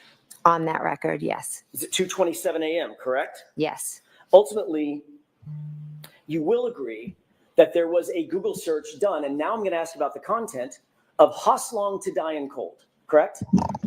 That was done in the morning at the request of Miss Reed. Ms. McCabe, I didn't ask you that. I asked you a Reframing. yes or no question. No. Did you understand my question? Could you repeat it, please? Sure, I'd be happy to. Thank you. Did that record indicate that there was a search at some point done, at some point, for Hoslong to Dian Cold? I object to her reading the record. I'll So was there a search on that Say it. at some point? Say it. On that paper, was there a search that said that? Is that the question? Let's start with that. Yes. Yeah, there was. Okay, now let me ask you a different question. You Google searched the phrase Hoslong to Dian Cold. Yes or no? Yes. On January 29th, correct? Yes. So you agree that you Did were she on just Google, admit correct? that? Yes. You agree that there was a search done at 2:27 a.m., correct? I don't recall doing a search at 2:27. The paper says it. I don't. Okay. That's And you good. also agree that at some point that morning, you plugged into that phone Hoslong to Dian Cold. Is that right? Yes. After we found John O'Keefe. Now, you After. claim that that was at 6:23 and at 6:24 in the morning. Two iterations of how long to die in the cold. Hoslong to Dian Cold, how long TI die in CIKD, correct? I'm not claiming it. It's the truth. Is what happened. You're testifying to that. Yes, I am. What? You Have also fun in prison. testified that at the time you Google Wow. searched those phrases, it was Karen Reed screaming and yelling at you, shaking you to Google hypothermia, correct? She was pulling on my sleeve. Is that Yes. yes or no? Yes. Okay. You have discussed this Google search and the issue of the hypothermia with Carrie Roberts, correct? I told her in the days Yes or following. no? You discussed it? or no? Yes. You discussed it in the days following January 29th, correct? Yes. You discussed it before her testimony at the grand jury, correct? We discussed it after. We don't talk about what we're going to say before testifying or So anything like Bullshit. that. 3 months between this incident and the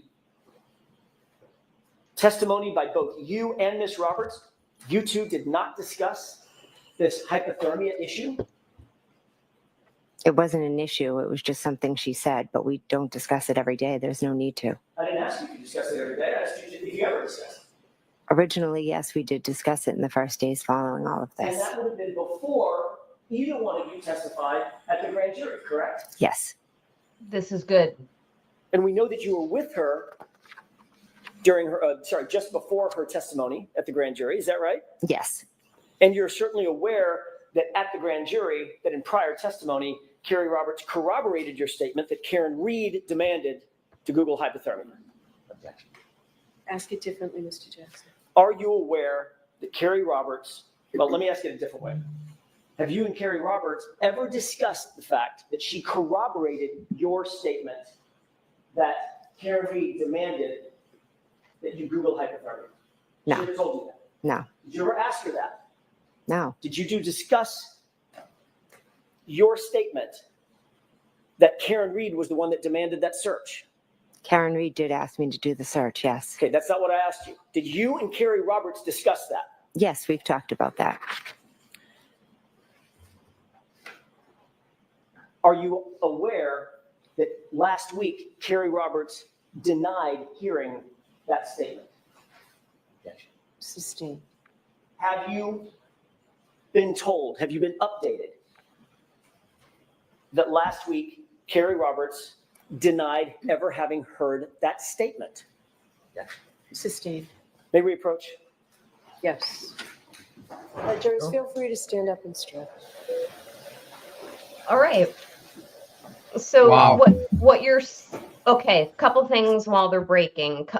First, you all know this, but what you're hearing now is Alan is confronting Jen with Kerry's admission under oath last week, where Kerry admitted on the record in this trial that she did not hear Karen say to Jen McCabe, Google hypothermia or Google how long does it take to die in the cold. That is the technical lie that Kerry Roberts admitted to last week. Now Jen McCabe is being confronted with it. Leading up to these questions, that's why Alan was going at Jen saying, well, have you talked to Kerry about her testimony? Have you guys been in communication?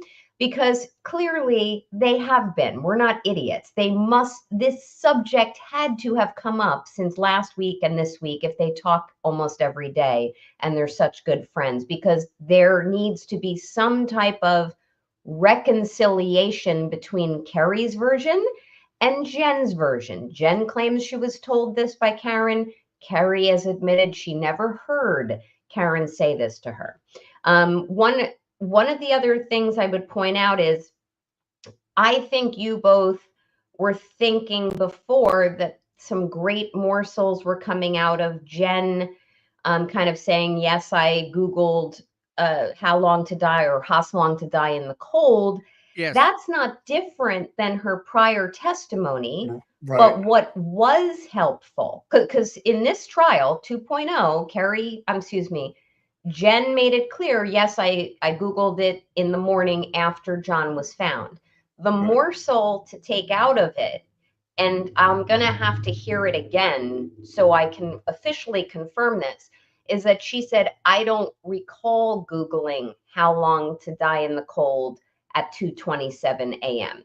She said if I heard it correctly, and maybe your audience could even, they're not live, they could scroll back and hear it. She said, I don't recall doing that. Right. That's to edge off perjury, but that's the nugget So to take out just of it. one question on this. Just one question on this, please, Mr. Jones. Have you become aware from any source that last week Kerry Roberts denied having heard the statement that was attributable to my client? No. You aware of that? No.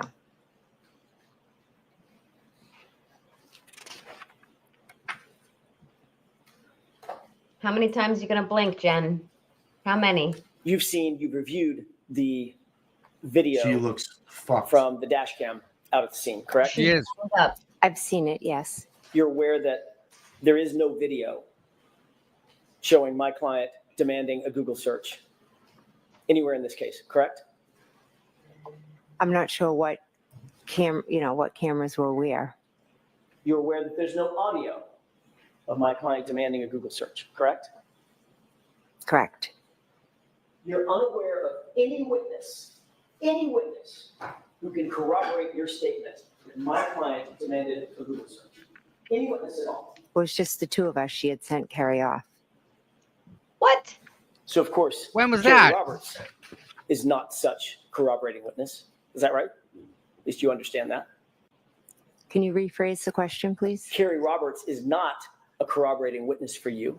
You understand that? You just said that.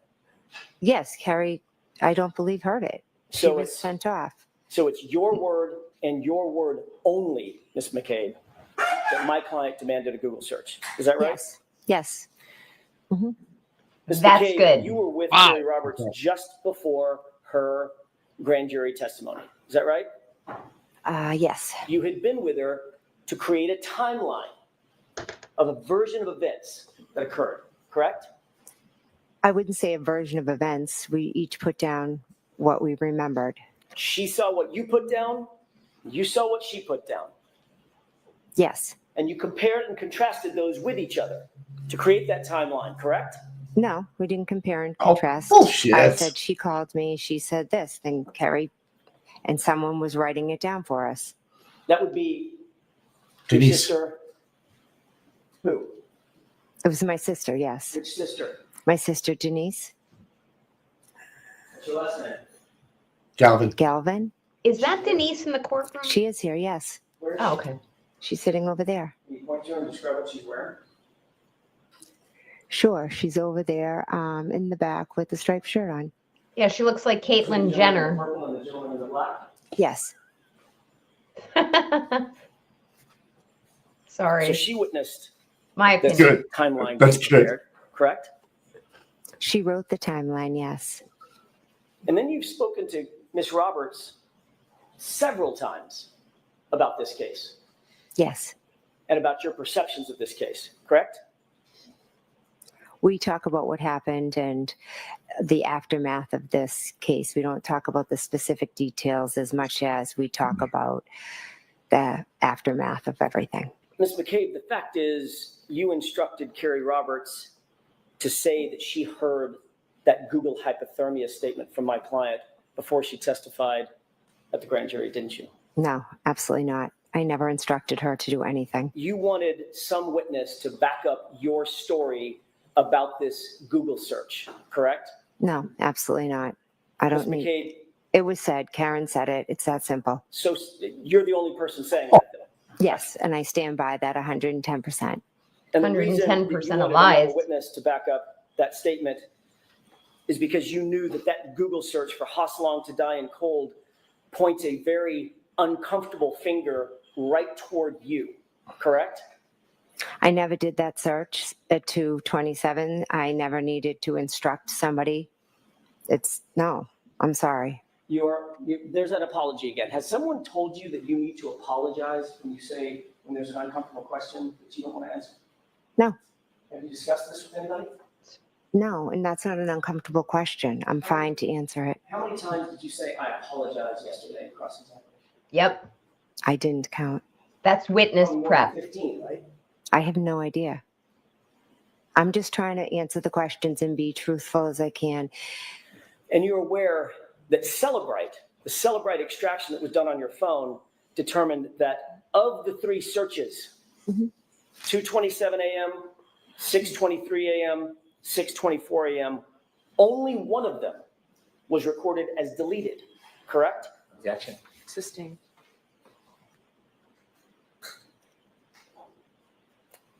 Have you ever been confronted with having deleted a Google search off your phone? You ever Yeah. been asked that? Yes, by you.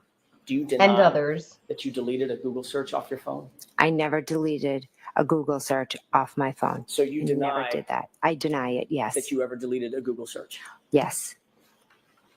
I never made the search. I'd like to move back to Wow. the time of about 6:03 in the morning, Ms. McCabe, when you, along with Carrie Roberts and Ms. Reed, approached 34 Fairview. This is Exhibit 4. It's been previously entered into evidence. I think you've seen part of this exhibit. Do you recall, She looks before we get to the nervous. exhibit, do you recall my client when the first officer on scene, do you know his name, by the way? I believe it was Officer Seraph. When Officer Seraph approached, he asked the question, He's on what drugs. happened? Something like that. Open-ended question. Do you remember that? I don't remember what he specifically said. Do you remember my client a few seconds later saying, my boyfriend, I left him, he never came home? I don't remember the specifics of what was said. Your Honor, if we could, I would ask that we queue up Exhibit 4 for the jurors at runtime 420. Okay. Before we play this, I'm going to play just like a second of it and ask if you can hear the volume. Okay. We could, Mr. Wolf? This is good. Did you hear anything? Oh, I can hear. Yes. Sorry. Okay. I don't know how loud it's going to be, quite frankly. Okay. Words coming out that Ms. the videos are McCabe. playing loud in the court. Will you please pay attention to the audio portion of this video as this is played?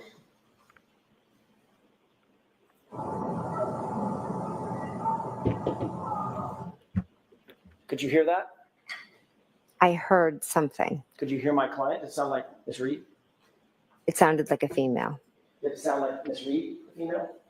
I'm not sure I could. Could I listen to it again? With the court permission, one more time. One more time.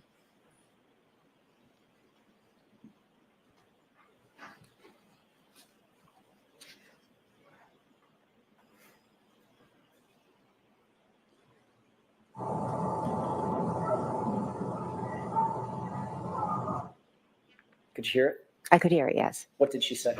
I have no idea. Did she say, my boyfriend, I left him and he never came home? I could not make that out. Of course you can't. You testified on direct examination that you were basically a passenger along in this ride on the early morning hours of January 29th, 2022, that you were not the person in charge, correct? I was in the passenger seat and Miss Roberts was driving. It's a bad question on my part. Let me see if I can reframe that. You testified that it was Carrie Roberts who was basically the take charge person in the scenario between and among the three of you, Miss Reed, and Miss Roberts. Yes, yes. Not you, correct? No. You were just sort of along for the ride, assisting how you could, correct? I was trying to help Miss Reed and find John O'Keefe. If we could play a clip starting at, and I'm going to ask you, Miss McCabe, to take a look at several clips. The first one starting at 6:21 runtime to 7:41. It's just over a minute. With the court's permission? Yes.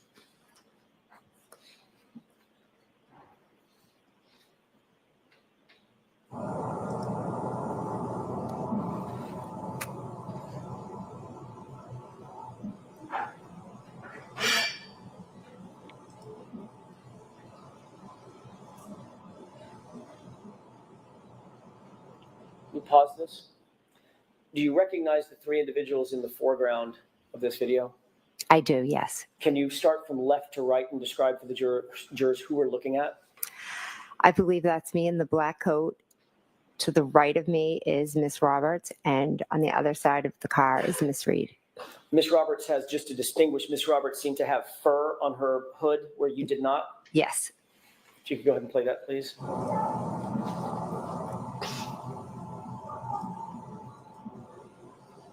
Look at Sirach doing nothing. Useless. Yep. You pause it, please. Can you see who it appears you're talking to at that point?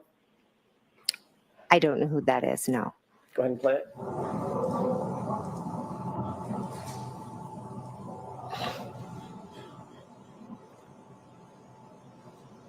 Pause it. Does it appear that you're engaged in conversation with that person while Miss Roberts is attending to something in the truck and Miss Reed is running back and forth?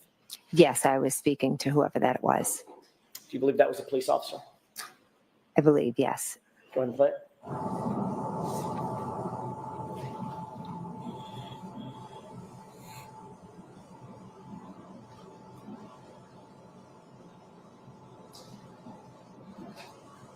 Mr. Wolk, if you'll stop it at 7:41, please.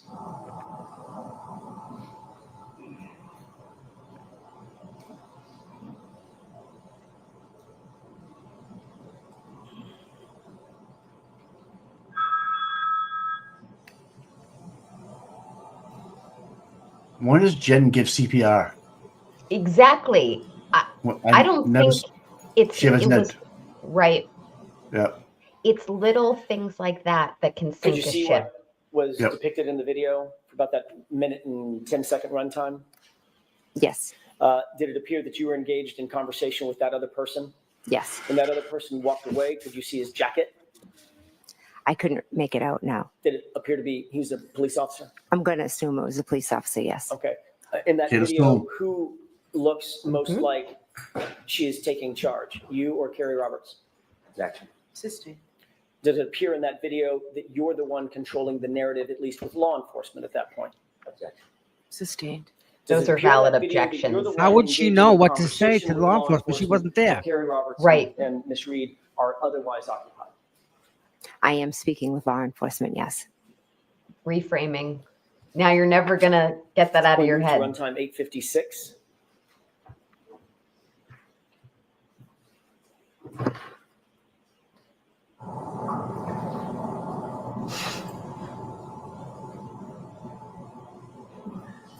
Pause it. Can you see yourself in that video? I can, yes. Which person are you? I'm in the far right, Speaking to someone? yes. Who's that you're speaking to? I can't make it out, but it looks like a police officer possibly. And Miss Roberts is directly in the middle of the screen, is that right? I thought that was Miss Reed, but I could be wrong. Let's go ahead and play it. And at 9:26, you'll stop, please.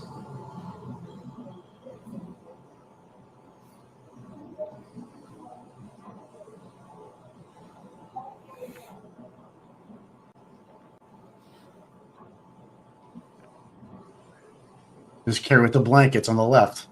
Man, when Yeah. they were leaving for the night from their house, In that video clip, who among the three of you appear to be most engaged with law enforcement at that time? Can you tell? Can you answer that, Ms. Reed?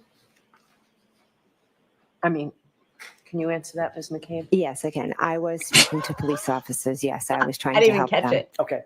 Can we go to runtime 10:49? This will be from 10:49 to 11:55, Mr. Wolk.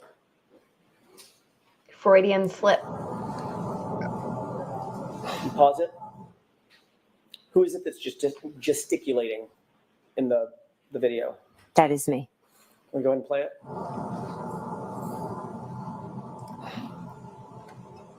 She looks like she's landing planes at Logan Airport. Yeah. that's how you know that's how snipers know who to shoot. Is all the people in charge point. They give directions that way. Now that's some analogy, Tommy. Carlos, I think it's Carlos Halfcock is the one really famous sniper. That's what he said. People that are pointing are the ones in charge. Those are the ones you want to shoot. I'm gonna use that. That's very good. It's in the snipers school. Yeah. Listen, so they're all at this party, it's snowing out. Don't they get out and clean their cars before they leave? They clean the snow off their cars. So Yeah. they're what, 30 feet away from John the whole time, supposedly? That's And they're a all good. cleaning their vehicles off, right? That's a good question too. Nobody asked that in trial 1.0. You know, did you stand around your car? Did you heat it up? Did you clean off the snow? They absolutely would have done that. Allegedly, Kerry's car is running, and she does go to her Did you back see yourself eventually in and that scrape it off video, that clip, about a minute-long clip? the window. Yes, I did. Who among the But three the of night you bef- appeared to be most Yeah, engaged before, with law the night enforcement? before The mine. night before Oh. mine. I was. I'm gonna get ready to leave. Runtime 20:22, Mr. Wolk.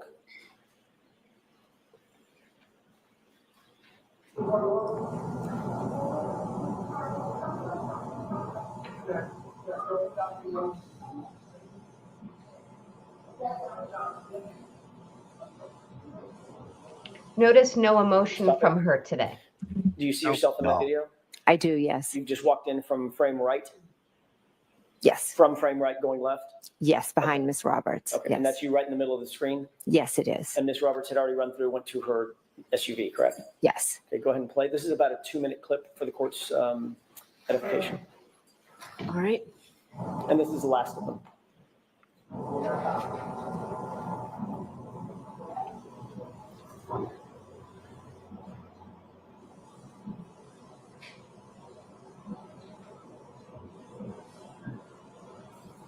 And that's 34 Fairview right there to the left. That's right. No lights on. And then she walks right in the house, Mr. Wolk, can you walks in pause the it? door. Can you tell who you're speaking to there? It's like I think it's Mike Lang. Go You ahead and play think?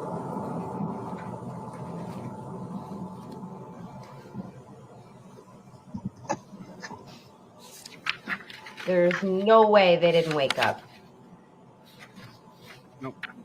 And a trained police officer for 20 years. He's in the Marines. There's no Marine going to let you get the jump on them. You're not going to get Correct. in that house with a loaded firearm under his pillow. No one's walking in that house and just going to stand over him and wake him up. Not and the happening. dog. And Yeah, the dog. The dog just gives you time to get your gun. That's all. And in all the time she's talking to the cops, she doesn't run in there once and say, "You got to come out. I need more blankets." There's My a brother-in-law crisis on- right there. It's coming. He does go in the house. But that's he's a first responder. She knows that. He's right there. He can help. Right. The whole time. But She waited before she waited goes around. in. I guess what I'm saying is there was a window. Ah. She should have gone Yeah, in bef- sooner. Oh Yes. yeah. No, Oh, yeah. Not just Right not just away. standing there. Right away. She intentionally didn't go in the house. She avoided the house the whole time. Yep. She has no problem walking in. Why didn't she run into the house and get help? Don't call 911 as you're running. She didn't do that. She stayed right there. Still hasn't gone in the house. Hasn't mentioned the house.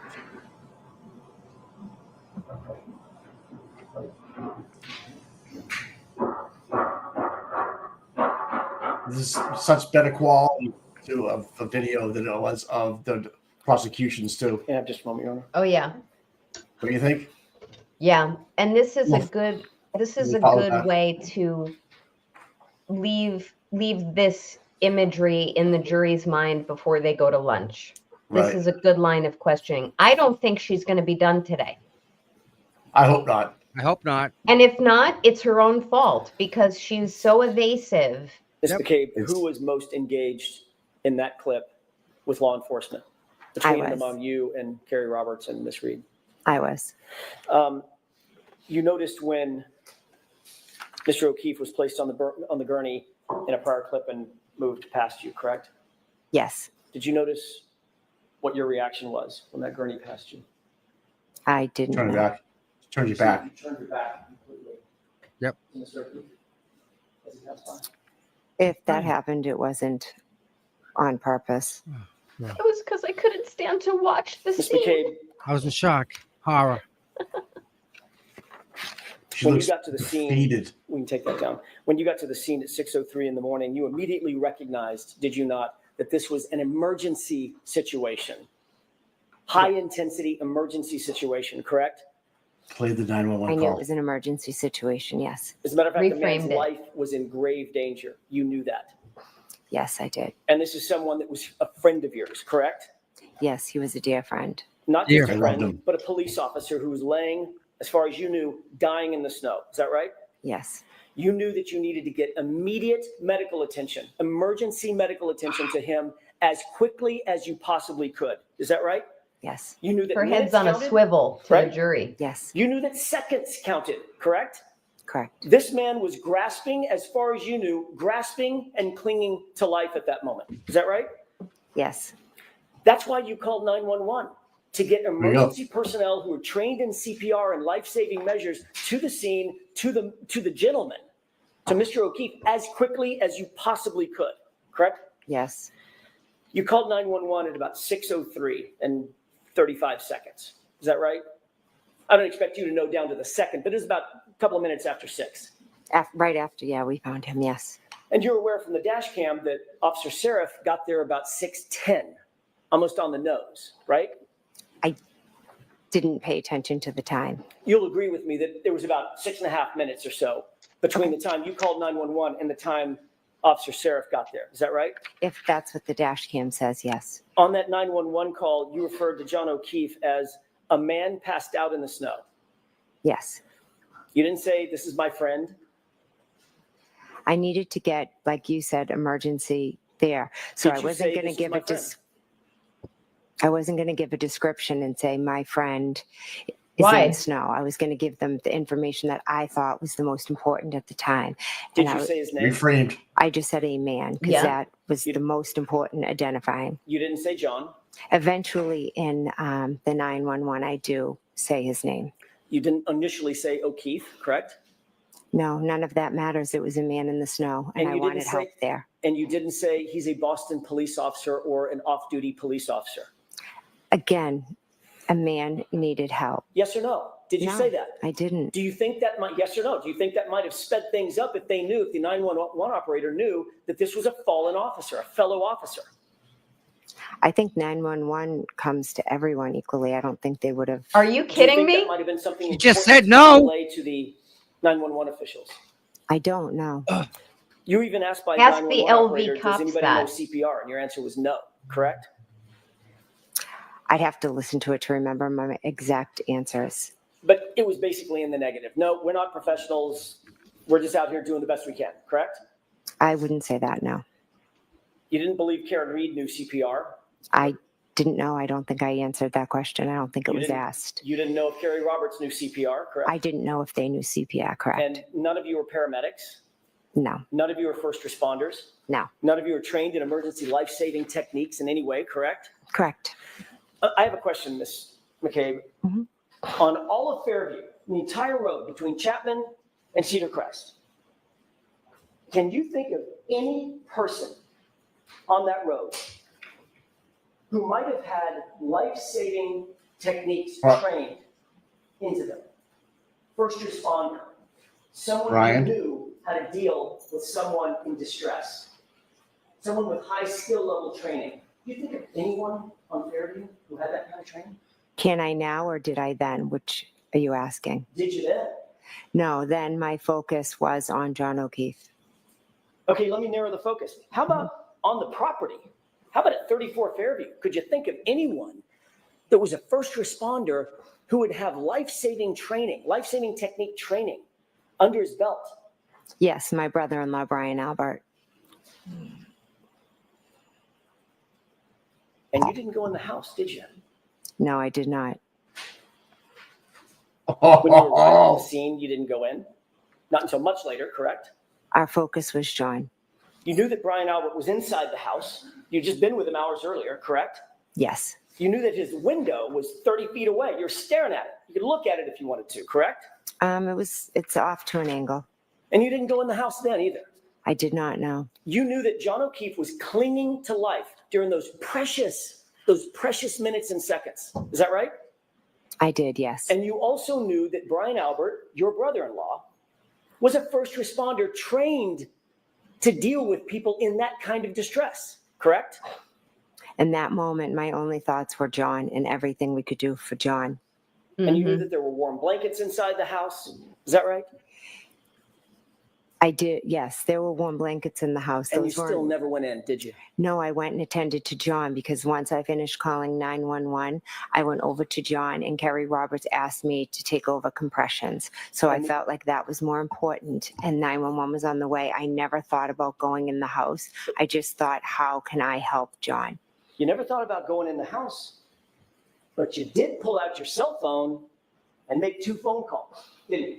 After I called 911, I tried calling my sister, yes. While John was out in the cold, clinging to life, you weren't doing chest compressions at 6:07 and 6:08, were you?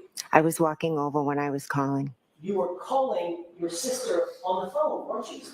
I was calling them to see if they would come out, but I was going right over to work on him. And you could have walked 25 feet to the front door, walked in the house, and screamed for Brian Albert to come out and help you in those precious seconds and minutes, couldn't you?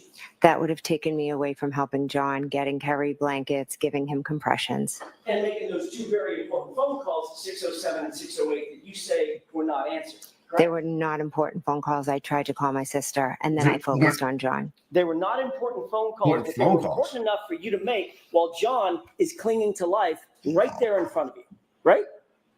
As I was walking over, I called to see if she would answer. And she didn't answer. Let's talk about that. She didn't answer according to you. So if we're going to talk about it, we're beyond the luncheon break. Your Honor, I have 2 more questions, Okay, and I'll wrap it. okay. Let's talk about that real quick. Sure. She didn't answer the phone, did she? No, she didn't. So you have a situation where a man is laying dead or dying in the front yard of your sister's house. You see nothing in terms of life inside the house. Lights aren't coming on. They're not getting up. They're certainly not coming outside, right? They were sound asleep They weren't coming outside, were they? because they were asleep. You didn't know if they were asleep. All you knew was there was a severely injured man on the front lawn of their house, and your sister didn't answer the phone, not once, but twice, correct? Correct, she didn't answer the phone. Did you think your sister might have been in peril? Did you think to go inside the house and check that they're okay? I had no reason to think that they weren't okay. You had no reason to believe they weren't okay. A man was dead or dying on their lawn, and your sister's not answering the phone. And nobody is coming out to the chaos of Karen Reed screaming on the front lawn. You didn't think there was some reason to believe they could have been in peril? I didn't because your client was screaming she hit him. She had a cracked tail light. She was crying she hit him. I didn't, but my focus, can I finish, please? You had solved the crime right then and there. You solved the whole case. No, I didn't. I knew John never came in the house, so I had no concern for anyone's safety inside the house. The reason you didn't go inside the house is because you knew better. You knew better. You knew she wasn't in peril. You knew that Brian Albert wasn't in peril. You weren't worried He's going to at object. all about them, were you? I was not worried at all because something happened on the front lawn that had nothing to do with anything inside that house. You weren't worried about them at all because you knew what really happened, didn't you? At that moment, I didn't know that he was hit by a vehicle and there was taillight found next to him. Then you should have gone in the house. All right, jurors, lunch and break. Let's take 48 to 45. Then if you follow behind, back on the stairs. Wow, did she come to the rescue again? Oh yeah, How long is this was good though. It was a lot of high stakes dramatics before lunch. That's good. Of course, Judge Bev, whom I am beginning to think would be a better preschool teacher, the way she looks after this jury than a judge, was in there to kind of shut it down. But this is logical questions being posed to Jen, because and if you all noticed towards the beginning part of that questioning, Jen was like, Karen was saying, I hit him, I hit him, I hit him. I knew what happened, so I didn't have to go in the house. But at the end of that questioning, she was saying, I didn't know what happened. I had no knowledge as to what unfolded. He should have gone one step further and probably made a statement that said, exactly, you didn't know if he was hit by a car, so you should have gone into the house. It's kind of Gotcha. nuanced, but Yeah. she was testifying in circles, and when you do that and you're not telling the truth, it's very easy to get tripped up on lies. So this was good. I mean, this was a very strong showing for Karen's team this morning. I don't know if Alan's done with her. I think there's other topics he could address with her. But 911 call, yeah. Yeah, the 911 call. That's right. So he's probably going to go all day. If he's smart, he'll drag it out and not let Brennan start with a redirect. But then also, I did make a couple notes, which I'll mention to you. So now we have the major concession from Jen McCabe, which is, like I was saying before, Jen has testified that she knows she's the only person who maintains and can confirm that Karen has said to her, Google hypothermia or Google how long to die in the cold. That's key because that takes two major fact witnesses, Kerry Roberts and Jen McCabe, and puts them at odds with or in conflict with one another. So she's out on that limb all by herself. And that's important to a criminal defense attorney like me because I know there's a jury charge called false in one, false in all. If this jury understands that they are allowed to take one statement of a witness and say, I don't believe that, I think she was incredible on this issue, I'm entitled to disregard the truth of her entire testimony. I can decide she's a liar on everything. So if they feel that she was evasive, untruthful, pick any noun or any descriptor there, they're allowed to say, we don't believe her at all. And therefore, there is reasonable doubt as to whether or not Karen should be found culpable for these three different charges. The other thing I thought that was helpful for Karen is that it was an important little nuance for me, but if you did notice, Jen McCabe keeps apologizing. Yep. I'm sorry. I'm sorry I said that. I'm sorry if I misunderstood. And Alan, although not asking a question, gets his little commentary in, like, you keep apologizing. Do you know how many times you apologized yesterday? So now, by the way, Judge Bev should have told him not to do that. She didn't tell him to stop. So now if the jury is listening, they can think back and say, yeah, she does seem overly apologetic or, an overly solicitous witness. And I noticed that during her first 2 days. And you probably did too, she's just a calmer, nicer, more accommodating personality. And when you become overly apologetic, it what's the word? It just lays it on too thick, you know, like Trying too hard. yeah, it's not authentic. Did you notice that she doesn't ask Hank for any documents when she was talking to Hank? Because she remembers right away. Boom, boom, boom. But with Alan, it's That's right. Show me. I agree. And that was always one of my big takeaways from the first trial. Like I always imitate her. Can you show me? Can you show me? And I was little critical of Alan Jackson in trial 1.0 for like indulging her on that. Right. But right. eventually you got to get the testimony out. And if she's going to be evasive, fine, I'll show you the darn document so you can testify about it. But interestingly, I had posted this morning, and I thought it's at least worth mentioning it.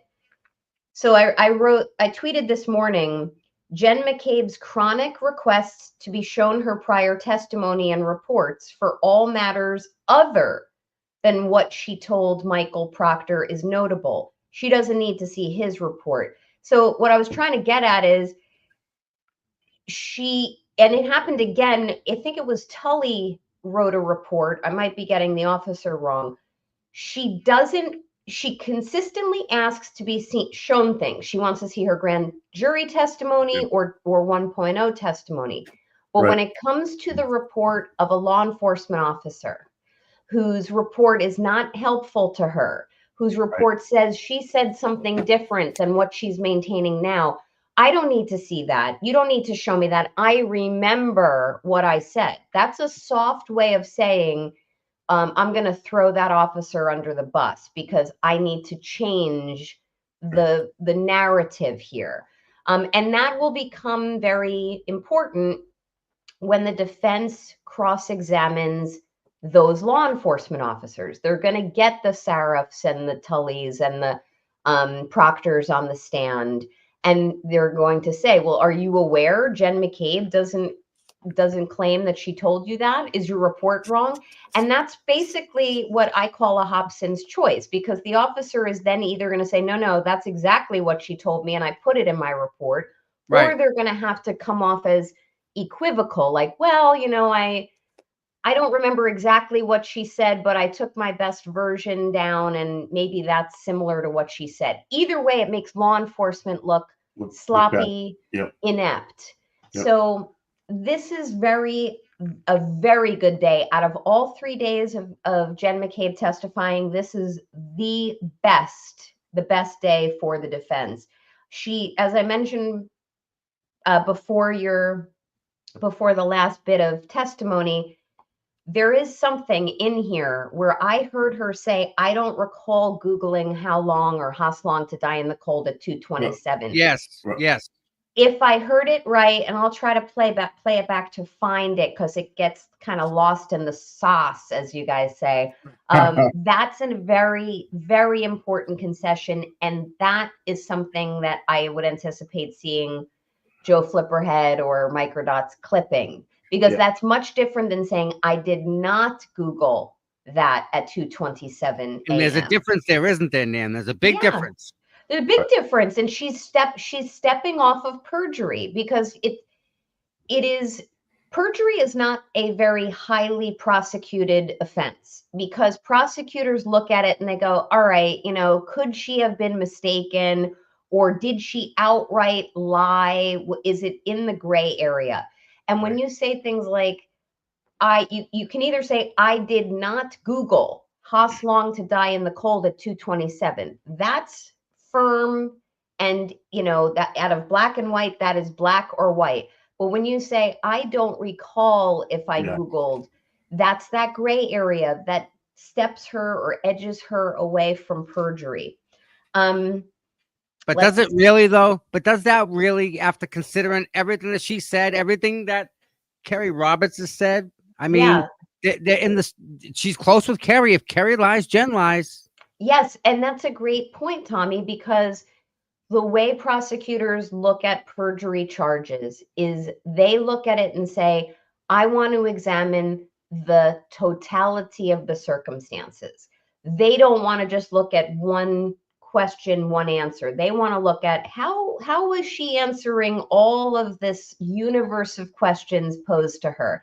And if in the universe of questions and under the totality of circumstances, it appears that she's being equivocal, nebulous, murky, apologetic, and then gives, in some instances, really clear answers, and in other ones, she doesn't remember, which Right. is kind of inconsistent.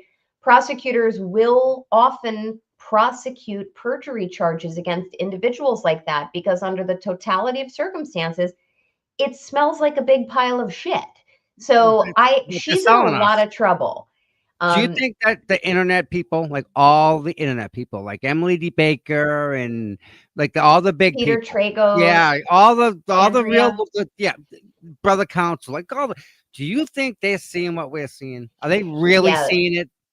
Yeah, I think I'd be shocked. Like, so I've been watching you guys this morning, and I haven't looked at the Emily Baker's, Peter Tragos lawyer, Andrea Burkhart, brother counsel. I would be shocked if they do not draw the same inferences than me on this. Normally, I say things like lawyers can disagree, but in the takeaway here is so clear that she is perjuring herself. She is lying. She is being evasive. She's remembering certain facts that are non or unimportant and Right. forgets other facts that are really important. I have a feeling, and without seeing their streams, I have a feeling they're all going to reach the same conclusion. And let's not forget, some of those in that list, like Peter Tragos and Emily Baker, and I don't know about Andrea, but originally they had approached trial 1.0 as a blank slate. Like they haven't. Yep. Now, admittedly, I know at least two of them went through trial 1.0 and clearly reached the side of innocence or not guilty at the end of it. So now their minds are naturally biased. But this is the type of testimony, just Jen alone has created a monsoon of reasonable doubt. Right. This testimony, you don't even need all the other stuff at this point. If Well, they we screwed up last trial. We were Right. too cocky on that. We take Right. everything you can take now. Just I burn. agree. Scorched earth policy. I agree. They got to keep going at it, so there's no doubt. How's Brian react to Jen's testimony? Brian Albert? Yeah, does this got to change his testimony? So Brian Albert, let me think. And I'll never. By the way, for the record, I will go to my grave saying that Jen walked in, and he knew when she walked in that house. He was a Marine. He's a police detective. He's a gang fugitive unit. That boy's he's on point. He guarantee he's not letting Jen walk in on the house on him without him knowing. It's interesting. I was thinking about Brian. This is going to come out wrong, but I was thinking about Brian Albert in the shower this morning and his testimony. Okay. That's the only thought I had of him in the shower this morning. And when I was thinking about him, look at Mike's laughing at me. This is the shit I think about. So this is my imitation of Brian Albert giving testimony. Just imagine I'm wearing a Mr. Rogers like cardigan. Yeah. Yes. No.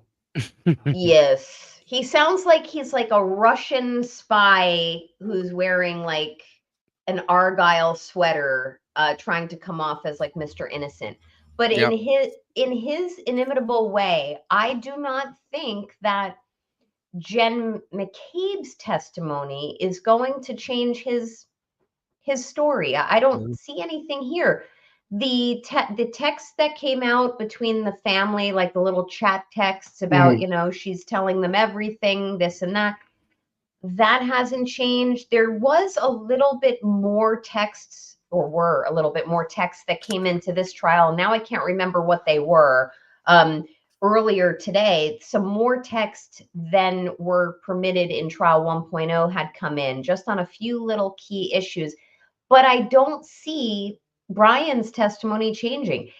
He still looks like a complete idiot for the reasons we discussed. We know he had to have heard it. We know he's a first responder. We know it's his property. We know he has a dog, which I maintain was probably not even in the house at that point. And but his story is going to stay the same, which is helpful to me because in my mind, this makes Jen McCabe look more like an outlier. Now you have Kerry Roberts admitting to perjury, even though she calls it technically a lie.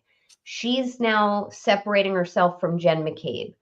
You have Proctor, whatever his testimony is going to be, but he'll be the sacrificial lamb that everyone I predict is going to dump on. Yep. Brian Albert, I don't think his testimony is going to change. So if his testimony is these one words, yes, no, I did not come out of the house. If he sticks to that, then Jen looks like the quote gesticulating actor who's trying to kind of navigate and orchestrate this entire scheme. And I will tell you this: after today, as much as I've really, really not liked her and thought she's a major root of all evil here, I've always kind of said she's an accessory after the fact. Yep. She's part of the conspiracy to cover up. But after watching this diabolical, just bloodbath of lies, I definitely think she's a worse actor than I could have ever imagined in this storyline. And by actor, I don't mean she's putting on a show, although she is. She is a bad person, in my opinion. And I think it's going to come back to roost, and she's going to be in a lot of trouble. I have another question real quick. When they approached her to sell her a vacuum, and the first thing she did was to lie to the FBI, right? So bad. How telling is that? It is so bad. That's right, because I haven't talked to you guys. She admitted to perjury. She admitted that she lied to a federal agency. I love that the court, for some reason, is now allowing the mentioning of it a separate law enforcement agency. Right. Yeah. And if you lie about stupid stuff, it goes back to that false in one, false in all issue I'm talking about. You have people approach you, and by the way, my clients, my physician clients, they actually get approached right on their driveways very frequently in the morning by FBI. Not all of my clients, but when my clients are approached by the FBI or representatives from the Department of Justice, they typically get approached on their driveways in the morning by guys or gals in suits. And in every instance that I've been made aware of over the last 20 plus years of dealing with the federal agencies, they always show their badge. They always show their card. Oh, yeah. So don't tell me these guys came up to her and just said, "Oh, are you Jen McCabe? Oh, I'm thinking he's selling me a vacuum." I'm Nicole. He said, So the question that me and Mike are doing is, are they waiting for her to make that phone call when they see what's happening? Yes. Like, and they're just waiting, and it says that they tell me there's people in an office conference room with a speakerphone, all listening to that in an office or a van. Yeah, but they heard that, right? They heard the whole circle, because there's people. You gotta let that circle.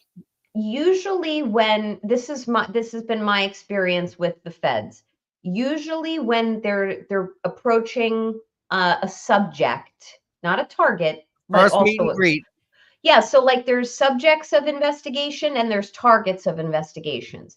Like a week ago, 2 of my clients got approached at their offices, which is the equivalent of a driveway. It was when their offices were opening, in the parking lots as subjects of an investigation. That's like a lesser amount of concern than if you're a target.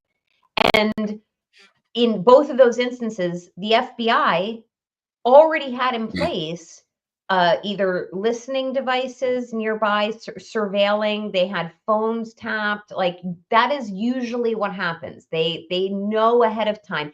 And even if they don't have everything officially being monitored, the feds, once they hear there's a denial of identity, which happened here, she said, right off the bat too, right? Right. Once there's a denial of your identity, and once there is I need 10 minutes, like, because they called her and she said, I need 10 minutes. Once there's that, their radar goes on hyperdrive. And now she essentially made everything look worse for herself. And that is why, I mean, I don't think we have to be rocket scientists to know that once she did lie to them again and not only deny her identity, but then she lied and said she had only called Kerry Roberts and her husband. Yep. But once it became known after they left that she, I guess, I'm assuming she told her husband, oh, yeah, but I called Peggy O'Keefe and the district attorney's office. Bullshit, Jen, that you called Steve Nelson. You called the DA. And then I thought there was one other person, but once it became Brian. She called Brian. Brian. Yeah, Brian, thank yeah. you. So once that became clear that she called these people, none of whom are attorneys, which is the only call that you should make. She didn't maybe- make. She didn't call her attorney, did she? Yeah, maybe call your spouse. I get that. I mean, hey, honey, come home. Okay, Yep. I get that. But call an attorney, and maybe she didn't have one by then. I don't know. Find one. She did. Reddington was her attorney right off the bat because Brian shared an office with Reddington. Oh, There's so many shell companies up and down. I swear to God, it's bad. And this is why I watch Seeking Justice, because Oh, I get all of the down low. That's right, because they did share an office. So once that became known and apparent to the feds, she absolutely is on their radar, which is 100%. I'm going to go higher. This is 500% why I know that federal investigation has not closed. It There you has go. not closed. Bingo. Hasn't. Thank Right? you. Absolutely And true. they wait, they lie in wait. Yeah. And they're watching. And by the way, I've heard people say this. I might have even heard you say this, Mike. I know some people suspect that even if the feds said that the investigation has closed, that maybe it was designed as a bit of a ploy. What's the Shake word? the Like tree. a bump, as they Yeah. call it in the Adelson case. You tickle them and see what happens. See if they laugh when they're gonna flail Yeah. again.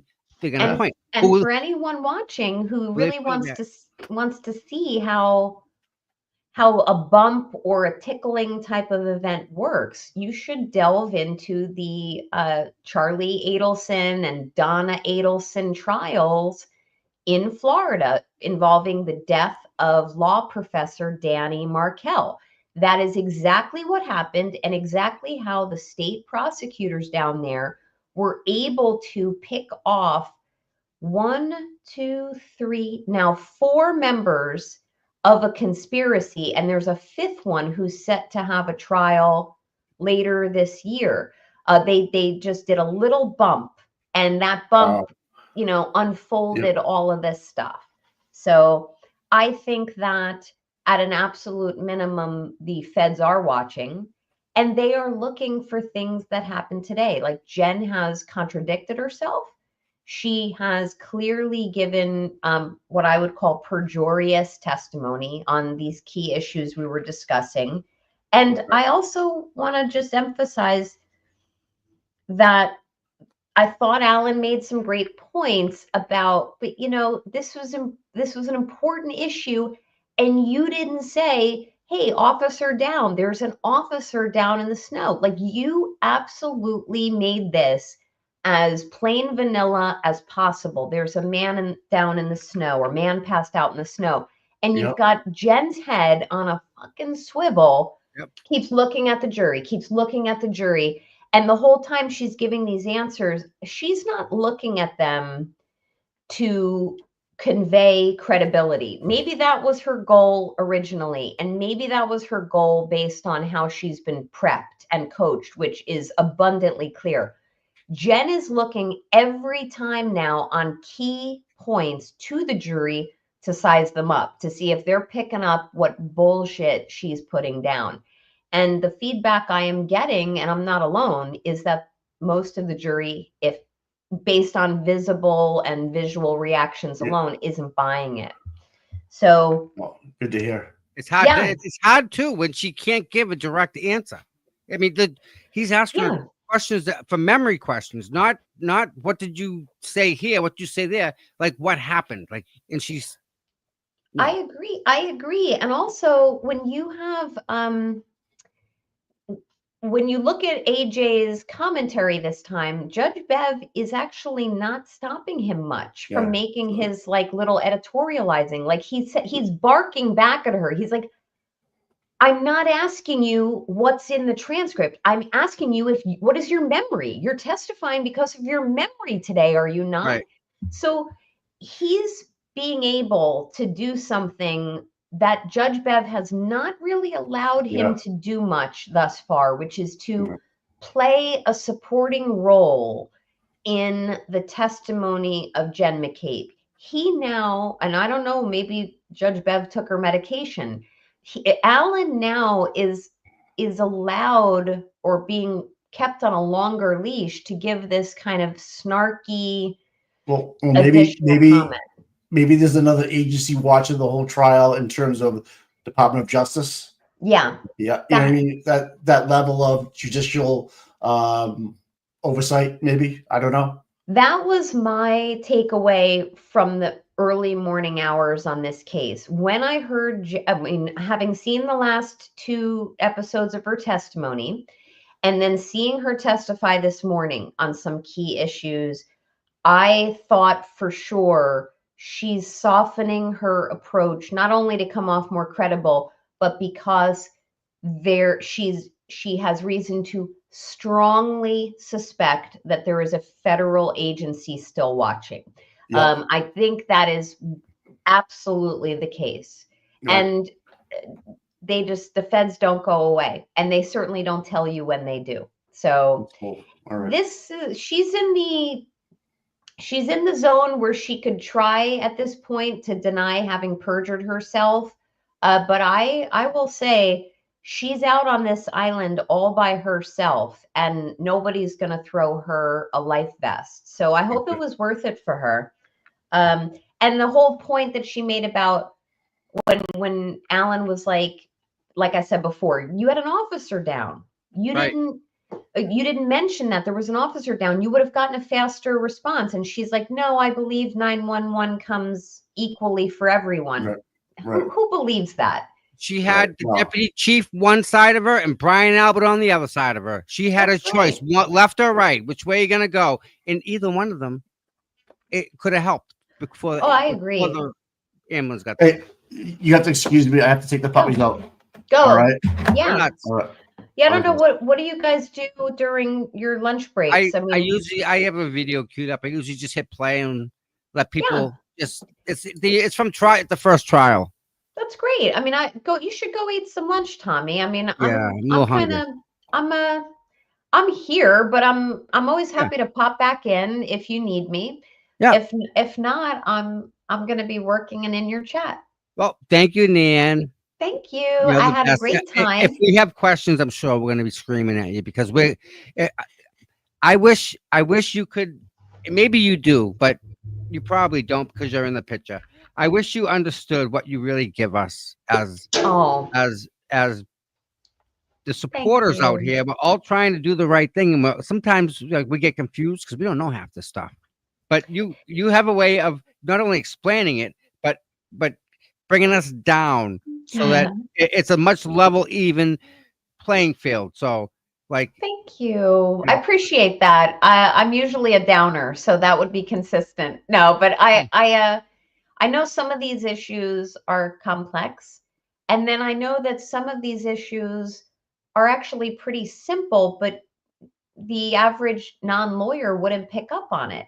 Like now, hopefully your audience now sees, oh, okay, every time there's a bad question asked of her, she's going to reframe it how she likes it and answer the question how she likes it.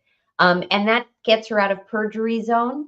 And it also makes it sound like she's being responsive. So that's the kind of stuff that the average non-lawyer wouldn't pick up on. So it's my pleasure to help provide guidance however I can. And if you need anything at all, put out the back. Just real quick, think about this, Nan. You know, you hear Jen on the stand, and she's going, Jen, Jen, Jen. Why didn't any of the girls, including her, why didn't they yell, Brian, Brian, come out. Brian, get your ass out here. Because it was snowing and it was quiet. You can hear everything. And if them girls let out a blood curdling scream, like Jen or Karen, like really like scream, the guy on the right hand side, who's the deputy chief of police of Canton, and the guy on the left hand side, who's the Boston police officer, Right. somebody could have come out. They didn't even yell. Oh, I think that's a great point, Tommy. And I'll go one step further. Jen or Kerry, and I wouldn't have expected Kerry to have this understanding, but Jen or Kerry or even Karen could have made one of the officers go in the house and get someone to come out. Like, you Go get don't my tell me. brother-in-law. Yeah. And the please. officers, they knew where they were. Right. The So one of boss is them- right there. Right. Someone could have gotten Kelleher. Someone could have Yes. gotten Brian Albert. Jen could have, while she was being the savior that she thinks she was, said something like, can you please go get my brother-in-law, my Something, sister? right? Nada. So that's that totality of circumstances, Tommy. That's Yeah. the stuff that in a normal case, it's kind of hard to reach reasonable doubt as a defendant. Like, reasonable doubt it's a high standard, but Yeah, you no, know, it in is. my opinion, Yep. because it's got to be in your jurisdiction a moral certainty.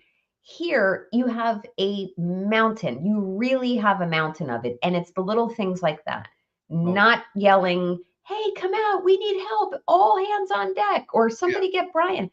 That kind of story that they've woven together to try to fool the audience, meaning the public, Mm-hmm. fooling the audience of Aiden Carney into kind of making it seem like they're these honest and pure individuals without a bad bone in their body and are therefore victimized and feeling emotionally distressed by his reporting and Right. or witness intimidation. The jury is another audience for them. This charade is up, in my opinion. I would be shocked unless something significant changes at this early juncture of trial. I would be shocked if she is convicted. I'm going out there and saying it. By day 8 of trial, I'm done. I've heard Yeah. everything I From need day to. one, I'm like, there's no way they'll even bring it to trial. It'll never get there. It can't. They don't even have evidence logs. By the way, who shows up? Like, we have visiting car repair people. Next day service. Yeah. Without even calling. That's better than AAA, goddammit. Wow. And that reminds me one thing. I think I appreciated the fact that there's at least a working theory that something might have happened in the garage. Okay. Meaning maybe not in the basement, but in the garage of the house, and there's that third door. And Yep. you and I should probably talk about that at some point. I know I can't right now, and I want you to have lunch, but we should chat about that offline. Because Definitely. I have some theories that I'd like to bounce off of you. But for now, this is a good day. It's a And great day. let's hope that Alan takes the whole day with her. There's plenty Yeah. he can still ask. I don't want this jury going to the weekend with unfinished testimony by her that Brennan can clean up. Yep. So that's Cool. it. All right, Miss Nan, enjoy the day, and thank you so much. We enjoy you so much coming here. Bye, Thank you for guys. all Thanks- you do. thanks for Someday having me. you'll know how important you are to us. Oh, thanks, So- Tommy, and thanks to Mike. And also, I'll be seeing you guys very soon. So Okay, we'll talk. we're not going anywhere. We'll be here. Great. Take care, Bye, everyone. dear. Have a great weekend. And just real quick, I'm gonna play. I interviewed Aiden. This is last year's trial. I interviewed him, so I'm gonna start with that on the thing. So just I'll be watching from afar. All righty. Bye, Bye, guys. dear. If you need something, let me know. Okay, thanks. Bye. Bye. All right, isn't that awesome? That we have someone that dynamite that comes on and just says, "Hey, calm down. We got this." Yeah, we're blessed. We are beyond freaking blessed. All right, I'm gonna hit play here. This is May 6th last year. Very nice work. Thank you. You could I wanted put it right. to be a little put it- more put it- snarky with it, but I was like, I gotta keep it classy. You can put that in the truck or on my back seat. Do you mind? Why don't you put, yeah. All right, can I see that sign real quick? All right.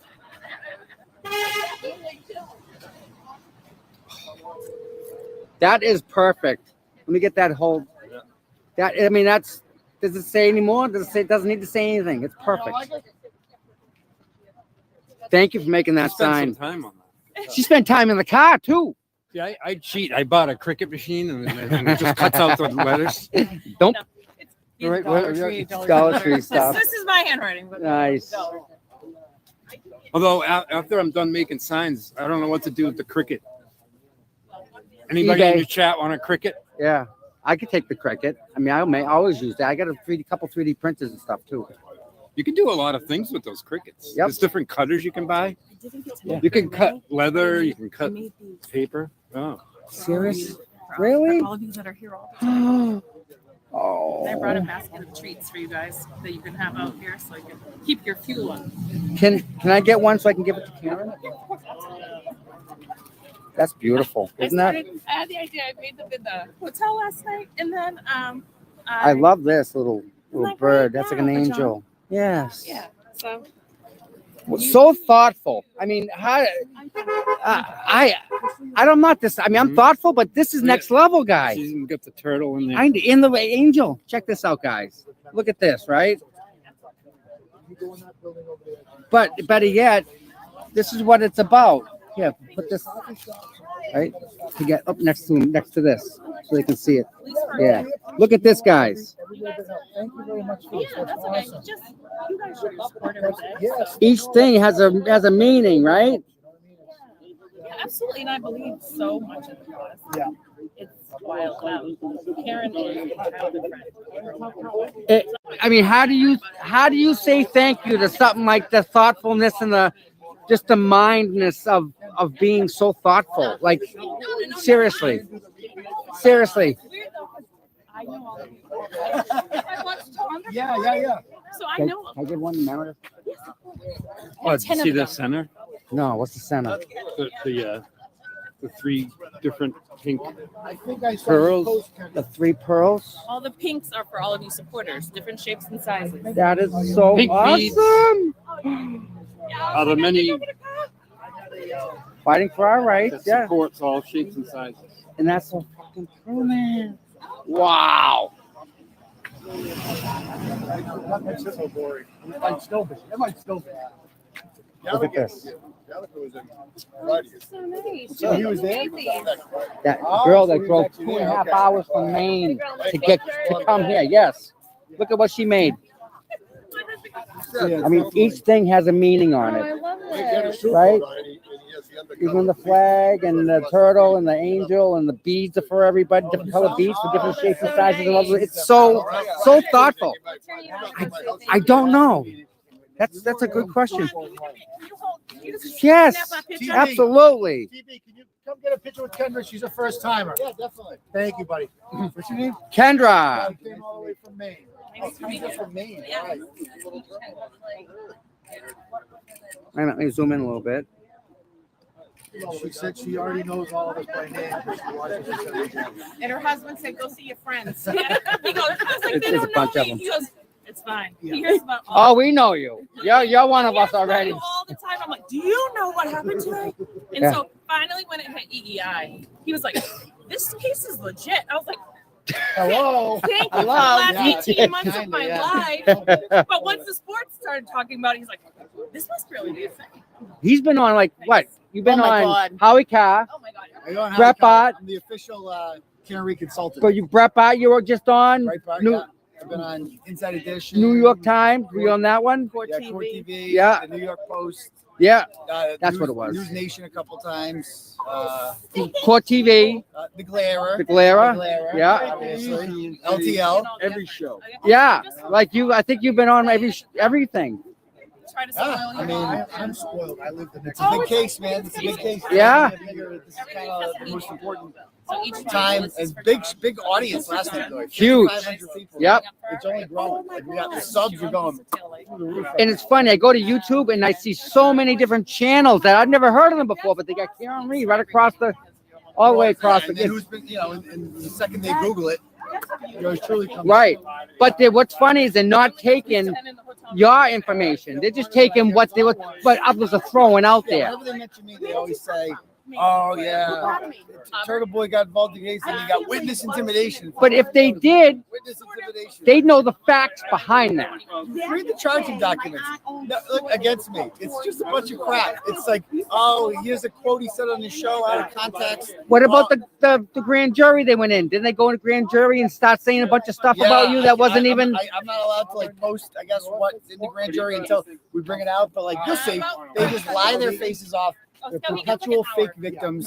That's a theme around here, fake victims. Yeah. But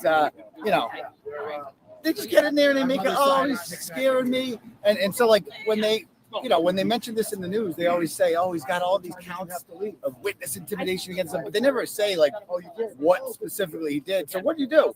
Right. Well, he held a peaceful protest in town, and they went outside Michael Proctor's house for approximately 7 minutes and basically outlined how he helped cover up a murder. And then they bought some lemonade off some kids. And then they went to John McCabe's house and they did the same.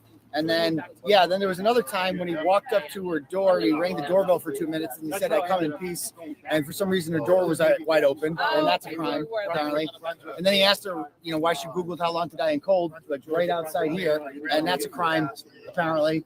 And, then he did an impression of Colin Albert. You can't do impressions of Colin Albert because that will be taken literally when you do that and used in bad faith. So it's just like when people actually read, like, wait a minute. It's a joke, but it sounds bad on paper. And they're like, witness intimidation. Right. Intimidation. And because to the average person listening to it, like, that's bad. It's like, no, you don't understand. They're corrupt cops. They frame murder. Like, this is par for the course. Fake charges like witness intimidation. So, it's just a way to try to shut me out. It clearly didn't work. They even put me in jail. That didn't work. I have a question. If what they did was done in bad faith, do you have the ability to like sanction them or? Sue. We have the ability to sue them when this is all said and done. Okay. Absolutely. Good. Absolutely. They knew these things weren't actual witness intimidation when they brought them forward. They did it on purpose. It was by design. They tricked the court and they tricked the grand jury. And you'll see the grand jurors get to ask questions. It sounds like a lot of them knew it was bullshit too. Right. And if grand jurors are asking questions like that, wait till this goes. I mean, it'll never go in front of a jury. I kind of wish it would because it would be funny to just humiliate these people. But, right. But they'd lie. Well, but the truth was like, we got evidence. Everything I've allegedly done is on tape. Right. Just like, there isn't a single thing besides the latest fake victim, but besides her, everything is like, that's all just bullshit. But just ringing a doorbell on someone's house. What if you're a Jehovah's Witness going up to try and talk to someone? Yeah, like that's you can't do it to a witness. You can't try to convert people.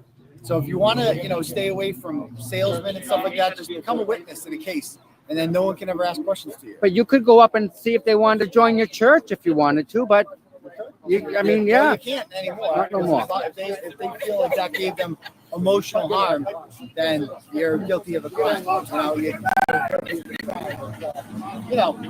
Mello's going to be gone. He's, fake dying. Oh, he was now. gone to begin with. Oh yeah. So, but he's, I'm told he's going to be off the case. They got a new guy in here. He doesn't seem very enthusiastic about this case. I think he knows it's bullshit. So it's only a matter of time until these charges get dropped. But luckily that's taking a backseat to the Karen Reed case right now. Oh, Mello, by the way, what's today? May 6th? Yes. He owes discovery by May 8th. I'm sure he's really burning the midnight oil to get us that. And because the judge put that hard deadline on. Oh, that's right. That's right. That was the last time he needs to produce all. That's right. Yeah. Okay. Someone tells me he hasn't done it. So that's by Wednesday. By Wednesday. Nice. I'm sure he's really working hard to get all that. And, when he does it, we'll see what the judge does. That judge seemed like he was no nonsense, kind of sick of the bullshit. But I have a question about one of the posts I saw that has Brian Albert in a sling. Yeah, I don't know what's going on there. I didn't get any date on that. I hope he's okay. I hope he's okay. Yeah, I mean, people are speculating that it happened during the Yeah, John yeah, believe, the but, incident I see there. no evidence of that. No. I don't know when that picture was taken. I don't know anything about that. So what about the buffer zone? The buffer zone seems to only be for us. Like What do it's you mean? Like Grant gets to do it, you mean? everyone else gets to go up there, no problem. The only ones that they want to keep away from the front door seems to be us. Like the defense is the only one that's really saying anything. No one here for the prosecution, right? Yeah. Have we seen any pro Karen Reed? Not one. Pro Karen Reed is guilty people? No. No.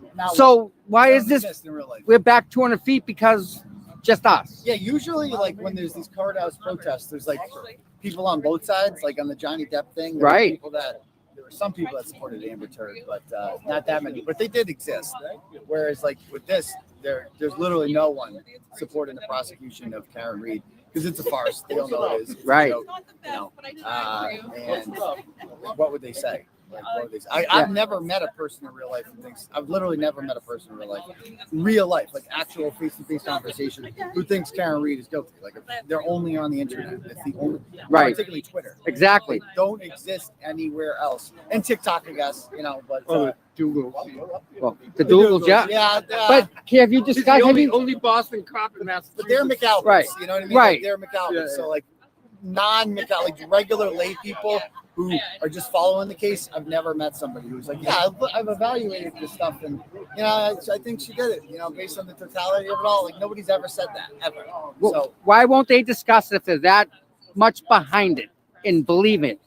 they don't. They don't. Nobody actually believes it. They just drive by and yell "F you" out the window and keep on going. They won't debate. And that's it. There's no other reason. I didn't even see them do that. Like, did that happen around here a lot? Not here, but like our Legacy Place did it yesterday again. Oh, really? Oh, It's yeah. gone down though. It went from like 10 of them doing it But down most to like people- 2. But most people are honking. Right. Most people are Yeah. honking. And they drive by. They won't come out and talk They to won't us. come out and talk. Nobody Of will. course, yeah. When I go out, it's like people don't say hello to me. They say "Free Karen Reed." It's like that's mostly what people say now. They say, "Hey, I know who you are. How's it going? Good job." Nobody ever is like, "That bitch is guilty." Nobody ever says that. So, we're done. We're 1 week in. The prosecution's own witnesses have been thoroughly pantsed, Right. and made absolute fools of themselves. And they've all revealed themselves to be liars, particularly Katie McLaughlin. And we're going to see today with Michael Lank. I mean, they're going to think of the questions they're going to ask him on. So I'm being told today that it's going to be Gallagher. That Gallagher was here on Friday, ready to go just in case. So Gallagher, if you're unfamiliar, is the lieutenant who showed up and with the leaf blower and helped look for and didn't. So they're going to ask him stuff, and he's going to say the same thing. He didn't hear Karen Reed say I did it. Didn't find any taillight, which is kind of the most important part there. Right. And what else does he have to offer? I don't understand why they're bringing these cops in and what they can possibly say that will make Karen Reed look guilty. What could they say? Right. None of them heard. At least the firefighters are all going with this "I did it" thing.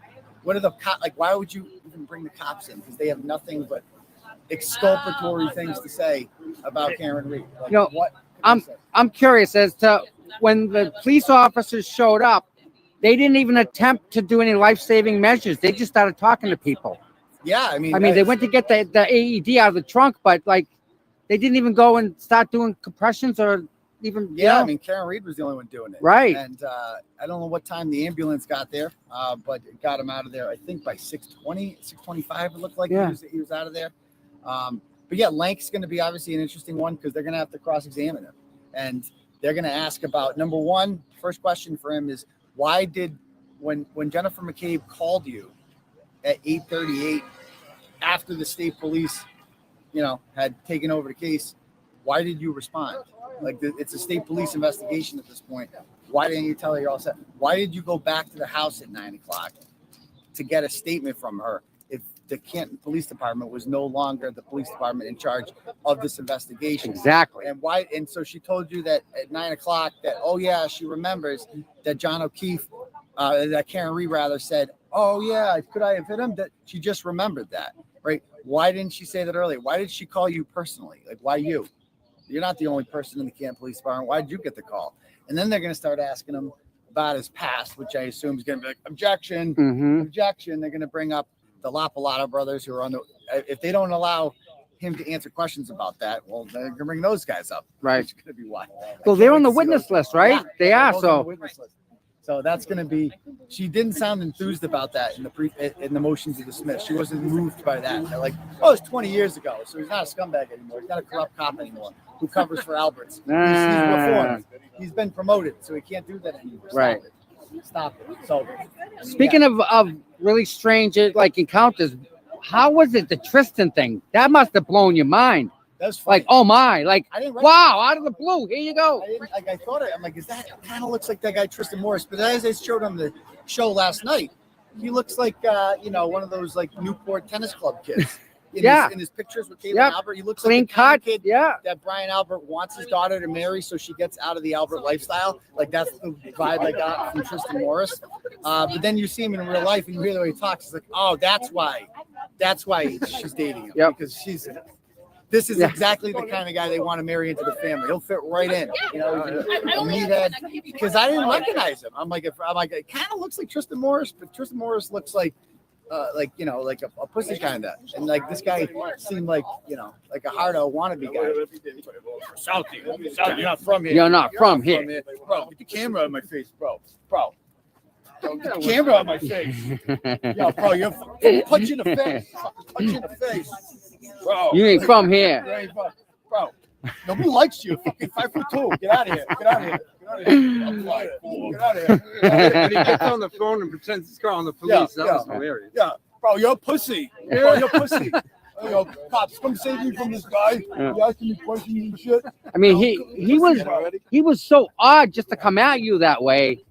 And again, have a discussion. It wasn't even an option for him. Like at first, he didn't want to do it on video, so I said, "Okay, that's fine. If he wants to have an honest discussion, not on tape, I can do that because I'm actually interested in asking this guy questions."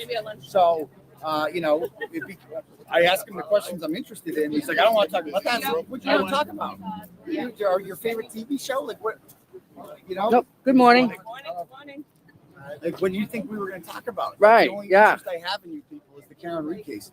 So then he walks away, and he had to get the last word, and now we're filming. He's like, he had to take a shot. Like I said, telling me that Karen Reed did it is like telling me, like, go fuck yourself. Like, right.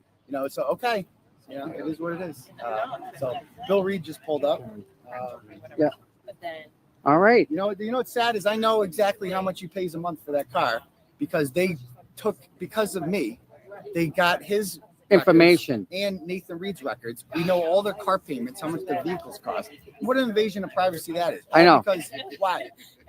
What purpose? Lying whore said that the Reeds bought me a car. Ridiculous. That's that they can just get your records over some nonsense like that. So, over a lie. Yeah, I mean it's a nice car. It's a lease. But again, like whose business is it? But that's not even they're not even involved in any way. No, they're not. It's so well they're and who even if they did, wish they didn't. Morning. How would that matter? How's it going? Nice to see you. How are you today? Even if they did, wish they didn't. Like, who cares? Right. What is that evidence? This is a murder trial. Who cares if somebody bought someone a car? Right. Wish they didn't. Right. They didn't even buy signs. Everyone here made their own signs, and they accused us of them. Well, somebody. Yeah. They got mass produced somewhere, but who gives a shit? Right. Yeah, it's not a secret. We raised a ton of money for this. Like that the billboard, the truck that was paid for too. Yep. Like everything's paid for. We raised a bunch of money. Where people are behind this. And that's another thing. What about the people that are behind us? I mean, I know I get some really nice emails, and people come up and say, "What about you? What do people say to you about all this?" People are so nice. That's all I got to say. Like, people are so nice. Like I said, whoever that guy was yesterday bought my family breakfast, and all the time, Tom, I'm not kidding. People come up to me and just say the nicest shit to me, or telling me like, "Thank you for covering this case. Can't tell you how much this means." Like I'm blown away. I mean, right? Doesn't that happen? The people Wherever we outside. go, it's a guarantee that like somebody's gonna come up and say something positive at some. It never doesn't happen anymore. Right. It never doesn't happen. How's that make you feel? It feels great, man. Like who wouldn't like that? That you get to do something that you love.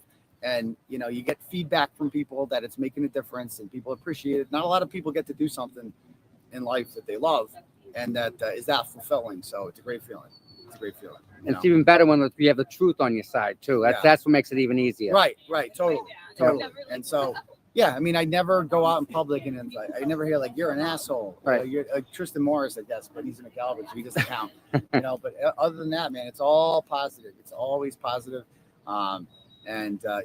Because everybody in the real world knows that she's innocent, and everybody knows that I'm innocent, and that especially since I went to jail, it happens a lot more. Where I don't know if people feel bad for me or something like that, but they know they're like, oh man, this guy's really you took the hit for that one. This guy's really this guy's holding it down. And you could have got out anytime you wanted. Day 1, day 6, day 30, you could have walked out. Sign something, say, okay, I won't cover this case anymore. I'll stop saying Karen Reed. If I was like, all right, how about I just say Karen Reed's guilty? And I'll use my platform to say that. They would have let me out in 5 seconds. Or if I was like, oh, Karen Reed put me up to all this.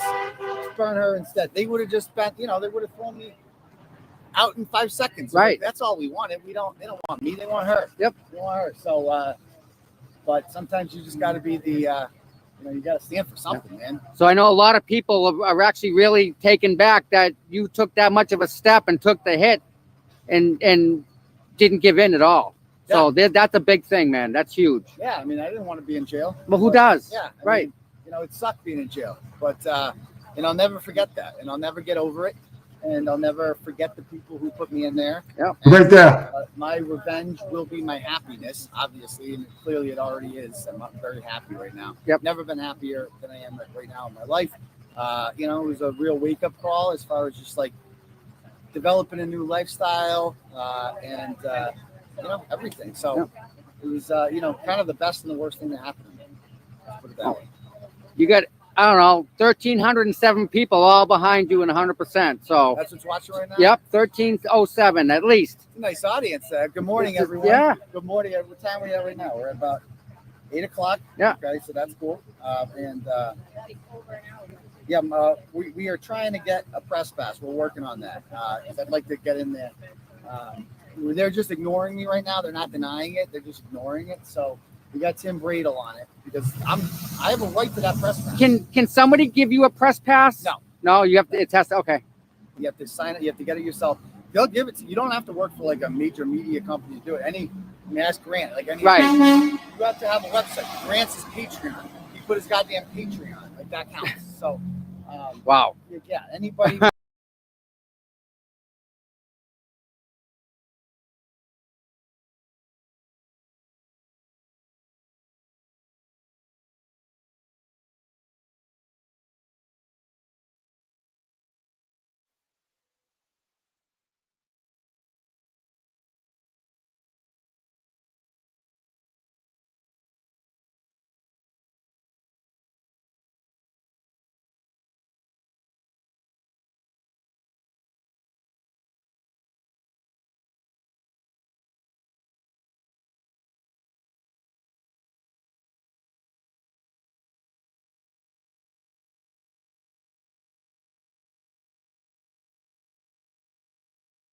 I think you gotta turn it back up, Tom, and turn it back up when you get a second. It's all the way up, bud. It's just there's no sound yet. Okay.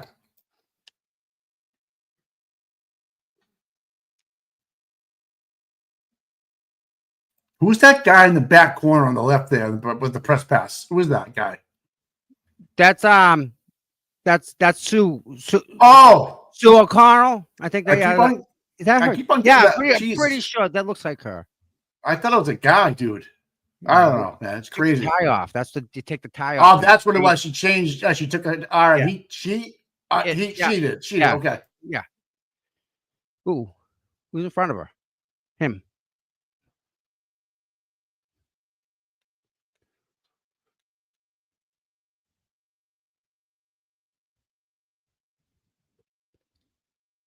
Is that Paul in the back row? Oh, I don't see him. Mr. O'Keefe is there.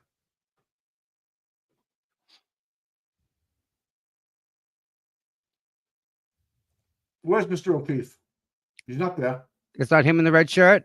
No. No? All right. Where's Paul? I don't see him. No. Maybe you are.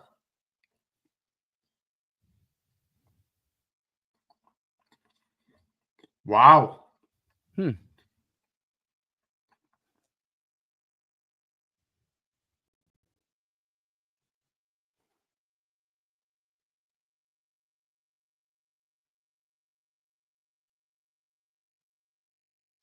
Yeah, there's no sound in the courtroom yet. They're sidebar. Yep. Sidebar. That was awesome. That was awesome having Nan on.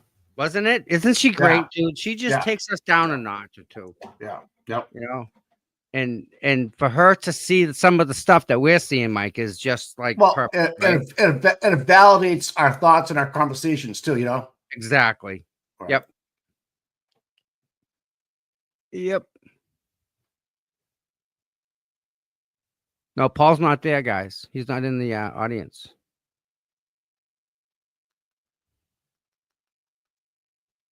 She's happy. Think about that for a second. Paul and Mrs. O'Keefe aren't there, and Jen McCabe's on the stand. Okay, that's a big fucking deal.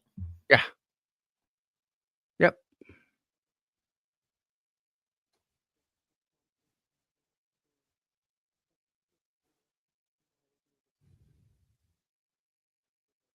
Yeah, look at Dougal. He shouldn't be. I mean, that guy. I want his physical therapist. That boy walks up and down them stairs like a trooper. His PT must be doing great. He must be able to. Must be time for him to go back to work. Karen looks happy, man. That's good. Doesn't it? She looks happy. Excited look on her face. Yep. Hey, bud. Hi. Oh, hold on. I guess I had my friend. All right. No, Jen's sister, Denise Galvin, doesn't look happy at all. No. She's the one that wrote a lot of letters to people that were teachers or, could easily get manipulated by, if they're.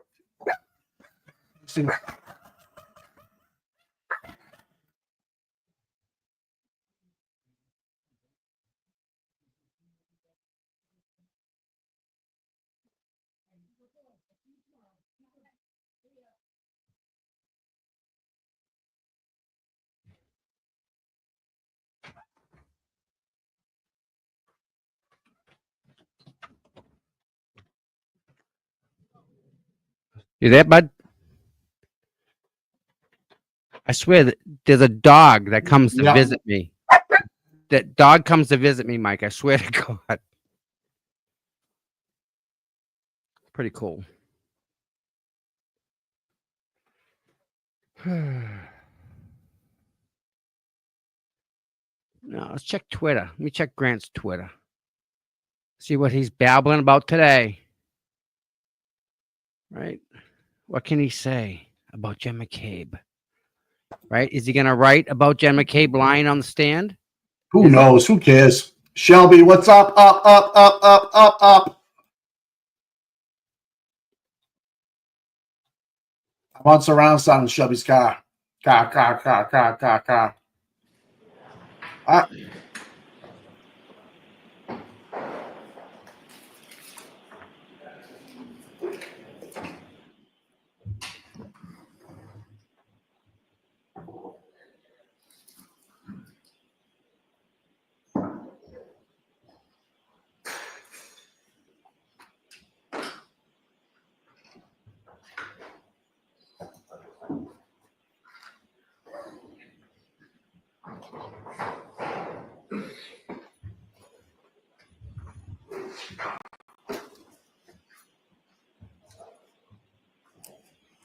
Court is in session, please be seated.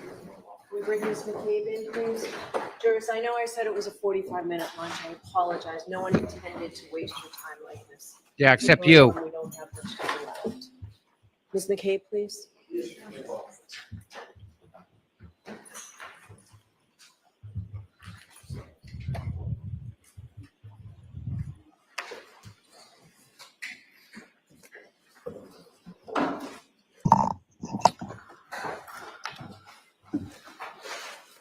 All right, whenever you're ready, Mr. Brennan. Thank you, Your Honor.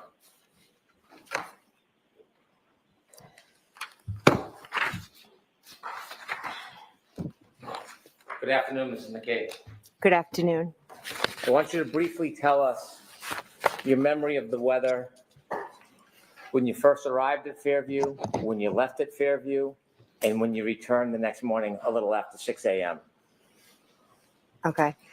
When I arrived at Fairview on the early hours of the 29th, the snow was falling, just starting to fall, starting to stick to the street and onto the windshields. When I left Fairview, it had, accumulated more where my husband had to wipe the windows. And then the following morning, when we were driving there, it was dark and the snow was like coming at the car. Like it was very hard to see. When you return the next morning, we've seen video from the dash cam. The elements, the visibility, is that fairly depicted in that dash cam? Yes. Obviously it was lit more because of the lighting and the spotlights, etc.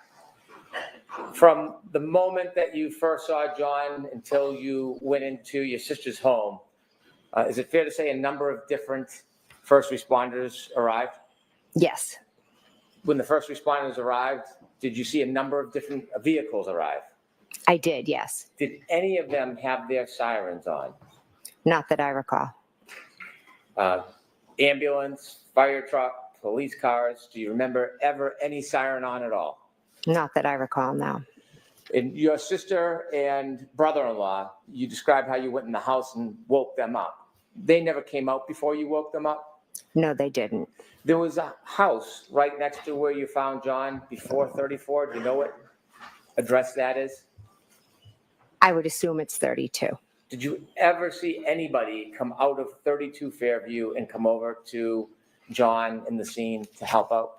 No. Across the street, there's a house that's in between 32 and 34 if you cross the street? Yes. Did you ever see anybody come out of that house and offer assistance to help? No.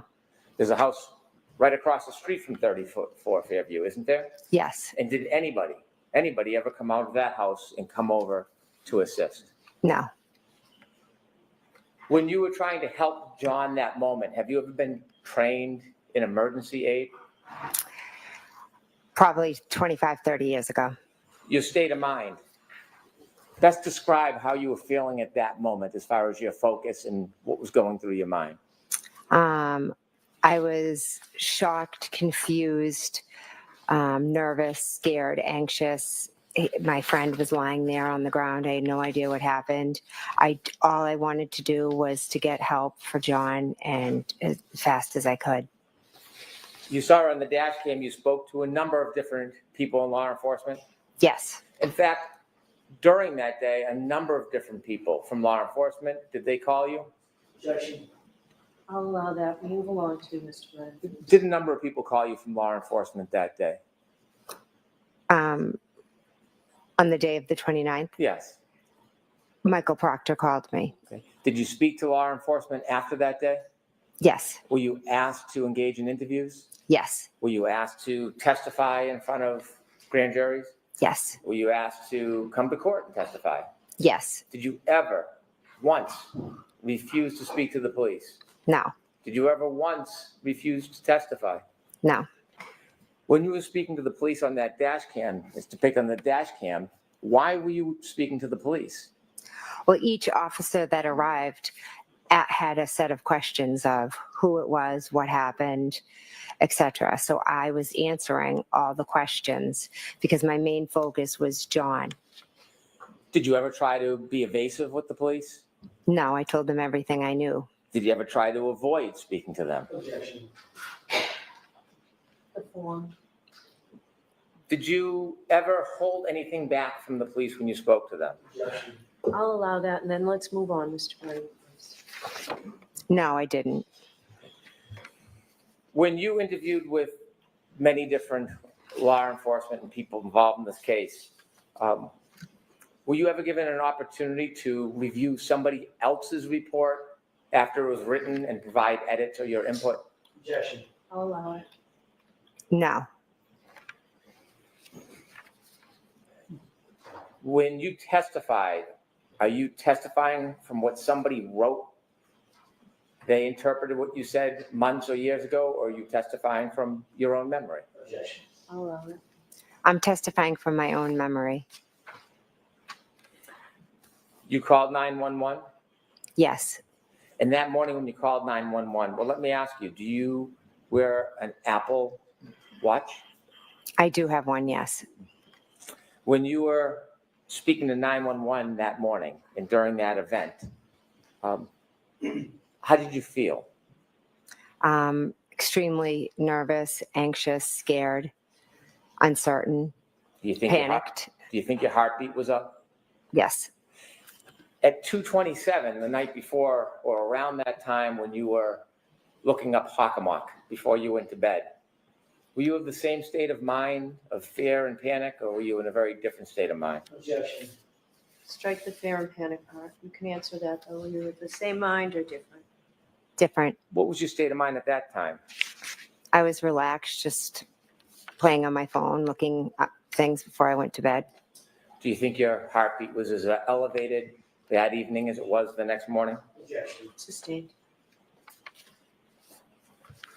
When you made a search for how long to die in the cold or how long to die in cold, is that something that you thought of for yourself? Objection. I'll allow it. No. Why did you do it? Miss Reed asked me to Google it. And when was that? That was in the morning after we found him. And had you ever attempted either of those searches before? Found Ms. him. Reed asked you to do that. No, I didn't.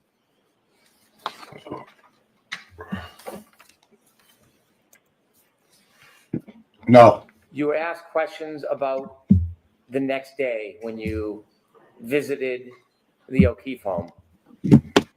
And you read some records. Do you remember those questions? Yes. Do you remember going to the O'Keefe home? I do, yes. You went with who? With Carrie and our 2 daughters. Do you remember how many hours you spent with the O'Keefe family? I don't remember how many hours, say a few. Was it over 3 or 4? Could have been, I'm not sure.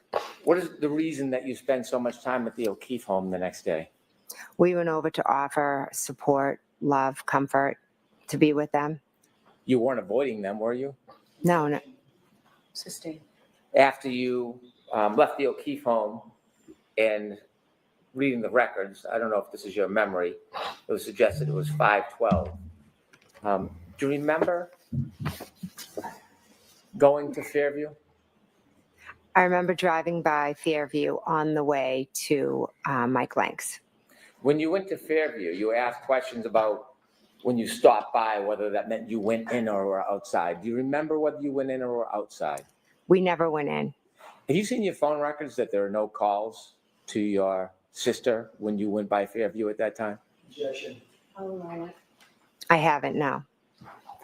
And when you went by, you were asked about that. In fact, you had been asked about that before, hadn't you? Whether Yeah. you stopped by? Yes. And Attorney Jackson showed you part of that statement? Yes. Did you, when you were saying that's part of the statement, did you read the whole statement to yourself? I did. And to put that in completeness, had you, under oath, talked about the fact that you went by that day? I'm confused by your question. Okay, may I approach? Yes.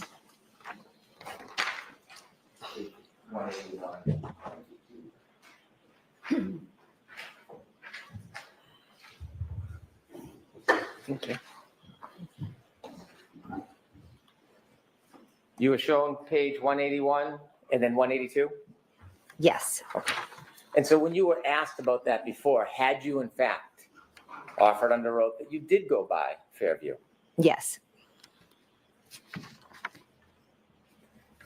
When you stopped by Fairview, according to the questions you were asked, or the records you were asked to read, it was 4 minutes you stopped by Fairview.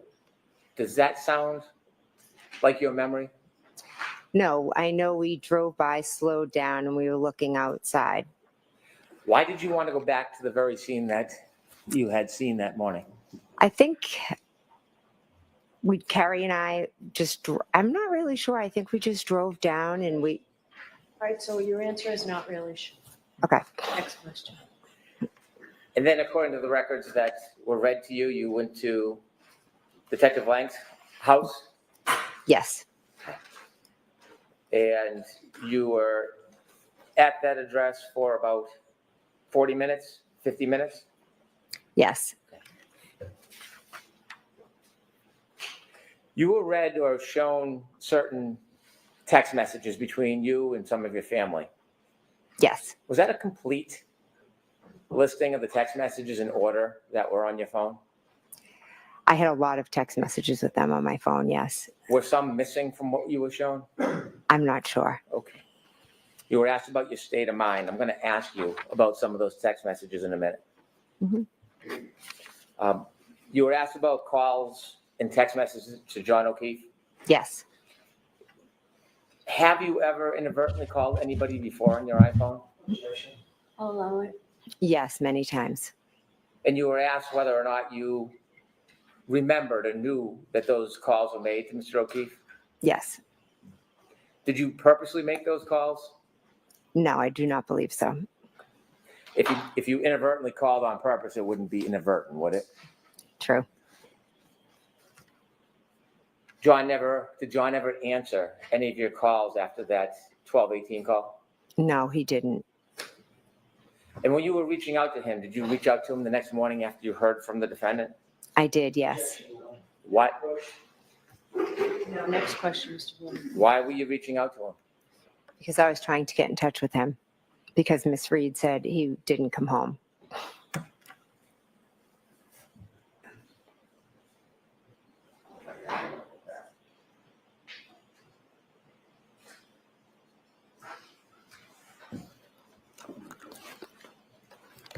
You were asked about your state of mind over the next couple days. Yes. And I'd like to ask you about some of the text messages reflecting your full state of mind over the next couple days. This has to be really brief.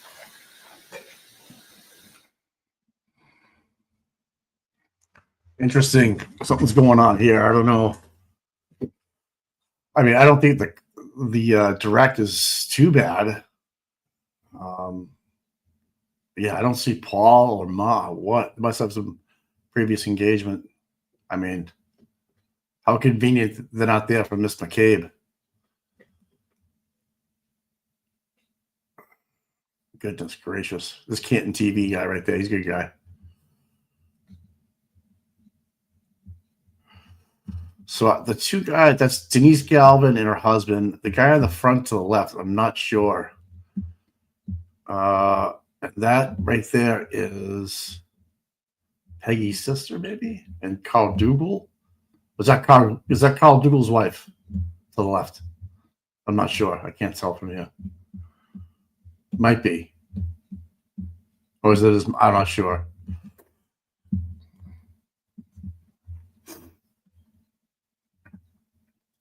Well, yeah, maybe they went to the Moakley buildings. I like that. Yeah, no shit, huh?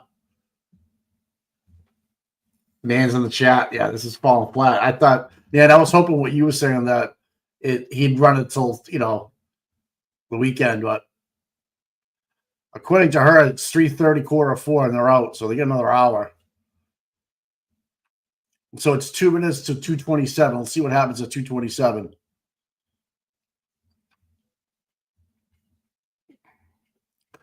Bitcoin's at 97,000. I know, equestrian.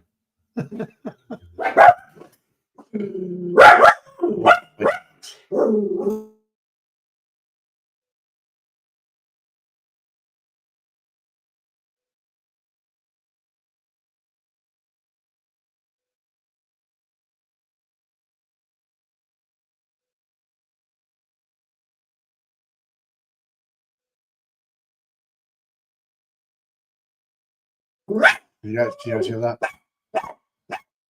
There's somebody walking down the street right now.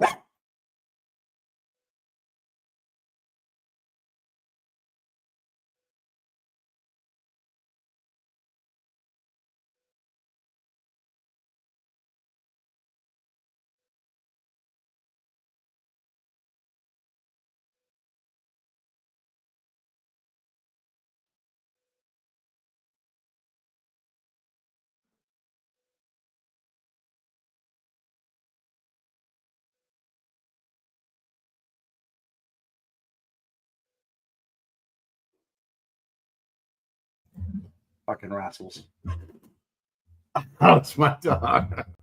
Yeah, that happens. My dogs start going, and you have your TV on. My dog watches TV. One of them does, and will bark at horses, dogs, cats. You know, it's crazy. You're watching a movie, and also a dog will come on the movie, and one of my dogs, Birdie, will just jump and go. She watches TV. She'll sit there and watch TV. It's the craziest thing. Cavapoo.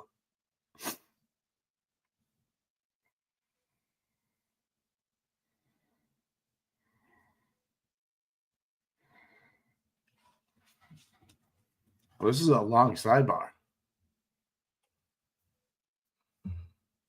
Tommy's taking a shower, so we get some time. You get time with me. Yeah, he's wearing a PPD pen here, right? Yep, you should have that on. Oh, Carl does what Carl does, right?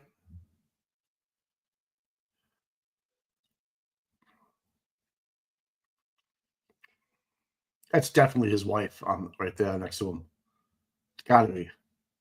Looks just like her, right?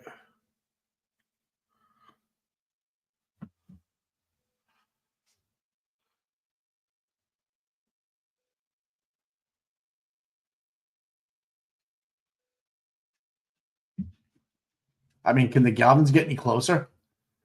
You guys like we can't be apart from each other. I mean, stop it. Give some room for the Holy Ghost there, will you?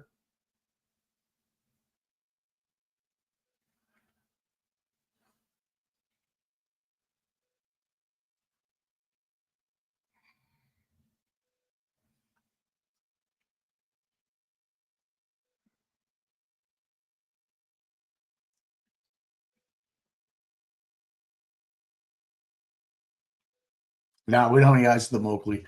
That'd be crazy if the if they're watching and all that, like we're talking about, they grabbed him and said, "Hey, jump in. Someone wants to talk to you." Because if the O'Keefes are seeing what we're seeing, what's up? What's up, people? What are you missing, or what do we need to explain to the O'Keefe family? What do we need to do to show you what's happening?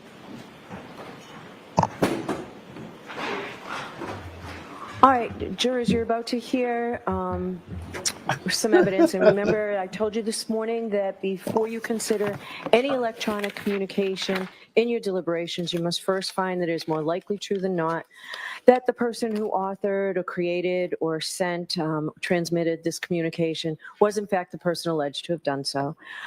If you do not find it is more likely true than not that the person alleged to have transmitted, created these messages, then you may not consider the electronic communication in deciding this case. And remember, what you're about to hear, you're not to use for the truth of the statement. It goes simply to the state of mind of Ms. McCabe at the time of the message. All right. Go ahead, Mr. Brennan. Thank you. May I approach with a copy for the witness? Yes. Thank you. Deb's like, I don't want to hit 4 o'clock traffic going to the K, people.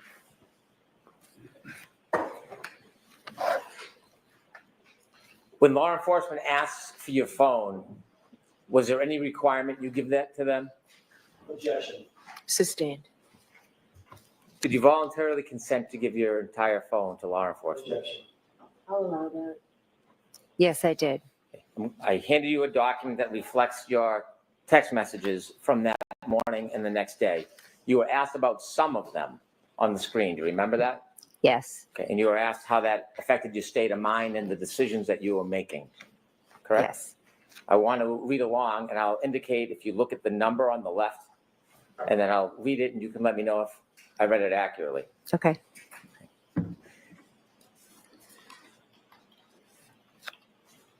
Starting at number 17, there's a phone call saying, please answer. Who are you calling?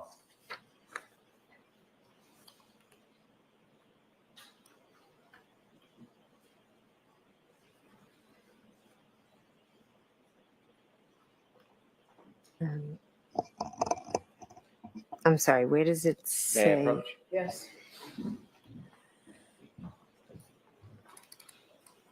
Oh, that's the number right This there. would be the number. This would be the calling. Okay. Okay, so it's John O'Keefe. Okay. Thanks. Sorry.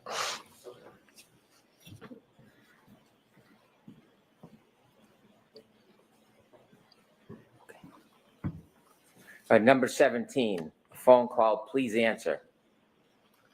Who are you calling? John O'Keefe. Do you know at that point where he is? No. 459-49,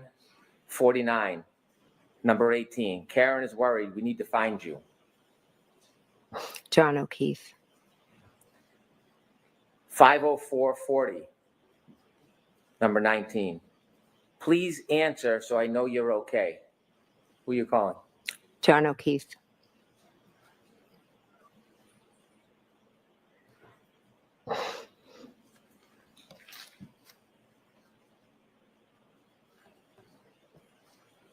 Number 26, 515-41, 129. Okay, I'm trying to call people. I will be in touch soon. Do you know who you're calling? Don't recognize the number. What are you thinking at this point? I'm trying to find people. I'm trying to call people so that I can try to find John.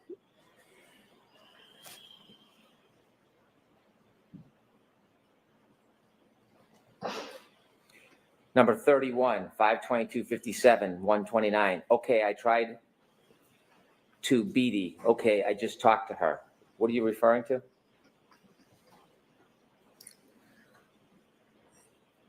I don't know whose number this is. Okay. Um, At this point in the morning, you're making these phone calls. Do you know where John is? no, I have no idea where he is.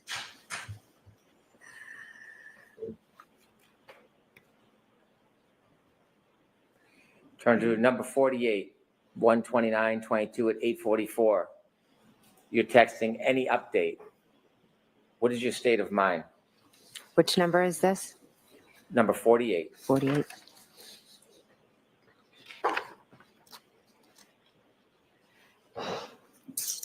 I believe that may be to Kerry Roberts, and I'm trying to get an update from the hospital. You were asked about your relationship with Kerry Roberts. At that time, before that night, how many times had you met her? Once. And you said in the moment, did that relationship change? Yes, instantly. Was it for collusion? No.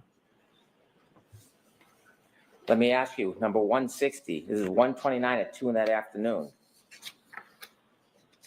Do you have 160?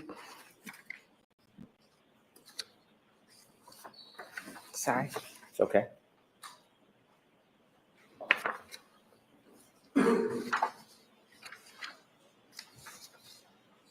Okay, I'm here.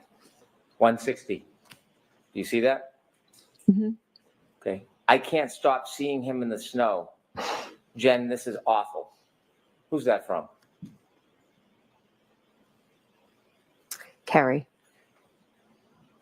Is your state of mind collusion? No. Objection. I'll allow it. Don't ask it again, please, Mr. Raymond. 168.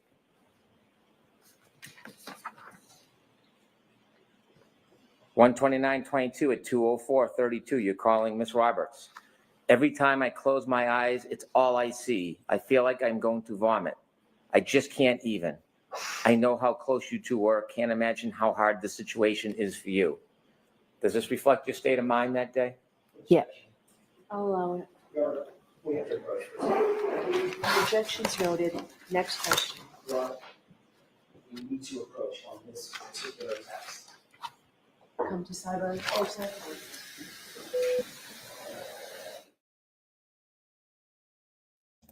Bev just wants to move this thing along. She wants to get down to the Cape. It's supposed to be a nice weekend, right?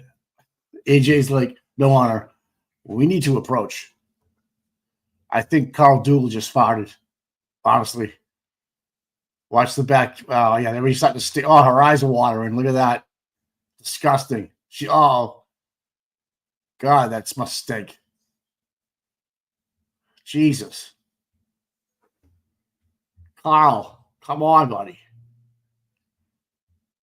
Ooh, oh, yeah, man. Stinky. The guy that's behind him, like, oh my God, I can't believe that.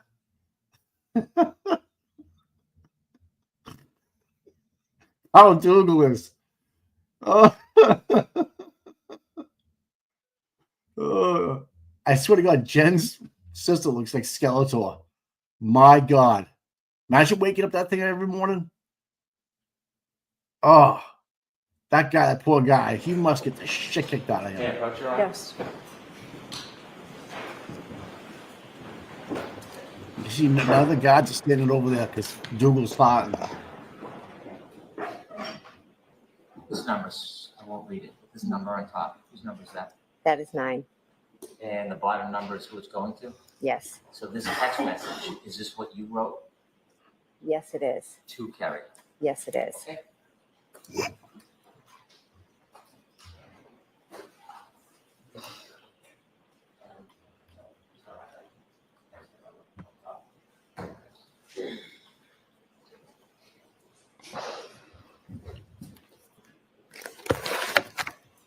I won't read that last text message again. However, it is correct that text message was from you to Ms. Roberts, number 168.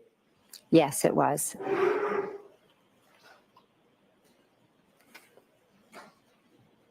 And the response in this text message, number 169, from Ms. Roberts to you, you were also, this is awful, Jen, I'm in shock. Yes. Number 170. And this one is from Ms. Roberts to you, 129.22 at 2:05:45. I literally am having wine. I don't know what to do. Calm down.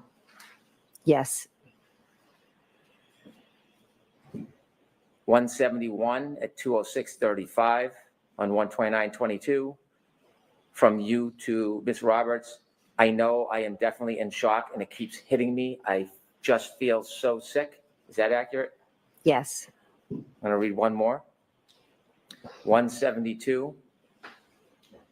And this is from Ms. Roberts to you at 2:13:41 on 129.22. I don't know what to even do. I'm so sorry for both of us. Is that accurate? Yes. Number 175. Again to Ms. Roberts, 2:14:15, 129.22. Do you text, I talked to Peggy, I am devastated for them? Yes. And did you follow up seconds later at 2:14:56 on 129.22? I am so sick to my stomach. Yes.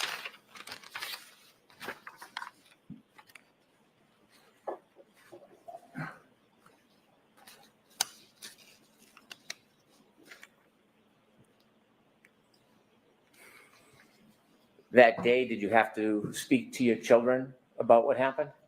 I did. Yes. Was that part of your state of mind that day? Yes. I'll allow that.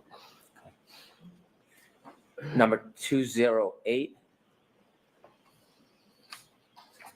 or 207.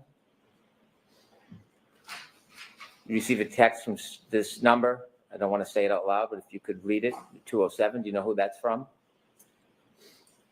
I don't. Okay, we'll move to the next one then. 208, 129.22, 342.06.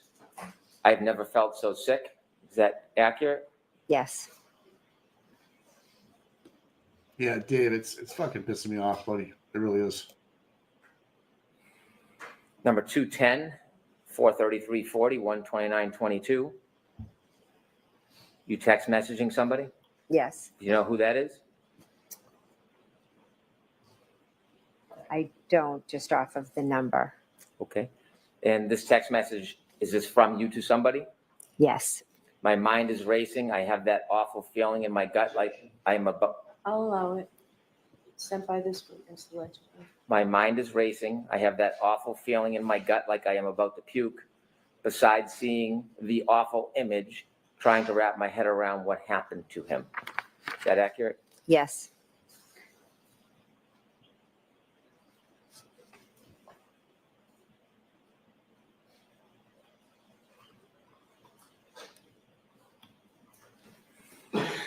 2:13. This is on 1/29/22 at 4:38:20. Do you know who was texting you? Yes, Who? my friend.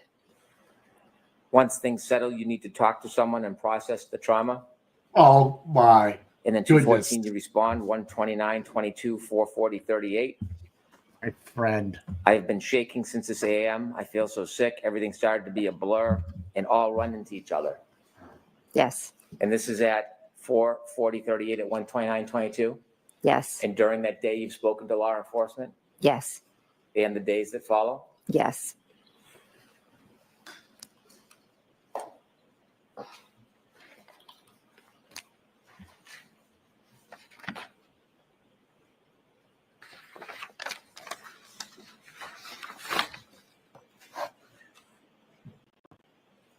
I'm going to move to 1:29:22, 7:52. If you look at number 289, please.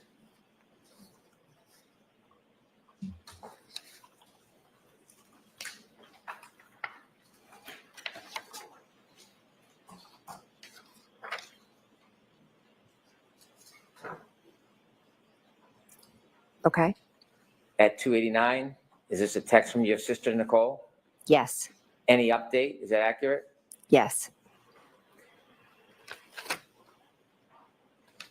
Okay. And you were shown this text at 292, yes, and you texted your sister, Kerry talked to cops, kept it simple. yes. What did you mean by that? I mean, the cops had gone to her house, but she had had a long day and been drinking some wine. So she said she just made it quick. And you were sharing that with your sister? Yes, And was your sister part of many of these texts as part of your support group? yes. Did anybody tell you that you shouldn't rely on your family and have a conversation about what you went through? Objection. I'll allow that. No, no one did.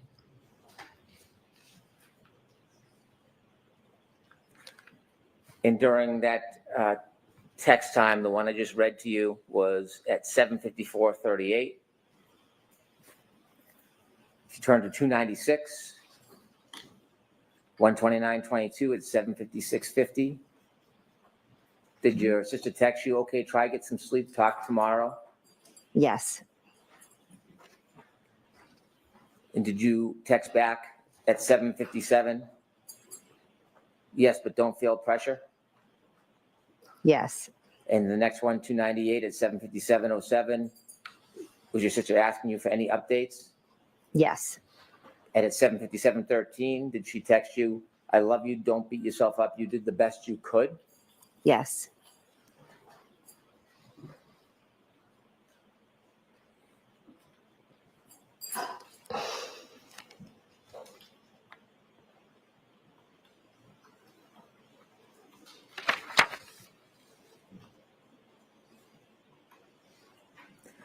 And just a few minutes later, one at number 308, please, 1:29:22 at 8:01 p.m. Mhm. Did your sister again write to you, okay, text me in the AM or if you hear anything later? yes, And you continued texting with her? yes,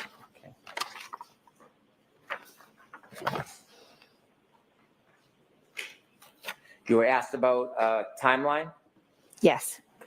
If you turn to number 761, please.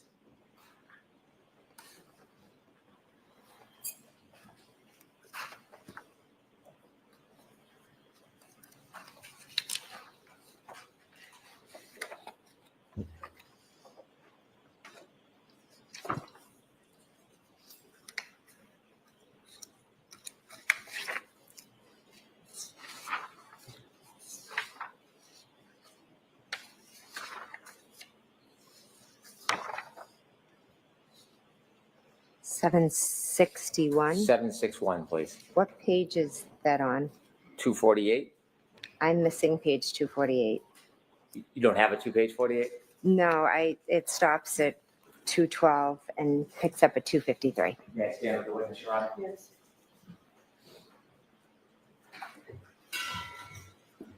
She's getting hammered tonight, Can you folks. remind us who asked you to put together a timeline? Peggy. Peggy. Mhm. Okay. Yes, 2 days later, January 31st, 2022, and this is at 10:26:29 a.m. Are you texting Ms. Roberts? I am. I have spent the AM trying to process that he is really gone and try to piece together all the events. Is that part of the process of the timeline? Yes.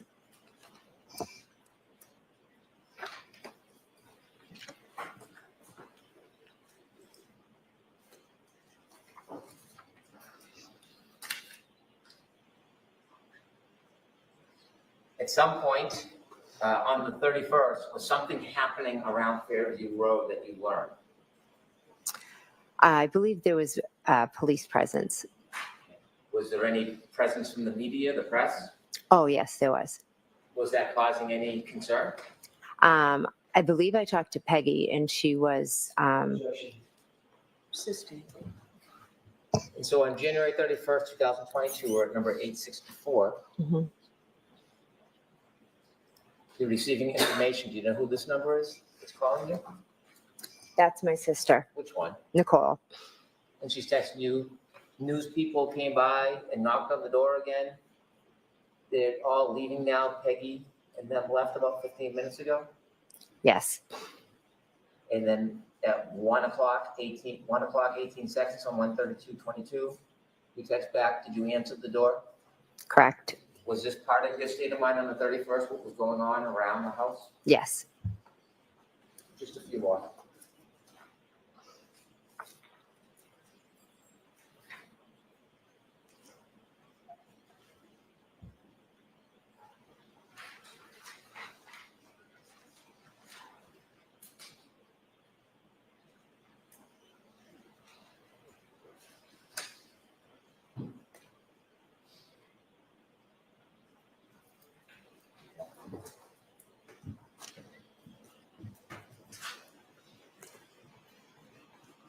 Bev looks so tired. And trying to recount for people who asked you that morning and over the next couple days, some of what's reflected in those text messages, was that part of your state of mind? Yes. Was it in any way affecting the way you were remembering and thinking about what had happened? Objection. I'll allow it. Yes. Your Honor, subject to redactions, I would seek to introduce all of Ms. McCabe's text messages. So we'll deal with that. Wait. Is there an objection? There is. We'll deal with that later. Thank you. I have no further questions.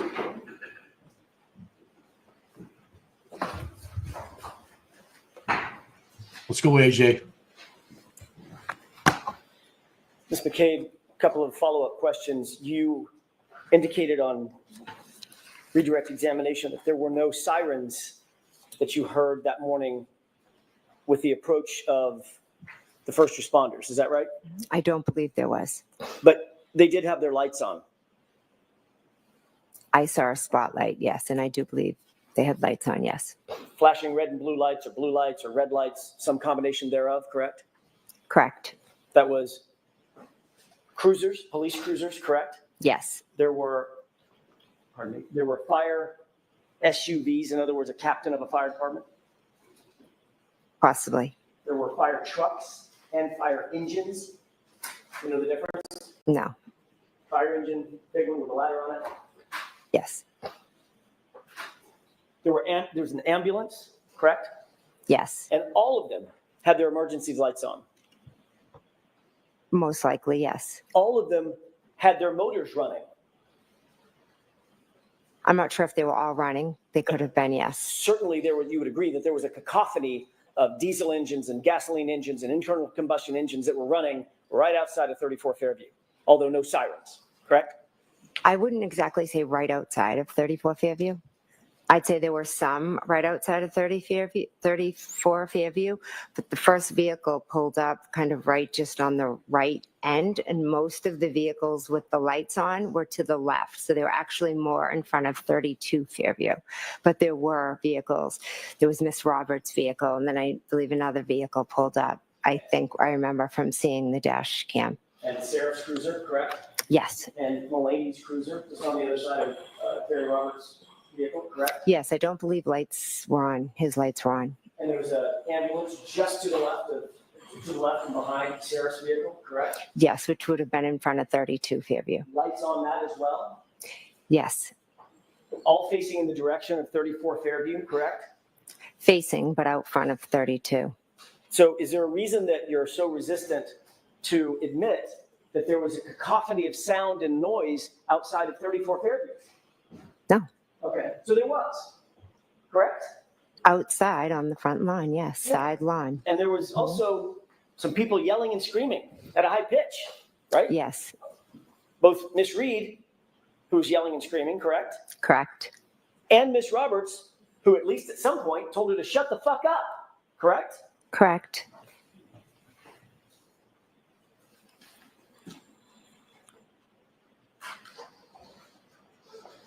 You were asked about the stop at 34 Fairview on the way to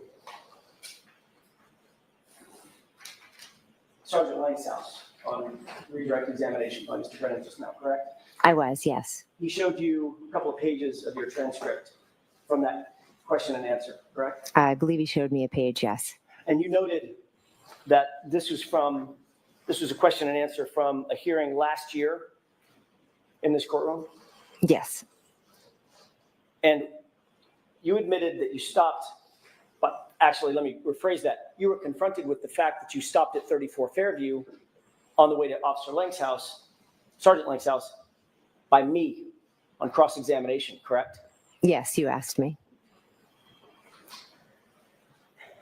You also indicated that you have never refused to speak to the police, any law enforcement officer in this case, correct? I've spoken when but asked to, yes.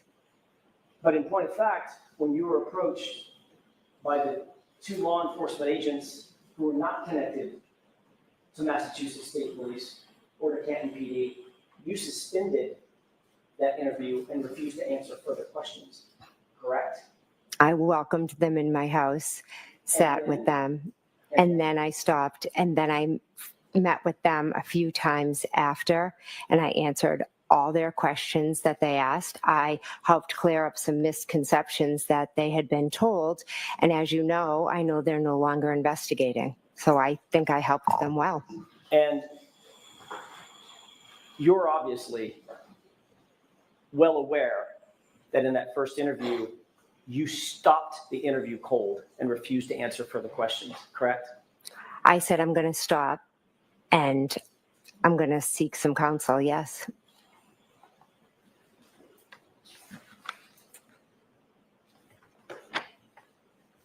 The text messages. You just read a series of text messages that Mr. Brennan actually read for you and you agreed with, correct? Correct. Or any of the text messages that you just read in the group chat that I showed you in cross-examination? I don't believe so. I don't believe so. And that group chat included you, Brian Albert, Nicole Albert, and Matt McCabe, correct? Correct. And that was a private chat among the four of you. Is that right? That's just a chat with them, yes. You read some text messages to and from Carrie Roberts, correct? Yes. You had just met Carrie Roberts. Isn't that right? Yes. She's not a McCabe. Is that right? Correct. She's not an Albert, correct? Correct. You even read some text messages with your minor children, correct? Just now? Yeah. I don't believe any with my children. Mr. Brennan asked you about a couple of text messages, at least one text message with your children. Didn't he? No, he didn't. Objection. She can answer that question. Is that what happened? Did I misunderstand? No, I honestly didn't read anything from my children. I think one, I said a friend, another time I didn't know who it was, but I do know my children's phone numbers, and no, it was none of my kids. Obviously, the kids are not on that group chat, that private group chat that we went over, correct? Oh, yes, correct. They're not. Well, let's talk about those unidentified numbers. You said this is a number I don't recognize, and Mr. Brennan read to you a text to that person, correct? Yes. Whoever that is, that person's Maybe, not McCabe, maybe correct? Colin, maybe They're Colin. not correct. And that person's not an Albert.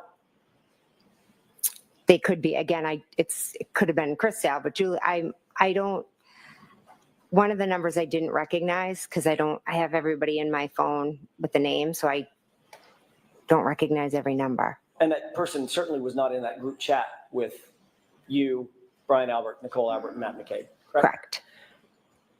And then there was a friend. You said this is a friend, and I don't need you to identify the friend, but whoever this unidentified friend is, that friend is not a McCabe and is not an Albert, correct? Correct. And that friend was also not in that group chat that we went over in cross-examination. Is that right? Correct. These are all people outside of that group, among whom you engaged in the chat that we saw, correct?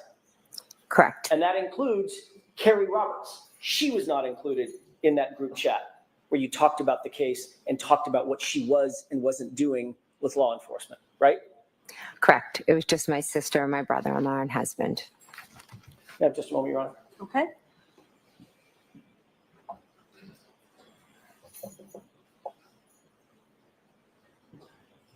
Yeah, it could be Higgins. Yep. It can't be Colin because she just ruled out any Albert. Interesting. Interesting. No, that's all I have. All right. Ms. McCabe, you are all set. Thank you very much. Oh, she lucky. Good job, AJ. Great job, buddy.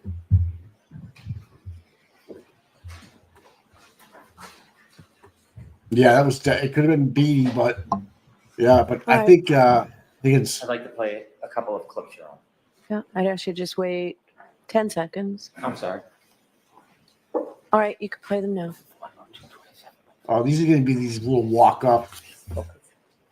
May I proceed? Yes. I'd like to play clip 12, please.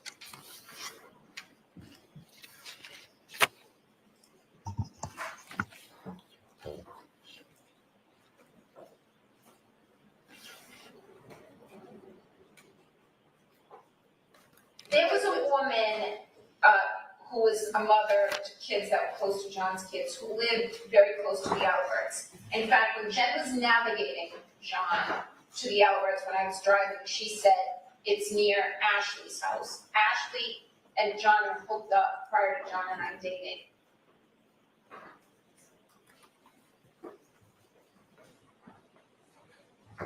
There was a woman. Hold on before you play it We've again. already played that one. We don't need to play it again.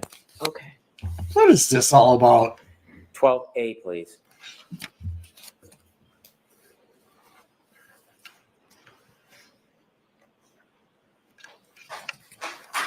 Two things. Either he's hurt himself and is incapacitated. He could be passed out on someone's couch, which is just weird. We're not on a campus. Everyone lives in their own home with children, or he's sleeping with someone. And there were multiple women in the neighborhood of Fairview that John had been with. And one of them very recently, before I started dating John. Clip Whoopsie 16, shit. please.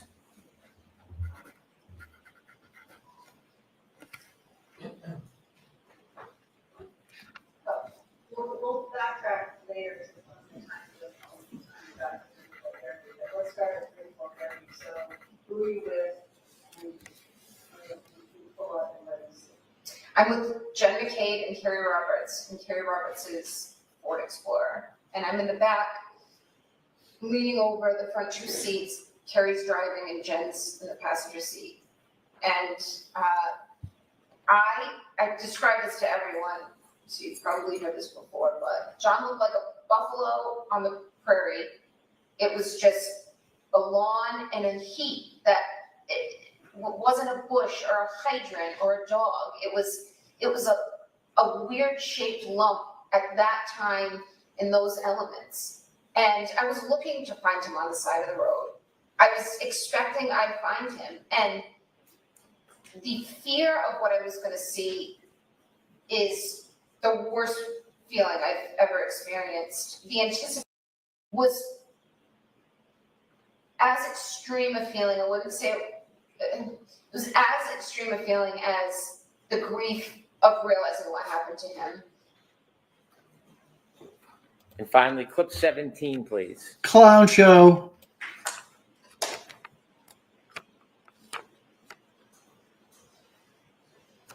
We need to see the court before this one's played. All right, hold that, please. Here we go.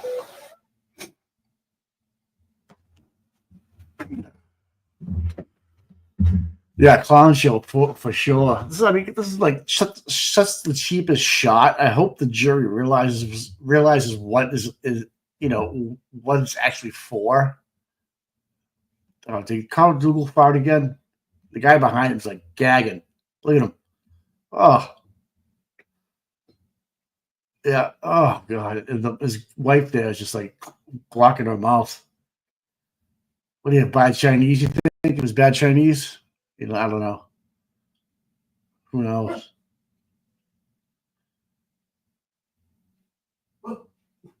His buddy down the end there looking at him like, dude, is that you?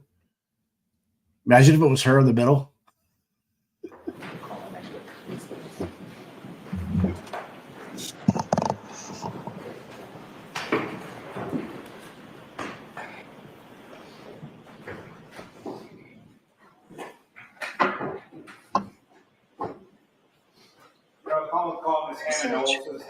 On that, at some point.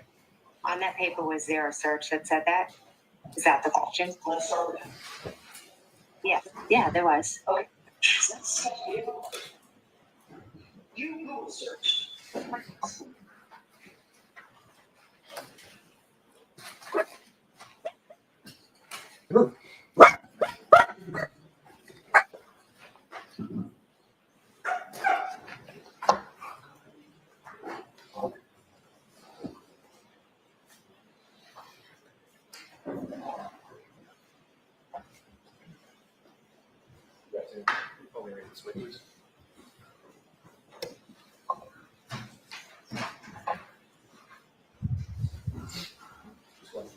Remain standing, face the clerk, raise your right hand. Do you solemnly swear that the testimony you shall give to the court and the jury in the matter now pending shall be the truth, the whole truth, and nothing but the truth, so help you God? Yes, I do. Good afternoon.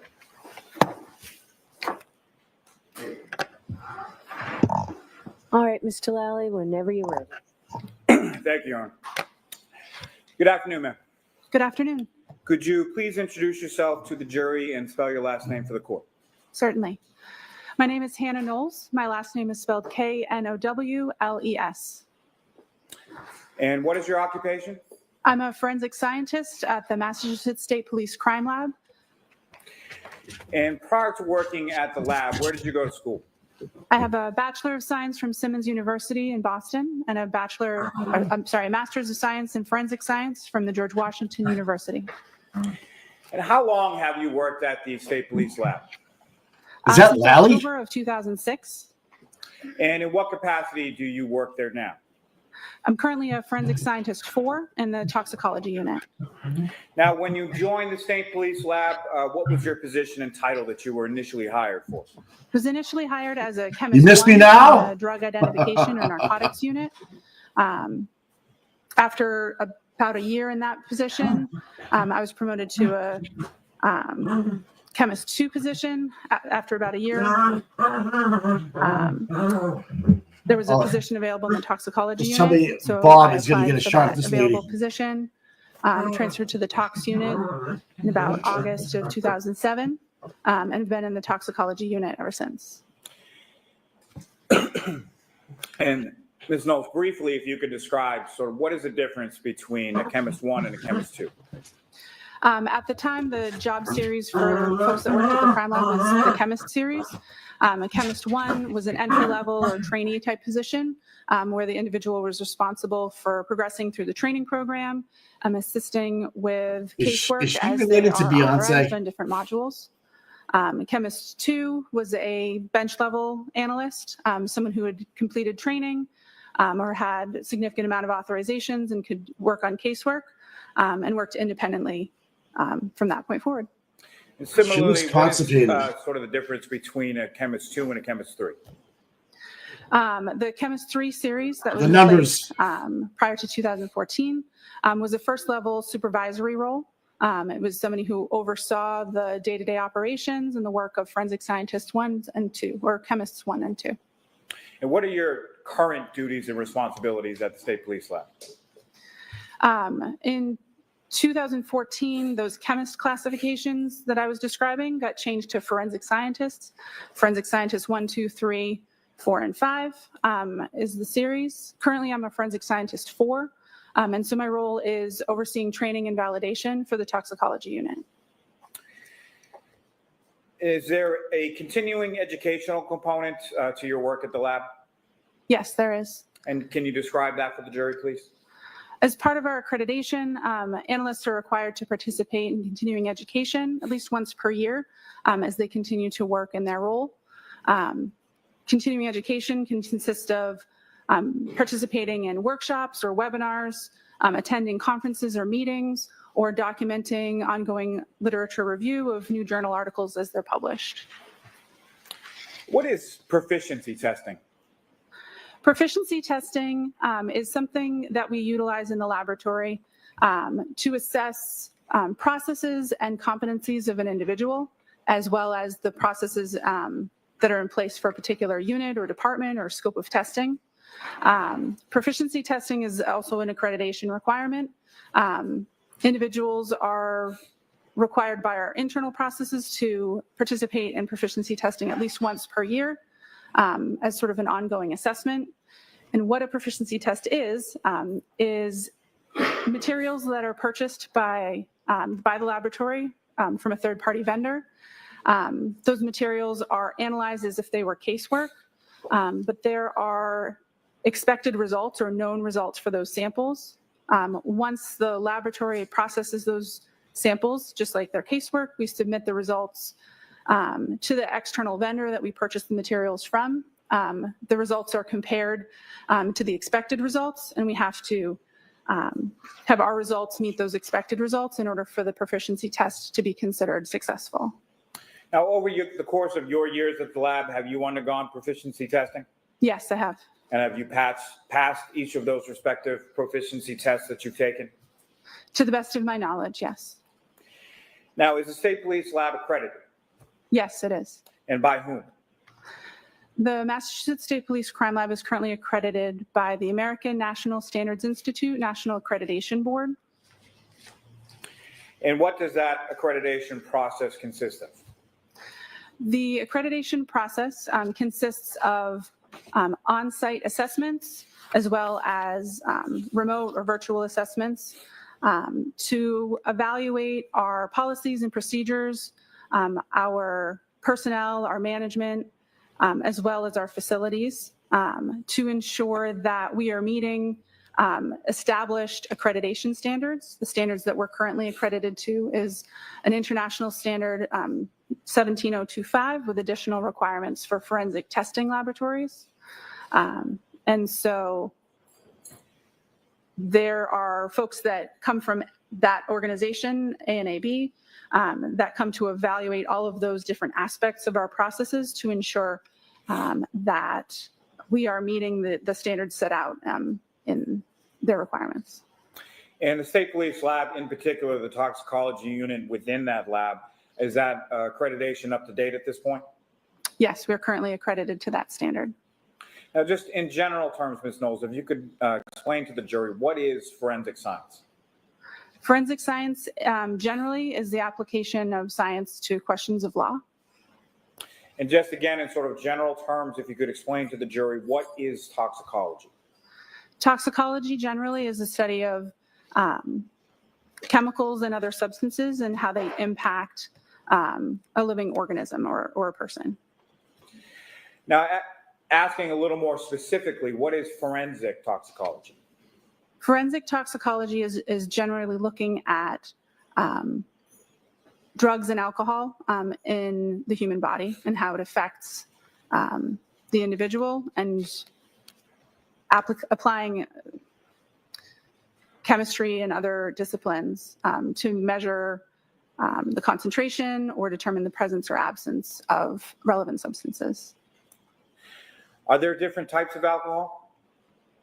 Yes, there are. Okay. And what are those types? Generally, alcohols are a family or a group of drugs or chemicals that have a specific functional group or specific structure. The types of alcohols that are analyzed in the laboratory that I work include methanol, ethanol, and isopropanol. And what are the differences between those different types? They all have similar but slightly different structures. Methanol is a solvent. Sometimes it's called wood grain alcohol. Isopropanol is rubbing alcohol or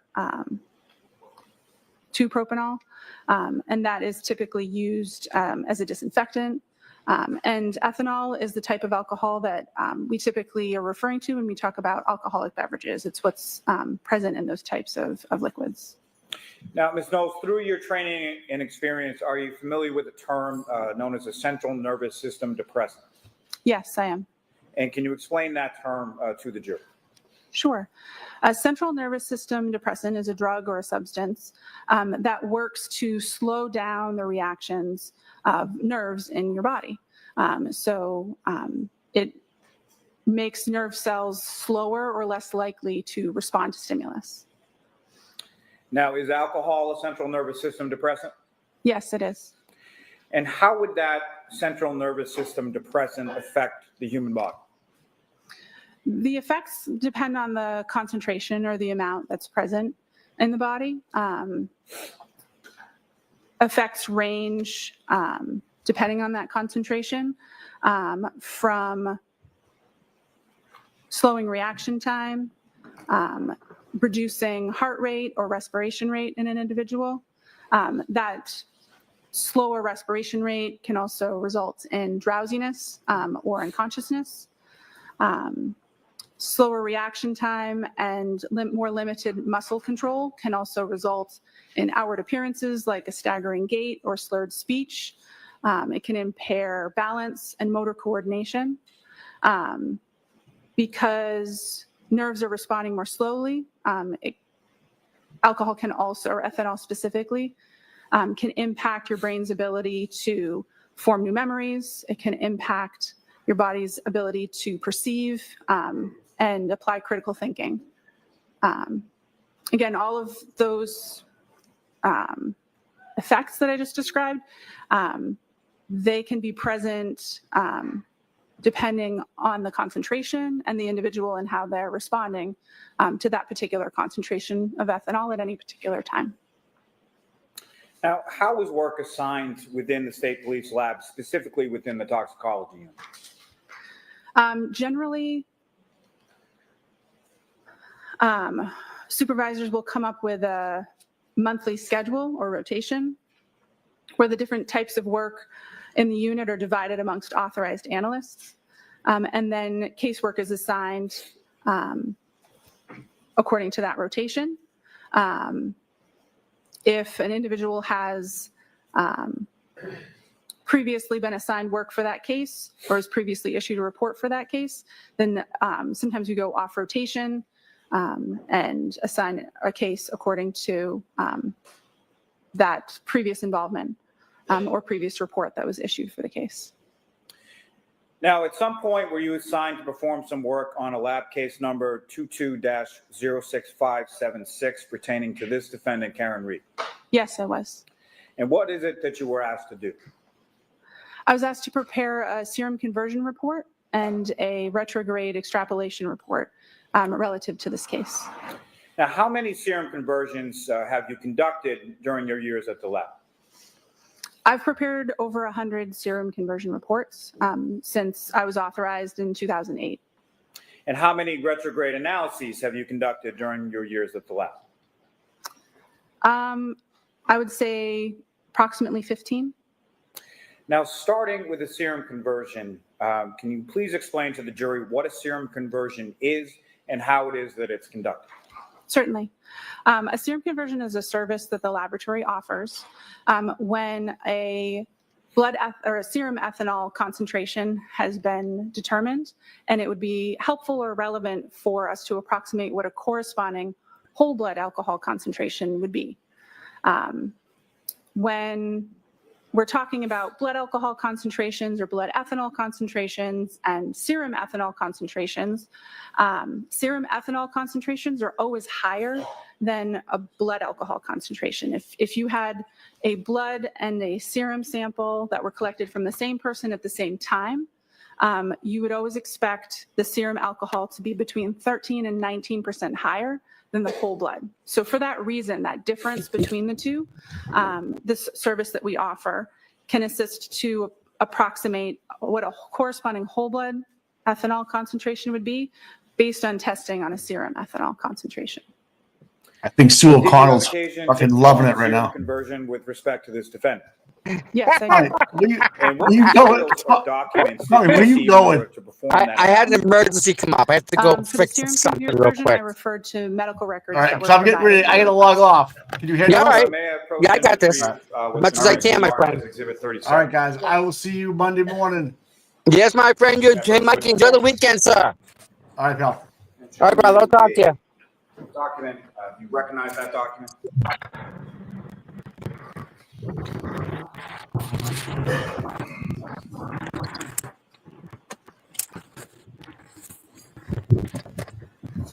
May I approach you in your office? Yes. Yes, sure. Turn your attention to a previously tabbed portion of those records.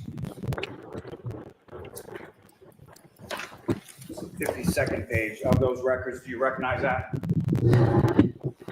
Yes, the flagged page is consistent with the portion of the medical records that I had reviewed in preparation for doing the serum conversion calculations for this report. And those medical records pertain to a Ms. Karen Reed from the Good Samaritan Medical Center. Is that correct? Yes, they do. And in those records on that 52nd page, what was reported as the defendant's ethanol level? The results are recorded as an alcohol result with a value of 93 milligrams per deciliter. And pursuant to those records, at what time was that sample taken from the defendant at the Good Samaritan Medical Center? The collection time listed on the medical records is January 29th, 2022 at 9:08 a.m. Now, that recording and a measurement of milligrams per deciliter, is that typical for how you see ethanol measured by hospital labs? Yes. And did you conduct the serum conversion for this defendant's reading consistently with how you do in every case that's assigned to you? Yes. Now, please explain to the jury how you're able to convert that serum level reading to a blood alcohol concentration. So the way that the calculation is performed is kind of in two steps. So the results are listed in milligrams per deciliter, which is common in clinical testing. And to convert it to the type of units that are typically used for blood alcohol concentrations, we just divide by 1,000 to get that into the right units. So 93 milligrams per deciliter converts to 0.093 grams per cent.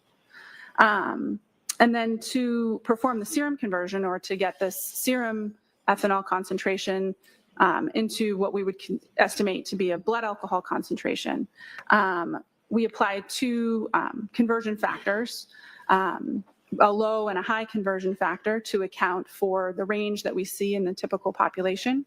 I'd mentioned earlier that serum is usually between 13 to 19% higher, so we divide that 0.093 by 1.13 and by 1.19 to get a low and a high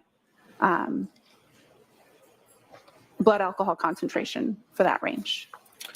And those conversion factors that you just mentioned, where do those come from? The conversion factors come from literature where they've performed experiments similar to how I described. They have individuals that have ingested ethanol. They collect samples from them and test their whole blood and test their serum alcohol concentrations, and then compare them and see what the ratio is between them. The current ratios that are used by the laboratory, the 13 and 19%, those are also consistent with consensus body documents or sort of industry standards that we utilize and base our protocols upon. Now that 13 and 19%, how long have those conversion factors been in place? There was a consensus body document published in 2024, and so we adjusted the serum conversion factors that had previously been in use to those new published or those new recommendations in September of 2024. Now, does the change in conversion factors recently adopted by your lab, does that benefit the patient or the person for whom you're converting the ethanol to blood alcohol concentration? Objection. I'll allow it. Does it? Yeah, the previous factors we used between 12 and 18%. And so when you perform that conversion, it typically ends up with a equivalent or lower blood alcohol concentration. And so it could be interpreted as being favorable to a defendant. Now, why are they presented in a range? We don't use just one conversion factor because in the studies that we base our procedures on, it demonstrates that the general population does not have one consistent conversion factor or ratio between their whole blood and their serum alcohol concentrations. And so to ensure that the conversion that we're utilizing applies to most of the general population, we use sort of the extremes of what we see in that literature, like a high and a low, to make sure that our approximation falls, that the true value would fall somewhere in between that low and that high value. And what did you calculate as a low and a high range for this defendant's blood alcohol concentration from that alcohol reading from the Good Samaritan Medical Center? So the 93 milligrams per deciliter serum ethanol concentration would convert to between 0.078 and 0.092% or grams percent. And again, Ms. Knowles, that's at the time that the blood is drawn at approximately 9:08 a.m. on January 29th. Is that correct? Yes. Now, turning your attention to retrograde extrapolation, can you explain to the jury what a retrograde extrapolation is? Sure. A retrograde extrapolation is another service that the laboratory offers where it's a calculation that we can perform when we have a alcohol concentration that was measured at a particular time, and it would be helpful or relevant to know what that person's blood alcohol concentration was at some point prior to that sample having been collected. What we're doing with this calculation is taking what we know about how quickly the human body is capable of breaking down alcohol and applying that rate of elimination to the time interval between when the sample was collected and tested and when there might be a particular time of interest, a car accident or some interaction where that person's blood alcohol concentration might be relevant. And how is that done? Similar to the range of conversion factors that we were looking at with the serum conversion, we know that the rate of elimination in alcohol in humans varies from person to person. And so based on studies where they're looking at rates of elimination in large groups of people, we know that alcohol can break down at a rate of between 0.010 and 0.025% per hour. And so we take when we're looking at a serum conversion and then being combined with a retrograde, we take the smaller of the serum conversion range and we add that to the slowest elimination rate multiplied by a time interval. And then we also take the larger of the serum conversion values, and then we add that to the fastest elimination rate multiplied by the time interval. We use a smaller time interval for that sort of minimum calculation to account for the fact that we don't want to overshoot that estimate of blood alcohol concentration. If there was some unabsorbed alcohol, we don't necessarily always know when we perform these calculations, the drinking history or like when the person had stopped drinking that day. And so we usually subtract 2 hours from the time interval when we're doing that minimum calculation to have a more conservative estimate. So we're applying the time interval, the rates of elimination, and looking at what we have for blood alcohol concentrations, all to be considered when we're performing the calculation. Now, what categories of information do you need in order to perform a retrograde analysis? We need to know what the blood alcohol concentration was at the time that the sample was collected. We need to know the time the sample was collected, and we need to know the incident time or the time of interest that we're sort of calculating back to. There's a couple of requirements to be able to perform this calculation that we have to ensure. We have to make sure that there's at least been 2 hours in that time interval between the time of collection and the time of interest that we're looking at. We can't calculate backwards with that very narrow window because we can't be sure that the person is entirely in the elimination phase, that their body has reached a maximum blood alcohol concentration and they're just breaking down alcohol at that point. And we also know that this simple rate of elimination calculation can't be accurately modeled once we get down below between 0.02 and 0.03. So we have to make sure that the starting blood alcohol concentration is at least an 0.03 or higher in order to be able to apply that math. Now, how is it that alcohol is metabolized within the body? Generally, after someone stops drinking alcohol, their body reaches a maximum blood alcohol concentration. And then after that maximum is reached, for most folks, that's between 30 and 90 minutes after they stop drinking. And then the body breaks the alcohol down over time in a very predictable linear fashion, down until it gets down into about 0.02 and 0.03. The mechanism that the body uses to metabolize, some alcohol is excreted in urine, some alcohol is evaporated and removed from the body through your breath, but the vast majority is broken down with enzymes in your body that convert the ethanol structure into water and carbon dioxide. What are the phases of metabolism for alcohol in the body?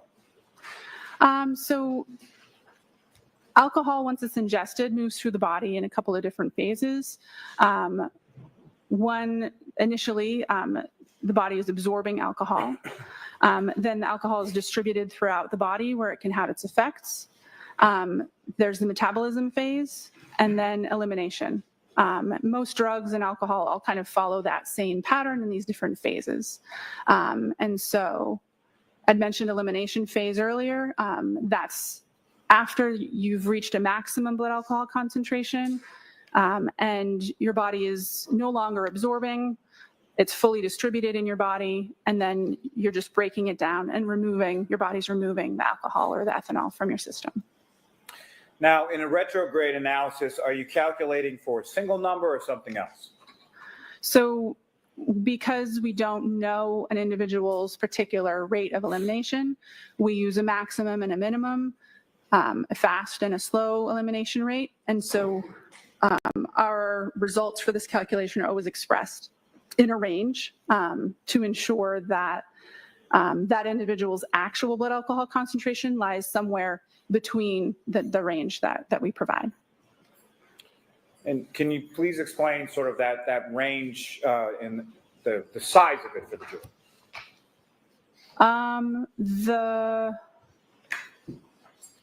The range that's provided as part of these calculations, the size of the range depends on the facts of the case and the amount of time that's passed between the time of the incident and the time of the sample collection. The more time that's elapsed, there's a greater difference between the faster and the slower rates of elimination, the 0.01 per hour and the 0.025 per hour. And what do those minimum and maximum blood alcohol concentration numbers signify?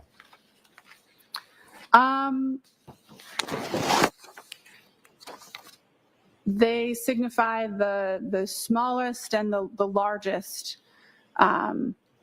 concentration that could be reasonably expected based on the blood alcohol concentration and the rates of elimination that are being applied in the calculation.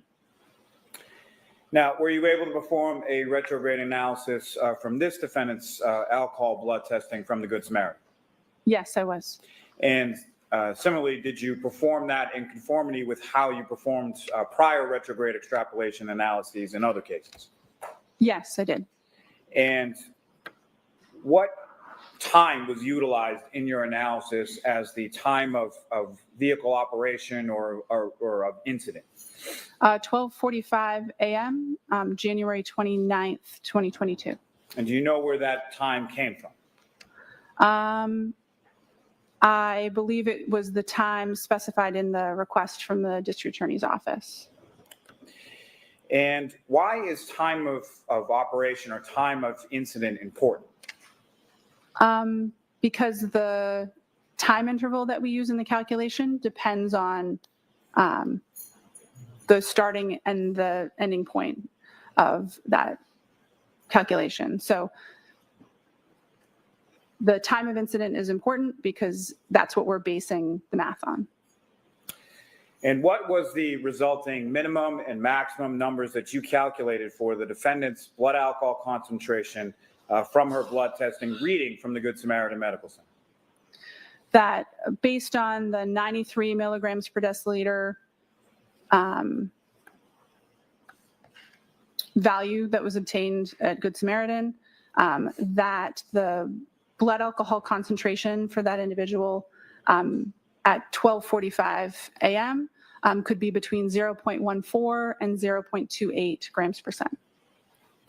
And so you calculated the defendant's blood alcohol concentration to be between 0.14 and 0.28 at 12:45 a.m. on January 29th, 2022. Is that correct? Yes.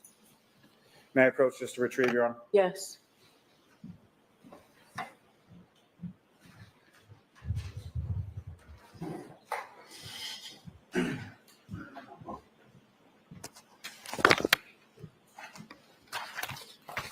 Thank you, ma'am. I have no further questions. All right. Mr. Nitty? Thank you,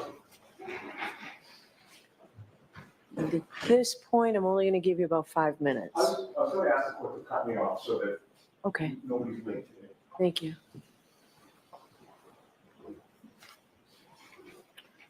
Good afternoon, ma'am. Good afternoon. The Mass State Police Crime Lab you mentioned is an accredited forensic lab, correct? That's correct. That means that your lab has met specific internationally recognized standards for both quality and competence, correct? There are aspects of quality and analyst competence that are addressed in the accreditation standards, yes. It also means that your lab has demonstrated a commitment to best practices and to ensuring the reliability and accuracy of its forensic work, correct? Yes. And there are several requirements in order to become accredited, right? Yes. One of the most important requirements is an independent external review of your lab's quality management system, correct? Yes, that's definitely one important component of the accreditation process. That independent external review also evaluates your lab's technical systems, correct? Yes. And its procedures. Yes. And an external review means that experts from outside your lab come into your lab to review your work, right? Yes, their review includes the procedures and the operating protocols, and there is some element of case file and specific work review. Within your lab? Correct. And they make sure that you're following established and proper protocols, correct? Yes. Now, as a forensic scientist is one of your responsibilities to ensure compliance with the lab's administrative policies, quality assurance, and control requirements to make sure that you're complying with accreditation standards? Yes. And you take pride in your lab's accreditation status, correct? Yes, it's an achievement that's obtained by the hard work of a lot of folks at the lab working together. You make sure, or you do your best to make sure that the lab is in compliance because you don't want to lose that accreditation status, correct? Correct. It's important to ensure confidence in our results, to maintain the quality and maintain the accreditation. Okay. In contrast to the accreditation standards for a forensic lab like yours, the standards for a hospital lab may be different, correct? Correct. Typically, accrediting bodies for clinical chemistry or hospital systems are different accrediting bodies or different standards than forensic standards. Okay. And a forensic lab exists for a different purpose than a hospital lab. Is that right? Correct. They have different customers and sort of different scope or intention for the use of their results. Sure. A hospital lab tests and analyzes blood for its use in diagnosing medical illnesses and for medical purposes, correct? That's consistent with my understanding, yes. Sure. And it's not for meeting court admissibility standards like your lab, right? Not that I'm aware of, no. Your lab follows strict procedures that an expert from your lab can have confidence in the lab results when they come to testify in court like you're doing today, correct? Yes. As you testify here today, you have no information that the lab at Good Samaritan Hospital is an accredited lab, correct? Correct. And in addition, Good Samaritan Hospital is an external party in terms of its relationship to your lab, right? Yes, and for that reason, the type of calculations that we performed based on medical records from Good Samaritan are outside of the scope of accreditation in the crime laboratory system. Right. It has no relationship to your crime lab, the Good Samaritan lab, right? Correct. The same policies and procedures are applied when our laboratory analyzes serum, or if we needed to do a retrograde extrapolation on testing that was performed internally that's covered by the scope of accreditation. But as you're mentioning, the testing was not performed in my laboratory. I don't have any direct knowledge or understanding of their QC procedures, of their accreditation requirements, or their testing procedures at all. You anticipated my next question. So basically, you cannot personally vouch for the ethanol testing that was performed at Good Samaritan, correct? That's accurate. The reliability of the results that my calculations were based on, my calculations are only as good as the numbers that I was provided. And like I said, the same math that I did here, I would do to my own internal standard or my own internal testing, anything that I performed testing on in the lab myself. But the results that I started from, I don't have any direct knowledge on their accuracy or reliability. Right, Ms. Giannetti, we can bring Ms. Knowles back on Monday if you want. I don't want to cut you short. That was the time frame. We were looking And at. I'm perfectly fine with that, Your Honor. Thank you. Okay. All right. And Mr. Lally, you're done?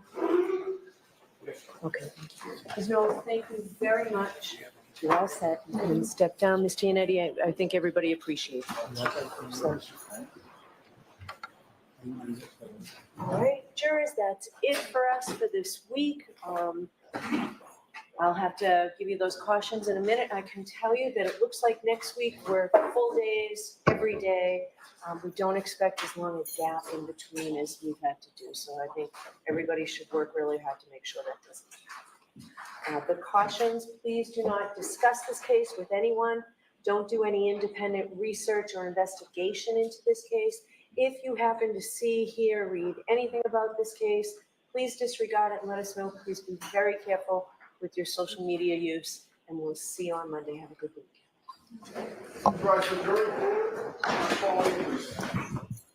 And I will stay counsel at sidebar.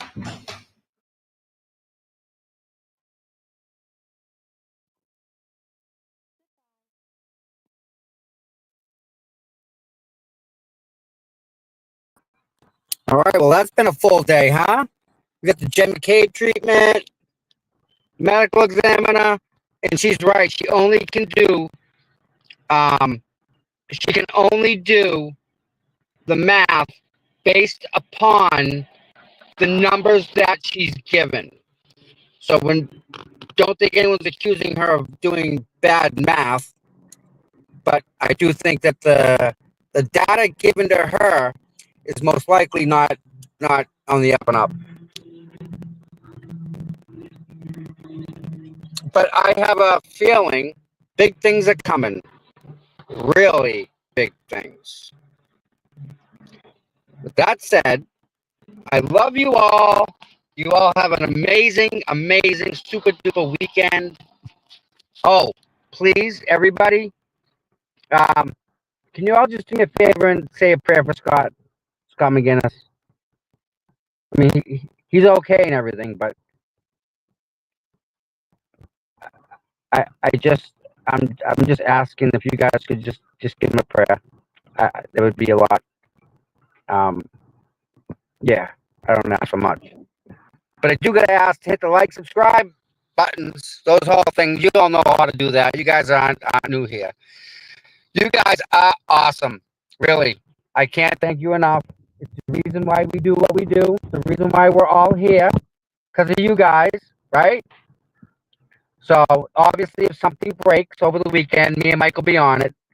But yeah, we have a whole weekend to go and tear apart that testimony. Dave, I love you, my brother. You're my bud. Yeah, you too, Dave. Thanks for always being there, and thank you for the support. It really helps on them days when it's really hard. Some days, because this ain't easy. This isn't just hit live and go. As you can tell, with all the other content creators that are out there, it takes it out of you, So Hey there, Karen Reed trial watchers. You know what a lot of the trials we cover remind me of? That the world is unfortunately very unpredictable. There we go. Yeah, so Dave, I know you are. You're the man. Gail, you're always here. Gail, thank you just for being here in the chat. You guys are, again, right? You guys do your job, I do my job, and we get the job done, right? It gets done. And I don't know how to say thank you for seeing it that way. This isn't about money. This isn't about fame or prestige or look at me. I don't think any of that is. I think it's really hard to do this. And I think some people think it's just hit the button and go, right? It's not that easy. It's hard. Yeah. But, you can only try. That's all you can do, right? Try. All right. Bad audio. It's a very bad spot. Yeah. I'm watching a freaking baseball game in the middle of nowhere. So, all right, everybody. I love you all. Have a great day and have a great weekend. And again, it's easy for me to do this with you guys here behind me. That makes it just a little bit easier. That I can't tell you that little bit that you guys give me is a big bit as to why we do this every day. I mean, it's hard. It's hard to sit behind the camera every day. We've been going nonstop since January 1st, and before then we were twice a week, then 3 times a week. And you guys said you want it every day, and we listened, and now you got what you got. So, yeah, I'm happy that you guys are happy, and whatever else, the stuff we can move mountains, bud, right? So, with that said, I'm here for you guys. Whichever, right? We'll figure it out, and we go from there. But in the meantime, everybody, please, I hope you all have a wonderful, super safe, super fun, super nice weekend. And we will all catch you Monday morning, 8:30, more court. Joy. So have fun this weekend. Don't get caught up in the old drama stuff. You guys know that. If you have a question, please write the question down. I have a bunch of papers from. I went in and got a report from the courthouse. It was like 40 pages. So I flip it over, and every day I flip the page, and I write on the back of it and take notes. So take notes. So, all right, everybody. Love you guys, and we'll catch you guys Monday. Have a great weekend, and send the love to other creators, because it ain't easy. And everyone that you're watching, you know, they appreciate your view. They appreciate your time that you're giving them as much as I do. You know, as much as Mike does. You know, we don't take that for granted in any way. So, with that said, we love you all, and we'll see you guys Monday. Peace out. Later, guys. Love yous.